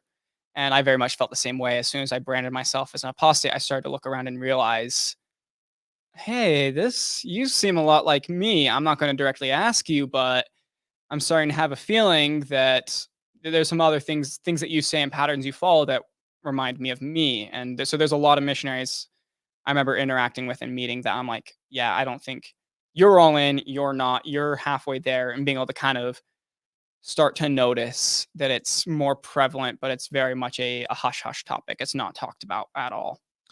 And sometimes it doesn't have to do, unless you're sent home for it. Yeah. Sometimes it doesn't have to do with obedience, right? Because there could be a very disobedient missionary who really believes the church is true. Oh yeah, one of my favorite missionaries was like that. He is disobedient as can be. He went to the movies. He would do other stuff than what he should be doing throughout the week. But I'd say he was one of the most Christ-like ones I knew, because he loved actually serving people and not doing it to try to teach them. He was there just to actually help them. And he genuinely cared about and loved the church. He was one of probably the most genuine believers I met. And he was extremely disobedient. Like, obedience is not a factor within, as much as the church wants to paint it that way. It's not a factor about whether or not you believe. Yeah.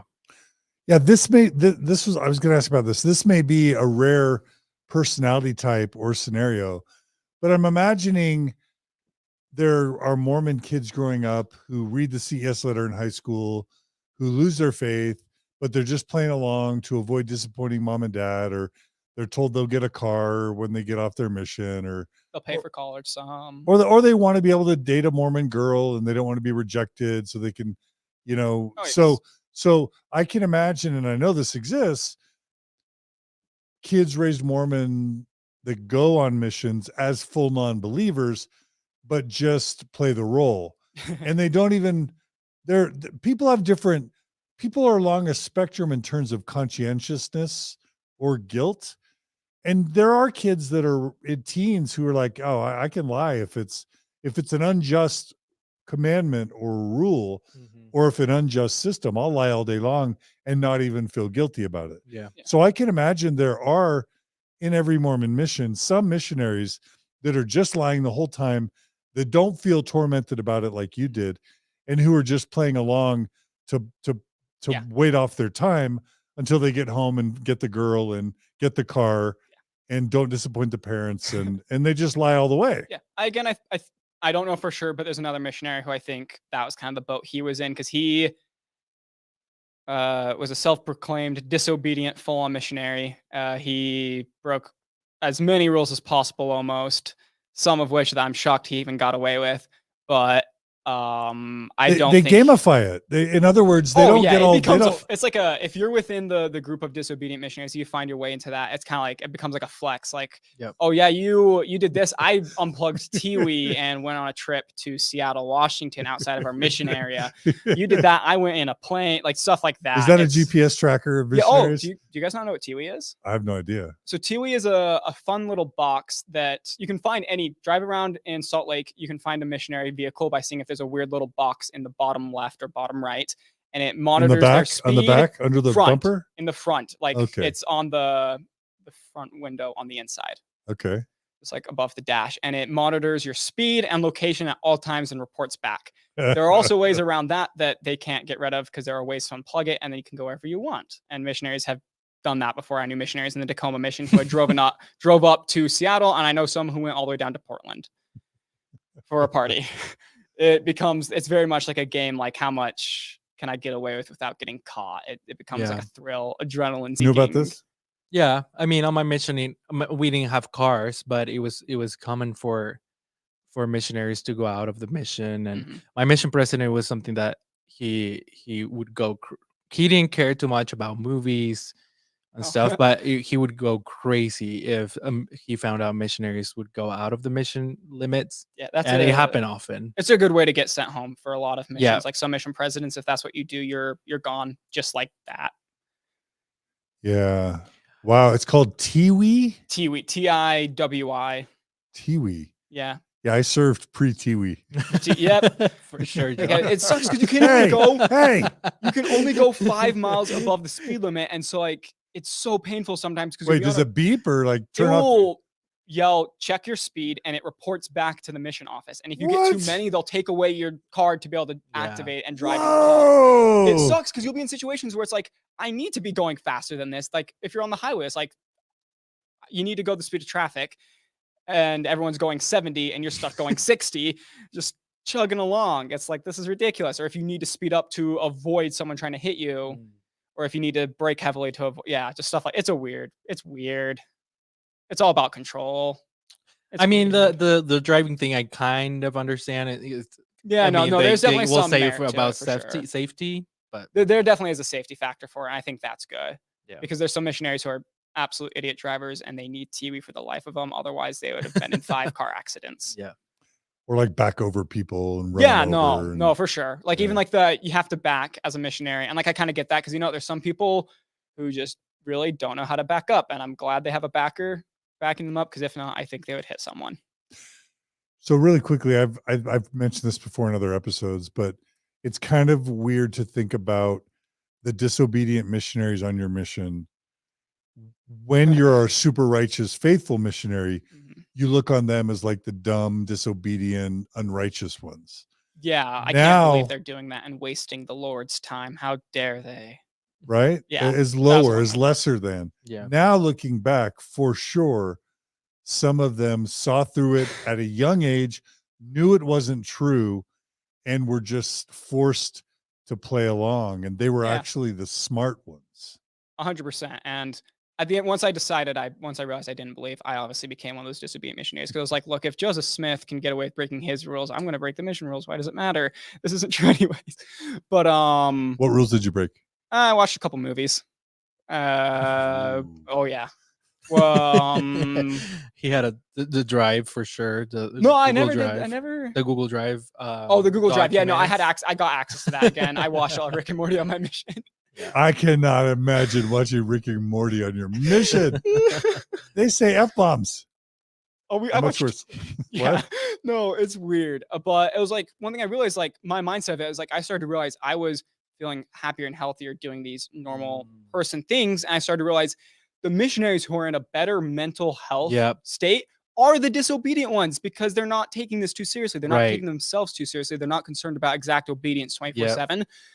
So they're in a healthier mindset because That's true. they're just doing normal people things. That's true. That's mind-blowing. Yeah. All right. So you're trying to decide. So tell us about Italy if you want. Italy, yeah. So I stopped believing. I was in the next transfer, and then eventually I get the call like, "Hey, you're going to Italy." I was like, "Cool, let's go." Because Italy. It's Italy. How can you not be excited for that? Yeah. So no matter what, you're going to be a little pumped. But yeah, I got on an airplane, packed up, and went. I had a pretty cool companion. My first interaction made me pretty upset because it was with the AP there, who very much immediately said like, "What you've learned in your last." This is not his exact wording, but the basic message was like, "What you've learned in your last mission, the way you did it was all wrong. You have to do it the way we do it here," which was.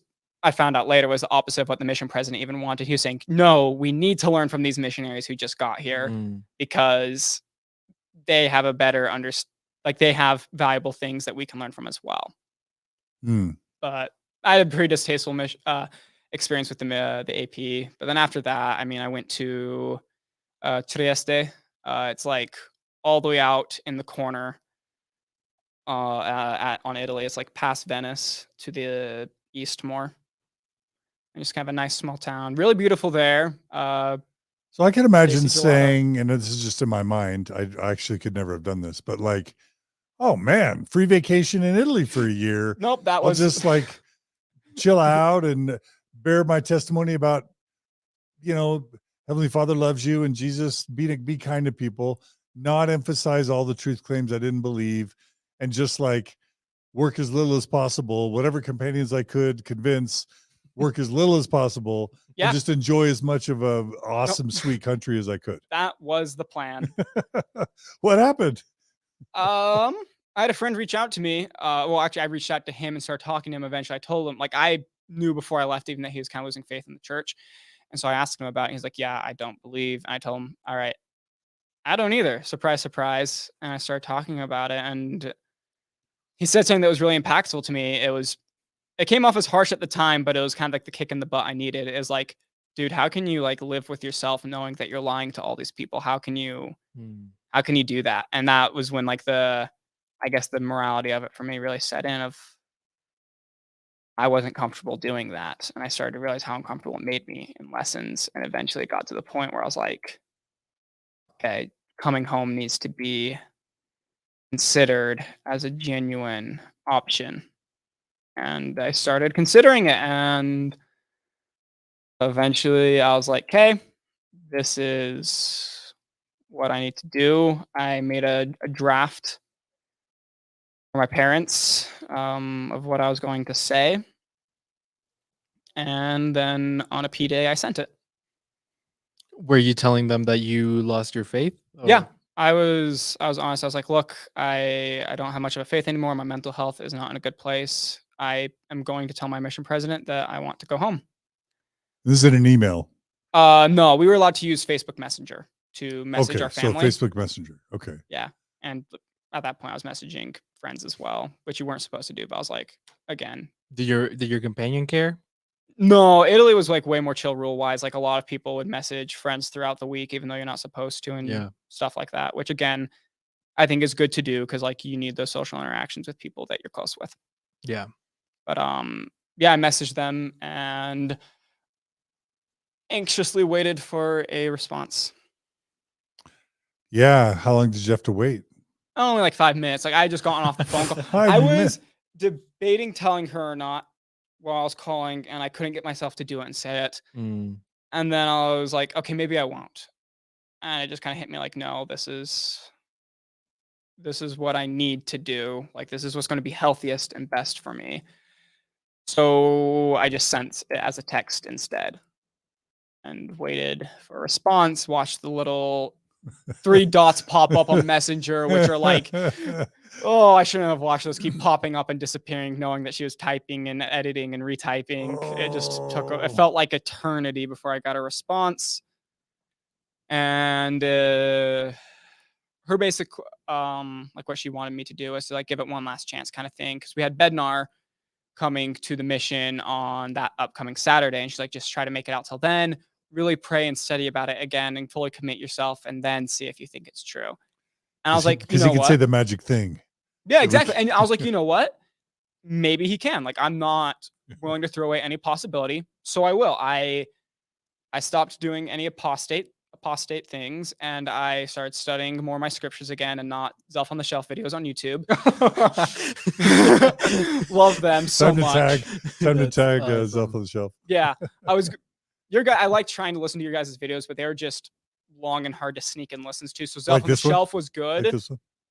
It was like this one, exactly. 4 My hours. bad, everyone. Delph on the Shelf was good because it was very much more quick and consumable information. It was like 40 minutes, which was 30, 40 minutes, which was, well, I had time for. I had time to sneak that in while like I wanted so badly at the time I was on my mission to listen to the Robert Rittner episodes, but I was like, I don't have time. There's 12 no hours. way. There's no way I can sneak this in. Yeah. I'll just wait till I'm home to do this. Yeah. But it was one of like the first episodes since I was home. Anyways, I committed again. I stopped watching Zelf on the Shelf apostate videos. I started only reading from the Book of Mormon. Wow. I started studying Italian more again, even, and then I prayed earnestly, like again, because I had been like very much the Dear Heavenly Father, we thank thee for this food, we thank thee for the blah blah blah, and Jesus Christ, amen kind of prayers. Because I was like, Yeah. I didn't believe, so Right.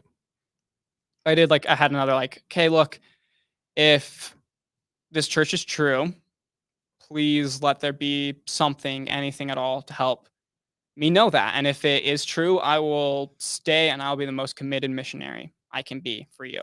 I'll be the perfect tool in your hands to convert people. And then we went and Elder Bednar gave a talk. Did it blow your spiritual socks off? No, it was the same stuff as always. I even got he did like I liked how he did it. He did very much like he interacted with the audience. He let us ask questions and talk to him and he responded. Did So he that give was a his talk about inspired question versus Yeah. Yeah, that's what he started with. And even Oh, he did? yeah, that's what he started with. It was like and even before we went in, he gave like these lists of things that he wanted us to read through. And he said, don't take notes, take inspired notes. I was like, okay, that's what I'm going to do then. Like, That's kind of gaslighty. yeah, it was like my exact plan though. I was like, I'm going to take just inspired notes instead of notes on what you say, because that's what you're saying to do. I'll read through these talks you sent and want us What to are do. inspired notes? Basically just writing down promptings instead of just what they're saying. Like, don't write what his it really quote. is it's him quote rebranding, him. writing down good notes and what sticks out to you as something spiritual. That's how my perception of it was. But then if you also know what Elder Oaks has said in other times, to me it's kind of like this message of don't record us when we are in these private meetings. I recorded it. And don't. You recorded? Yeah, the audio quality is so bad, but because So it was you're in a my missionary phone pocket. recording apostles. Yeah. That's I think I even like I said something to him and he cracked a joke because I was talking about how I take already like a weird way of taking notes. He's like, you have your own form of hieroglyphs like Joseph Smith or something like that, and got a good chuckle. I was like, this is so funny. If you have any discernment, you should know that I'm apostate. Come on, man. But I chuckled with it. It was kind of a funny joke, and I sat back down. I was like, okay, that's that. He didn't spiritually sniff you out. Nope, not at all. I tried to give him chances to as well. Like I was like, I'm gonna make this a fair game. If you have the gift of discernment, I'm setting you up for this, okay? Like I'm giving you a easy soft pitch. Come on. Make a home run and nothing. Like, I mean, not surprisingly, but yeah. So that was kind of like I was like, okay, that's that. And on the way home, it took a while. It took a bit of the train ride, but eventually I told my companion, like, hey, I'm planning to go home, man. He was super chill about it too. He was like, do you want to talk about why? I was like, no, it's just personal stuff. I don't really know where I'm at with my beliefs. And I don't really believe in the church though. And so right now for me, I think what's best is to go home. He's like, okay, yeah. He's like, yeah, if that's what's best for you, then that's like what you need to do. He was super, super cool and supportive about that, which I really appreciate. I was lucky enough to have all amazing companions, I'd say. All of them are people that I still try to reach out to and talk to because they're awesome. But did he not ask you what your concerns were? he asked what they were, and I said I'm not really wanting to talk about them. He said, okay, that's okay. Like he wasn't pushy about it at all. Once I said I wasn't interested in talking about it, it was like that was that for the conversation. And Wow, that was nice of you, not really wanting to share. No, because I was like, I even said, I was like, look, I don't want to push it on you if these are things that would be difficult for you. And it was like something I want to work through myself. And that's still my mindset now because I have friends on missions who know I've gone home. I'm like, if they ask me, I'm going to be honest, but I'm not going to by any means try to force any of this down their throat or try to like slyly tell them about it because I do more harm than good. If it's not something they're interested in, there's no point in trying to do it because it's just going to cause tension in our friendship and relationship. And it's not going to, they're just going to take it in a bad way. So if it's something they want, it needs to be their choice. I think they deserve to know the truth about it, but they have to choose it. I don't think it's my place or my right at all to like force send it to them. Yeah. That's classy. I will say it speaks volumes. It really needs to be called out and noted that this man is called to be your leader on the mission. He's your mission president. And you had a couple and you never felt like you could be open and honest with him about your situation. And that's a real problem. Because for both, I knew it would either be chastisement or I just get sent home. And at first, like at the time, like Washington, I loved the leader there. He was like a really kind, loving man. But it was a very much like I knew the reaction that would happen. I'd probably get chastised or sent home. And I was just like, I don't want the hassle of that. Like you said, but it sucks to be open about that because these are they're told our mission nurse in Italy was the assistant to the mission was the mission president's wife, and this is something that genuinely upsets me still. She had no background in nursing or medicine, and so like there's a missionary who got injured one time, and she was like, "Nope, you can't go to a doctor. Like you guys just gotta stay focused on working." And eventually he just did anyways, and she got mad, and then his dad called, and she tried to get mad at him, and he simmered her down. The mission president was more on the side of the dad. He was a lot more, I think, rational and chill in that aspect. But just that's something that's upset me now too, looking back at stuff, is like having leaders in positions and dealing with stuff they're not qualified to deal with, like bishops talking to kids about sexual stuff, and being their counselor about stuff like this, or having someone as your mission nurse who has no expertise within that field. That's not who should be in charge of that. You should have someone who is a professional and has studied that. You need an expert in that field for that kind of stuff. Like, just kind of makes sense. Yeah. Well, and they're the ones that decide if you can go to the doctor or not. That's just which kind is of disgusting. crazy. I feel like I've used that word a lot, but it's just not right. Like if you think you need to go to a doctor, you're the person who should choose, okay, I'm going to a doctor then. Like that should very much be in your hands kind of thing. So you let your parents know, they said wait, Bednar didn't fix the problem. Nope. And then you knew, and you told your companion. I told my companion, I messaged my parents, I'm like, hey, I'm like my mission president now. And I started cooking up a response, and I got some help on good old Reddit. Okay, so by this point, you're on the Ex-Mormon Reddit? Yep, Ex-Mormon Reddit. I made a post. I labeled myself as the apostate missionary, I believe, or something like that. And I was like, hey, I'm about to go home, advice on like how to make sure like it's clear to my mission president. Like that's what I want to do. Any tips? Because I was like, I can't ask my parents because they're not going to have advice. Their advice is to stay there. The only non-member relative I have never went on a mission. So I kind of talked to her about some stuff, but not much. But they gave me some advice and gave me some reading material. Did Ex-Mormon Reddit give good advice? Oh yeah, it did. They gave me a copy of the mission president's handbook. And there's a specific section that's like a digital copy that's important to read because you learn their tactics of what they're going to try to do if you try to go home. It's also on that other Google Drive I talked about as well, the handbook that I found out later. But because of that, I'm like, okay, I know what he's going to try to say. So I made it clear in my outline. Like I outlined the text and wrote it out. I was like, can you talk about what are the tactics that mission presidents are supposed to use? I should have read through that before I came here so I knew them exact, but I remember one of them is like having you talk to the mission president's wife instead, and her giving you counsel, talking to him about your issues and him giving you counsel, getting an easier kind of like assignment kind of thing. Like you can become an office or like a tech elder, or an office elder. I was already a tech elder, but having basically like a more laid back assignment. Were this under a section that it said missionaries who question the church, or missionaries who want to missionaries? This was missionaries who just wanted to go home in general. Okay. And then like some of the ones where like talking to them about their issues was specific to them having questions. Okay, wait. So there's a guide for mission presidents on how to handle missionaries who want on to how to home. handle missionaries that want to go home or lose their faith. Yeah. And I want to see this. I've never seen this before. I'll pull it up after, but it's very We'll much include this in the show notes, Jen. Yeah, it's a very much at every turn. There's no such thing as letting them easily go home. It's a very much try to fight them at every corner kind of thing, which my mission president didn't do, which I was extremely thankful for. But I also think it was probably because you were prepared. Kind of very bold and brazen approach to it. I was very blunt and straightforward. But you could get an easier assignment. You could even be told to take like not like a week off, but like basically like take it easy. Don't worry as much. Like just kind of chill around more and enjoy the culture more. Don't worry about teaching as much. Try to stay in your proselytizing clothes as much as you can, but don't be afraid to relax. Like, wait, that's what your mission? That's what the mission. That's on the missionary and the mission president handbook.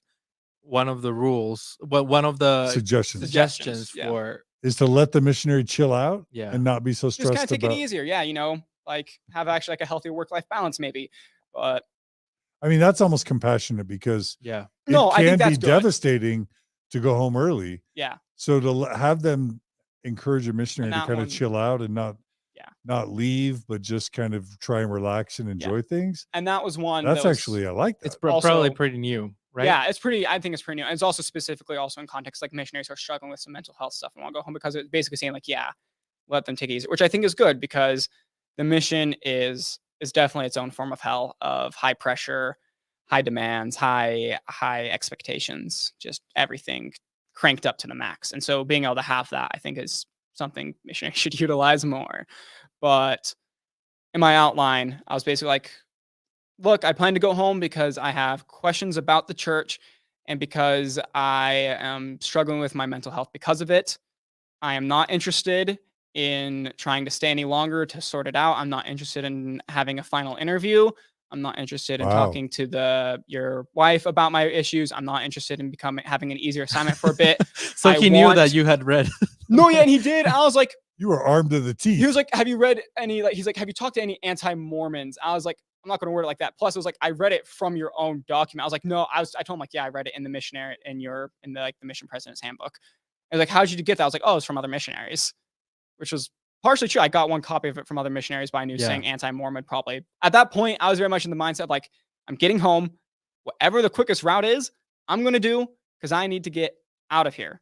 So I was like, if you say jump, I'll say how high, long as it means I get to leave this place. So I was like, wow. But I was very straightforward. I'm like, I want to go home. I want the quickest plane out of here you can. And it was actually really quick. I was shocked, because I've heard of so many horror stories where they hold hostage their passport and they try to put out the plane as far as possible. I got a plane for that week, which from what I know I think that's record time. They want you out of there. Yeah. But I made it very clear I wanted out. Even during when he gave me a phone call and wanted to talk about it, he's like, hey, are you willing to talk about your concerns? I was like, no, not at all. Wow. And he was like, are you willing to meet? Because I mentioned mental health. He's like, are you willing to meet with a mission therapist and talk to them before I go? I was like, I've been there. I was like, I was like, been there. I'm like, no. Plus, I kind of saw that as, okay, this is just a tactic to get me to stay more. I'm like, nope, but I plan to do therapy once I'm home. And he offered me LDS services. I'm like, no, I think I'll find my own therapist. And as he started to ask questions, it very much felt like he was trying to lead me into saying my reasons more so were mental health than doubts. And I'm giving him the benefit of the doubt and saying that he did that because that was the quickest way to get me home. I'm guessing if I would have not said mental health at all, I bet there's probably a lot more hoops he would have had to jump through. Yeah.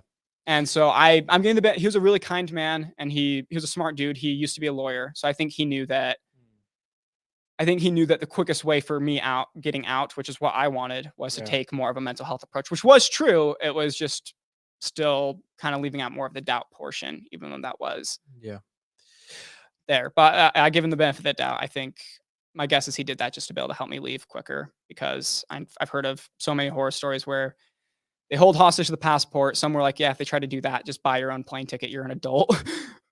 Yeah. But yeah, I've thought about I've talked about this early in another episode where it's kind of it's a long, it can be a long process because it's not the mission president. He's not the one that decides or makes the final decision whether a missionary goes home or not. He has to go through the area presidency, and area presidency has to go through Salt Lake. it's a very political And process. they have to talk to your stake president back home, and they kind of like all have to be on agreement to let you go back home. Yeah, I was like, I got to speed run that process. It was pretty awesome. And I did that. I chose like the worst time to try to, but I mean, it worked out. So I did it during the week of transfers is when it was the same day I left was when they got new missionaries coming in.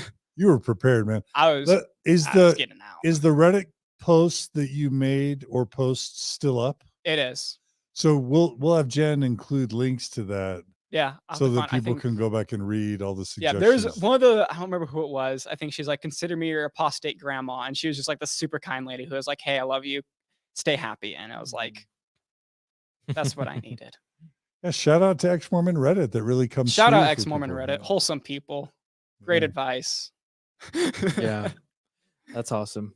That's great. Well, cool. So your mission president got you out of there. Yeah, and I told him like on the phone call, I was like, I'm going to start packing. I was very clear that I was just ready to go, so I started packing already. And then like I think the same day or the next day, he's like, yeah, I got you a plane ticket for Wednesday. You'll leave to the mission office on Tuesday on the Frecciarossa, which is like the fastest train in Italy. It's super fun to go on.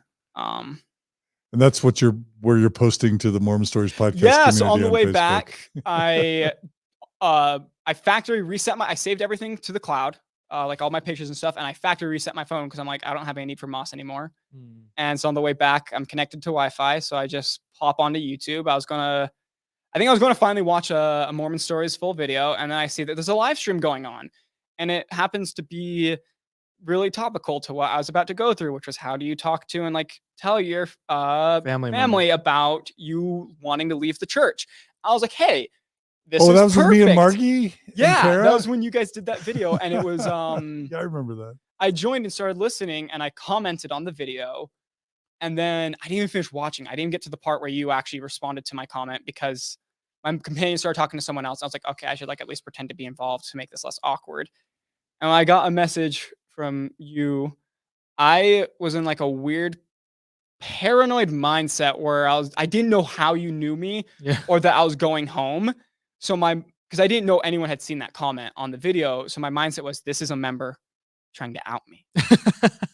I was so paranoid. I thought that's what was going on until I was like, wait, this name sounds familiar.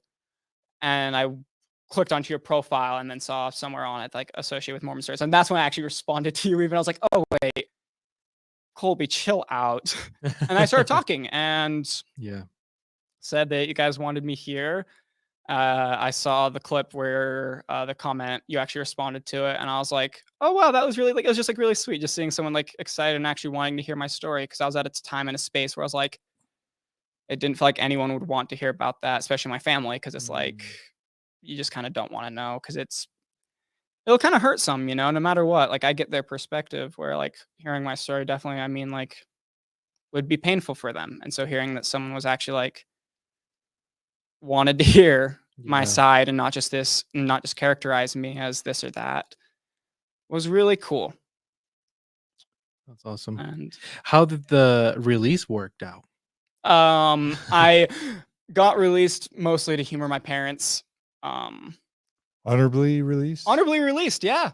I was shocked. It was an honorable release. On the plane ride home though, it was great. I watched Mortal Kombat and The Matrix.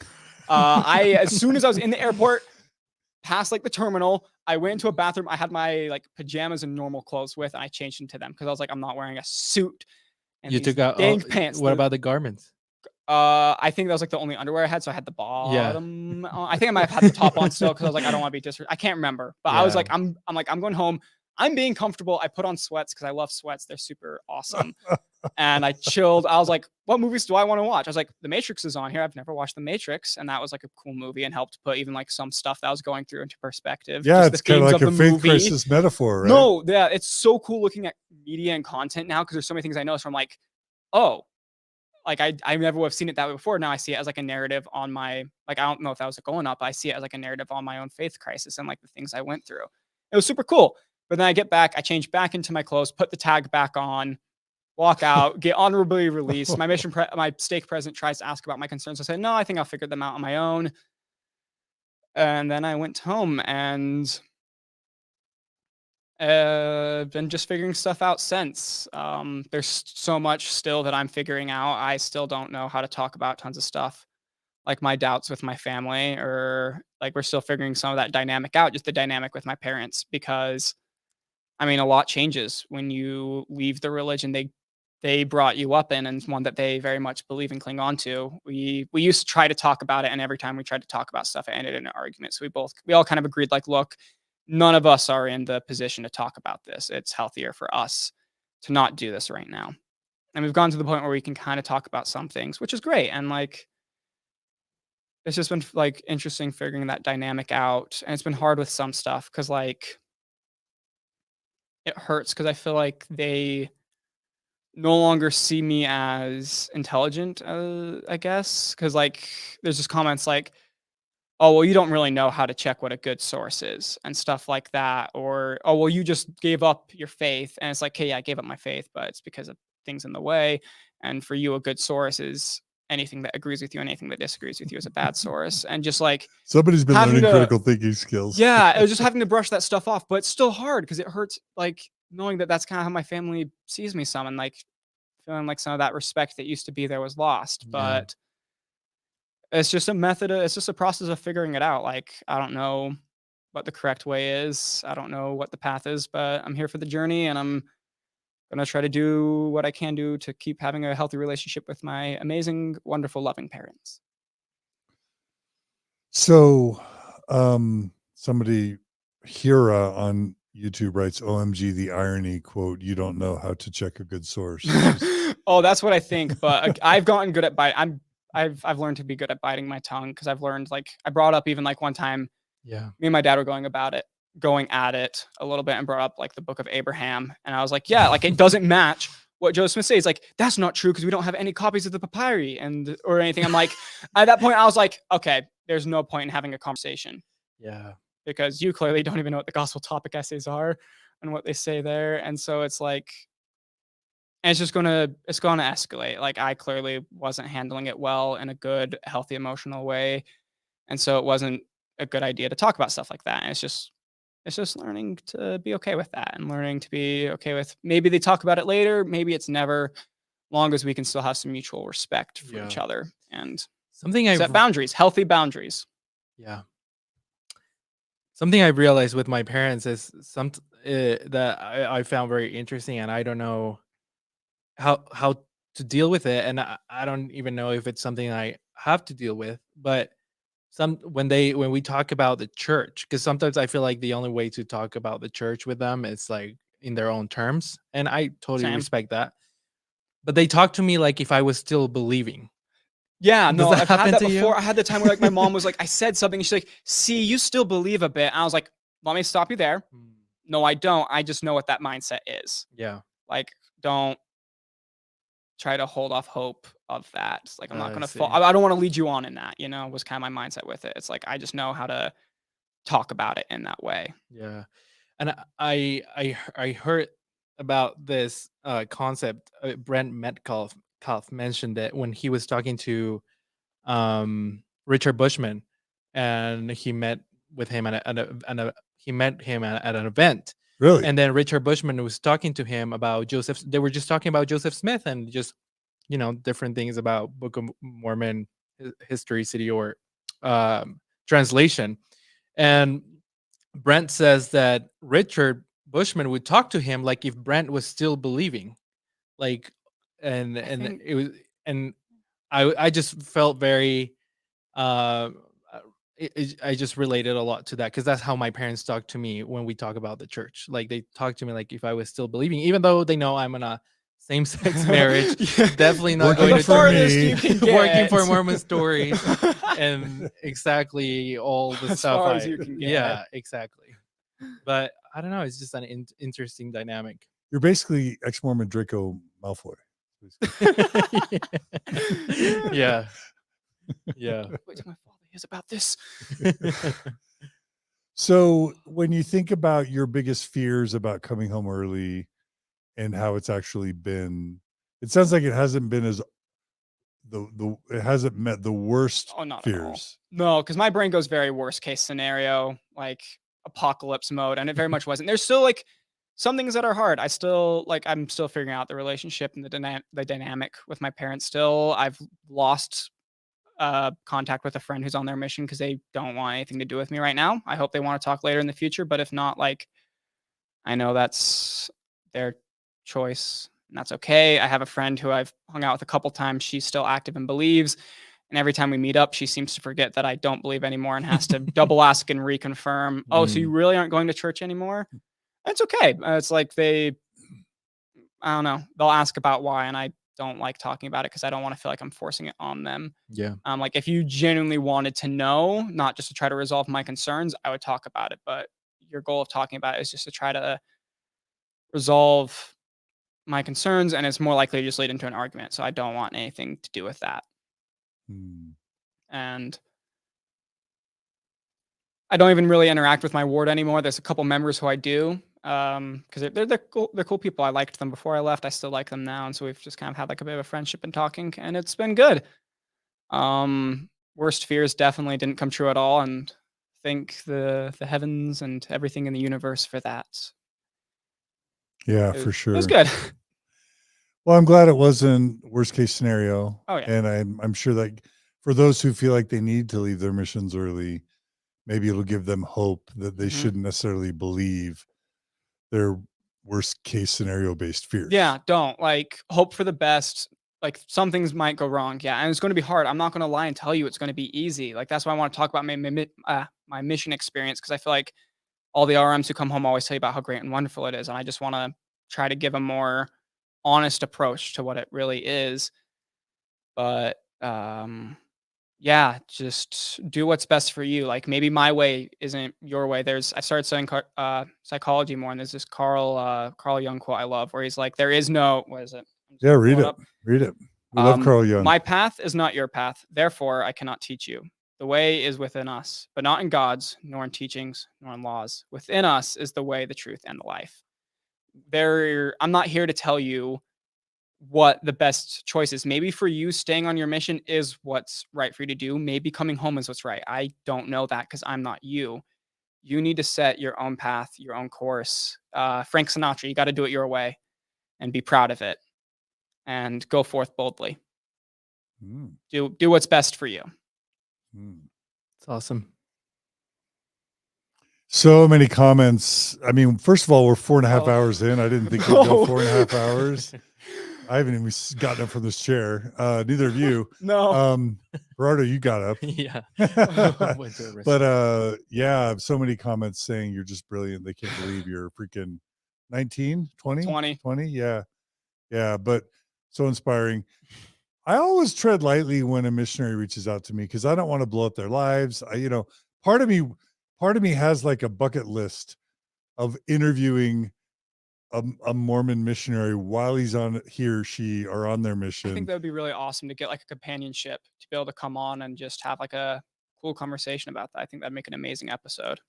And even if they've lost their faith, but I just know that it could blow up their lives, and I don't want to do that. Yeah, no, it'd put them at risk because even if you do it like anonymously and hide their identities, they could say something that lets it get tracked down, and then they'd get in trouble. And there's no point in dragging them into that, especially with all the apps the church is installing on their devices. Yeah, for sure. We get that. We get Gerardo and I both get BYU students a lot that want to do interviews, and we're just like, we don't want to risk. If you thought this through, wait till you're out of the system to do this, where it's safe for you to do so. Yeah. Yeah. So we wait. I didn't want to rush. Even after you got home, honestly, I didn't want to rush an interview with you because I didn't want to, you're living at home. I didn't want to compromise your safety either. Yeah. Sometimes it's literal safety and sometimes it's just like Mental. psychological safety. That was one of the things I appreciate a lot. You said like it was if you feel safe and ready to do that. And at the time I did. And honestly, like looking back, I'm glad it got delayed because my emotions now are way different than they were even just a couple months ago when I got home. Because I'm still going through very much a healing process. I at that time was much more in the anger part of the grieving process. And this would have been a way different interview. I probably would have been a lot more upset and riled up about a lot of things than I would now. I think it's interesting. I've like thought about how would I answer things about this interview then and versus now. And I think this one would have been the better one for sure. Cause I think I'm in a healthier spot to talk about this stuff. And I have a much more hopeful and healing mindset than I did then. So I'm glad it got delayed. I think that was for the best. It gave me the time I needed to work on myself some. See, Gerardo, he's glad that I delayed it. Yeah. It wasn't just your fault. That was my fault too. I got caught up with work stuff and crazy work schedules. So Gerardo's like, John, do you ever answer your texts ever? It's all good. You do to me most of the time, 90% of the time. Man, if I only answered 90% of your texts, what about the rest of the world? Yeah. Anyway, well, I'm glad. Well, and it's still a courageous thing that you're doing because you freaking live at home. Yeah, no, it was awkward And talking your parents about. are still I told them believers. that I was going to go, and that was like an awkward conversation. Have they heard of Mormon Stories? Yeah, but probably I didn't say what podcast it was. I just said a podcast because I knew their perception of it. It was that they're just angry people ranting, and they can leave the church, but they can't leave it alone kind of mindset. But it was like, I definitely had like a bit of stress going in just because of some stuff that they said, but like, I understand their place. So I'm not going to judge them for it. And I understand their mindset. So I don't know. I was just kind of saying it made me way more nervous. Like the week leading up to this, I was not nervous until then. I started getting like way anxious about this. And then once I got in here, all that went away. And it's you felt really the spirit. Yeah, no, I felt the spirit touched me. What was it? Jen being Not nice like when you Joseph walked Smith in. touch. What was it? I think it was just walking in and realizing I was in an atmosphere where I could just be honest. I only have two friends who I've talked honestly about the stuff with. And also knowing that like I feel like I'm in a safe place. These are really awesome people whose stories I love. Even Gerardo, that's how you say it, right? His was one of the first podcasts I listened to, and that was so moving for me. I think just going in with that, knowing that no matter what phase I was at with my process, knowing that this was a safe place to talk about it, that there would be acceptance for it, knowing that, some people are at different stages of healing and that no matter what, that part of that story needs to get shared. And just knowing that my side of the story is appreciated is super cool. What about our fallen countenances, though? Our fallen countenances, it's so dark and wearisome. I can feel upon myself even maybe that, or it's just that I need some more water. It's hard to Or confuse. a potty break. Or a potty break. It's hard to confuse those things. It's easy to confuse those things with the spirit because the spirit's very vague. Either John's evil or I need to go to the bathroom and get a drink of water. It's hard. It's a 50-50. Flip a coin about it. We'll figure it out later. All right. Oh goodness. Well, Cole, one of my favorite followers, she goes by This Blind Chick Talks on YouTube. She says this has been an absolutely incredible interview. Aw. And I think I've had like hundreds of people have written that in the comments that this is just a game-changing interview. What do you think about that? I don't know if I'd call it that. I'm just here to tell my story. And my mindset going in was like, if that's going to help people, then that's what matters. I just know that there's so many episodes that have helped me, and like tons of the ones I've watched have been on your channel, have been missionary based ones. So knowing that I can add to that, to an audience that could be closer to my age, that's the reason I came here. I debated coming for a while, and kind of just decided like, I felt like I had something that could be contributed, and I felt the obligation to do so because I think there's a lot of people who are struggling to navigate, and I knew that without people like Zelf on the Shelf, without Mormon Stories, without Jeremy Runnells, that I would be having such a harder time processing and going through this stuff. And so if I can be part of what helps with that, I will gladly do so every day of the week. Well, there are 40 and 50-year-old multimillionaires that live along the Wasatch Front who are afraid to do what you just did in all their privilege. Yeah. They're afraid, grown ass humans, I'll say, who are afraid to do what you did as a 20-year-old kid. So that's some courage. In my book, that's some stones. What's another way to say that? That's some courage. Yeah. Yeah. I think, challenge fear. Do what you're scared to do. Timothy Larson writes, Team Kolby. Oh, I don't even know how to react to that. Let's say team telling the truth. Team truth. Team truth. Team putting it out there. Truth. It's not us versus them. So we just gotta figure out the ways that we can all work together. And like, I'm going through that personal journey with my parents right now. And I can't wait for the point where the church and its ex-Mormon community can find a way to healthily interact and have a dialogue. As hard as some of like the episodes with believing members are to watch, like some of the recent ones, I still appreciate it because it's the other side. Not the other side. That's a horrible way of putting it. The people on the believing part willing to come on here, I think, is really important because I think all sides of the story need to be shared. So I challenge any believing members to come on here as well. I challenge anyone to come on here if you got a story you think needs to be told. Good news. We got Rod Meldrum coming back next week. So your wishes being granted. By the way, one of my favorite comments of the whole show, Kolby Reddish, who did a really important interview about sexual abuse in Mormonism. Oh my gosh. Yeah. I was watching that. He stole my name. I was so mad about that. No, he just commented, this is a good Kolby. Yeah, let's go. Kolby gang. He says this man is a good Kolby. So that's a good Kolby as well. I liked listening to their story. And that was something that disturbed me, is the way the church covers that kind of stuff up. Like it's the same kind of thing they would condemn about other organizations, but they're doing the exact same thing. Yeah. Come on. Like we got to get rid of the double standard. Yeah. It does no one any good. Yeah. Well, Gerardo, you set this up. You get at least a final word. Anything else you want to add? No, probably just the last question. How do you find meaning and purpose after losing your faith? Are you still doing it? I think I love the quote. It's on here a lot. Is do more good. I like trying to find a way to do more good and to be a positive impact on the world. That's why what I'm going into for my career choices, what I'm doing. It's why I'm here. It's why I think one thing that like annoyed me was the idea that once you leave the church, if you leave Christianity or religion in general, that you don't have morals. But that was one of my favorite things, was redefining my morals and realizing that morality was for once my thing to decide, not to be told what it is. And it was a beautiful process for me.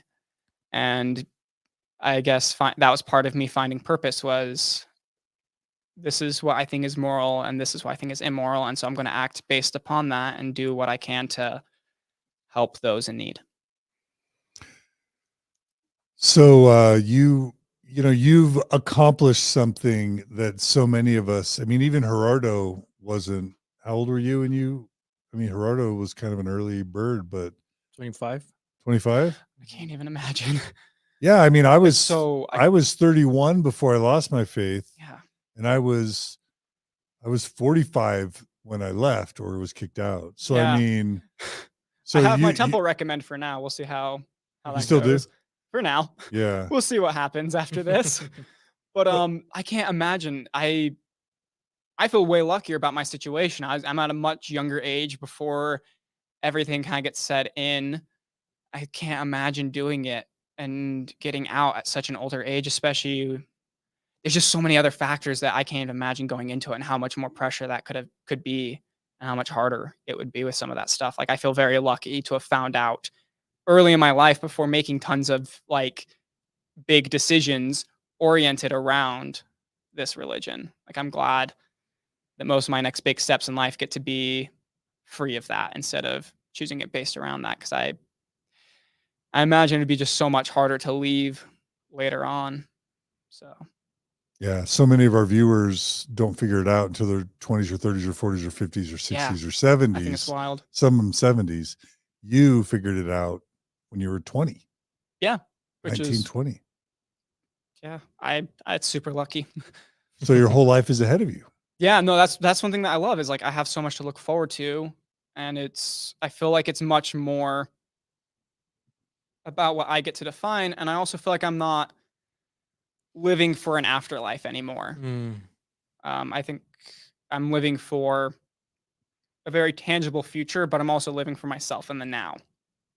And I think I like that a lot more than living for an afterlife and always worrying about that. Cause I did since I was like 8 years old, wonder like, crap, this is going to be scary on Judgment Day. But being now where it's like, hey, what am I going to do to be better tomorrow without this idea of having this grand judgment from a higher being, just having more power to self-reflect, I guess. Do you know what you want to pursue career-wise or anything? Or the medical field is the goal right now, but I've had like maybe be medical doctor? yeah, like a doctor, probably like a physician is kind of what I thought of doing. I've had ideas I have no idea how I would do any of it, but I've had ideas for like movies and stuff. Maybe I'll try to pursue some of that. Movie making? Movie making, just like kind of directing, because I just think it'd be fun to embrace that creative side and be able to do something in that field. But right now I'm leaning more towards like the medical field, because that's something I feel like it's much more like a set thing you can have control over. There's a lot more risk with going into something, and anything in the arts has like a ton of like just like luck and risk involved, while with, for me, the medical field feels like something much more, it's like, this is what I put in. It's not a whether or not I get the right connections. It's about how well I study and how well I can do. So it's kind of plan A with directing, and anything in there kind of is like a hobby plan B. We'll see. What do you think, audience? You think Kolby could is smart enough to become a doctor? You guys comment right now and let us know what you think. Is he sharp enough to become a doctor, or is that beyond him? Radio Free Mormon's been in the chats, by the way. Hey, I love the interview with Radio Free Mormon. So much of that I felt super relatable, just talking about wanting to learn more and realizing how like bland the church was with that. It feels very like stagnant, the learning in the church. That was cool being able to hear about that from someone else, knowing it wasn't just me who felt like it was like you hit like a curve and then you just kind of you plateau.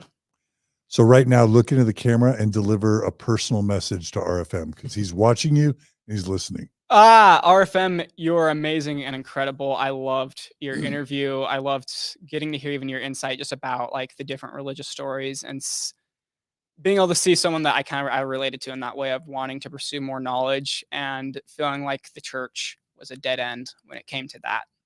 And also like, I don't know, I felt like I related to where you said like it wasn't like a all at once thing with you for the church. I felt kind of the same, where I was like, it felt like a very gradual process that culminated in an event. Okay, pop quiz. Are you ready? Let's do it. 5 questions. Are you ready? Let's go. Okay. Who's smarter, me or RFM? Oh, what? Just pick. Stream of conscious. Yes. I won't be mad. Who's smarter? I don't know. RFM. The answer is RFM. Okay. Second, who's more handsome, me or RFM? Oh, that one's tough. That one's really tough. That's a coin toss. Okay, coin toss. Okay, the next one. Coin toss. The one that will be most offensive to RFM if you don't answer correctly. Who's most funny, me or RFM? RFM. Yeah, that's okay. That's okay. That's good. Okay, who's made a bigger difference, me or RFM? Oh, I don't know. I'd say equal. I'm not gonna. I think that depends. Like on an honest answer, I think it depends on the person. Each person has what would influence them more. I have to say, RFM has answered RFM. We love RFM. RFM's goal in life is for all things to be about RFM, and that's good. And we respect that. We validate that. I mean, that's legitimate, right? Team RFM. Yeah. Let's go. RFM, what do you want to say to RFM? Look at the camera. What do you want to say to RFM? I don't know. I talk to him on the phone sometimes, so I don't know. Does he call you at 1 a like at 6 a.m. like he does me? Not me. But I mean, I love RFM. Listen to everything he puts out. So yeah. All right, RFM, you've successfully made this entire episode about you. How does it feel? Watching for his reaction. All right. Anyway, well, Kolby, you're amazing. You're an inspiration. Everyone loves you. You're the new celebrity. And we hope you'll stay in touch. Yeah. And we hope that when you are rich and famous, you'll come back on Mormon Stories and let us all know. Yeah, I'd love to come back at any time to be able to just reflect more on how I guess things have changed for me. I think that'd be fun to do. All right. All right. Well, thanks so much for coming on. We wish you all the best. And Gerardo, it's great. You know, we always miss having Kara, but it's always great to have you also co-host. And man, thanks for setting this up. This wouldn't have happened without you, because it would have gotten drowned and lost in the 10,000 offers I've made for people to come on Mormon Stories that I lose track of. Can we get some applause like in the chat for Gerardo? Yeah. Just to throw the Shout outs in. for Gerardo. Thanks, Gerardo, for making this happen. Yeah, no problem, John. Thank you. And Jen, thanks for being back there doing some moderation. Late and on Friday. Oh my god. Show notes and time codes. Thanks, Jen. And thanks to Kara and Brooklyn and Jennifer and everyone who makes the Open Stories fun. Now Nemo. Yeah. And Simon Southerton. Yeah.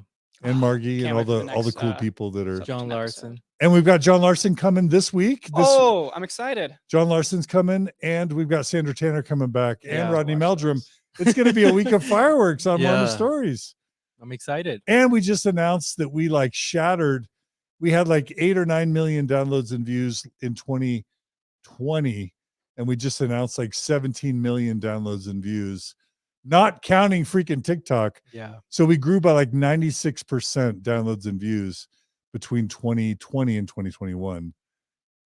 And 2022 has been better than 2021 so far. So things are blowing up. Yeah, so, it's good. And Gerardo, you've been an important part of that. And Kara, you've been an important part of that. And Jen, you're becoming an important part of that. And Brooklyn, you've been important. And Jennifer, and things are good in Mormon Stories land. You wouldn't think a couple of weeks ago I'd be saying that, but look at that. We're still standing, Gerardo. How does it feel? Feel great. Yeah.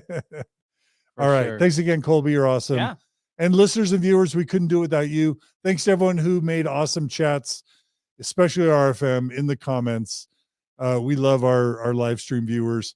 Thank you. Thanks to everyone who shares Mormon Stories. Thanks to everyone who donates and makes it possible.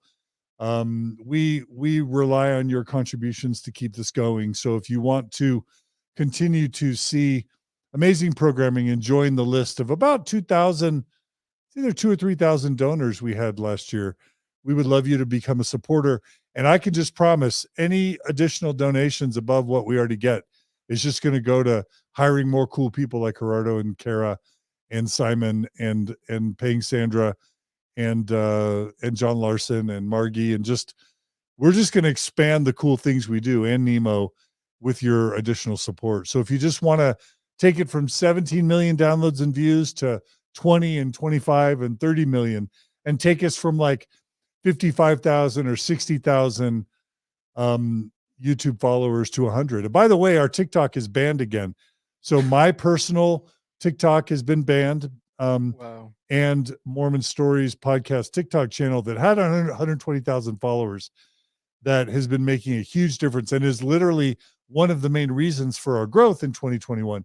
It has been suspended again by people who report us, and we're heartbroken about that. So what we're doing is I'm asking Kara for now to try and get it unsuspended and to amp up our efforts on Instagram Reels and on Facebook Shorts and on YouTube Shorts. So we've actually gotten into the YouTube Shorts game, and we've been able to have a few YouTube Shorts, the one that's had over 1 million views, another one that's had 300,000 or 400,000.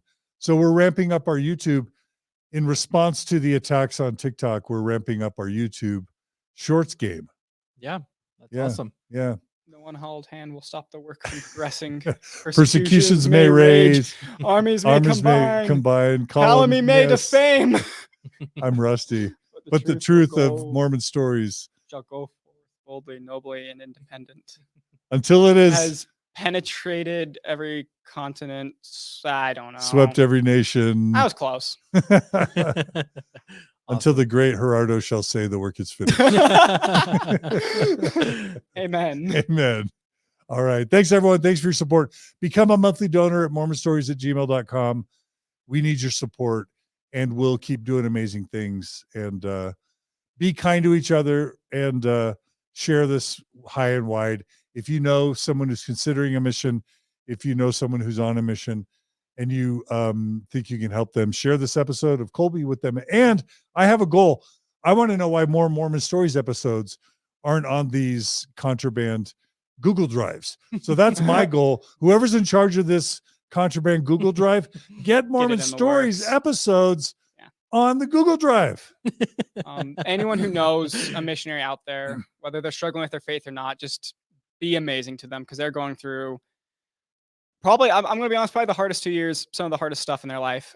Just reach out to them and be supportive no matter what it is they need. If they just need you to be supportive in them believing, be supportive in that. If they need someone to talk to about their doubts, just be there for them, because they need it. And feed the missionaries in your area. You don't even have to take a lesson from them. Give them some food.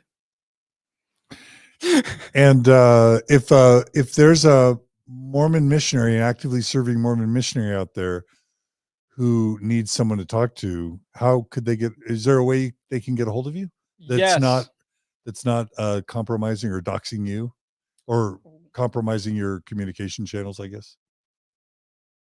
I'll make a new account for that, and I'll put it in the can we get that in the show notes? I'll make a new account just for that. We'll call it the Apostate Missionaries. Probably it's going to be something like that. Someone's going to steal it immediately. Someone's going to steal it immediately. Try it right now. Joke's on you. That was a bluff. I have a different idea. That was a decoy. All right, Kolby, you're awesome. Thanks so much. Yeah, no problem. All right. Thanks, Gerardo. Yeah. Thanks, Jen. All right. Bye. Thanks, everybody. We'll see you guys all again soon on another episode of Mormon Stories Podcast. Bye, RFM. Take care, everybody. Thanks.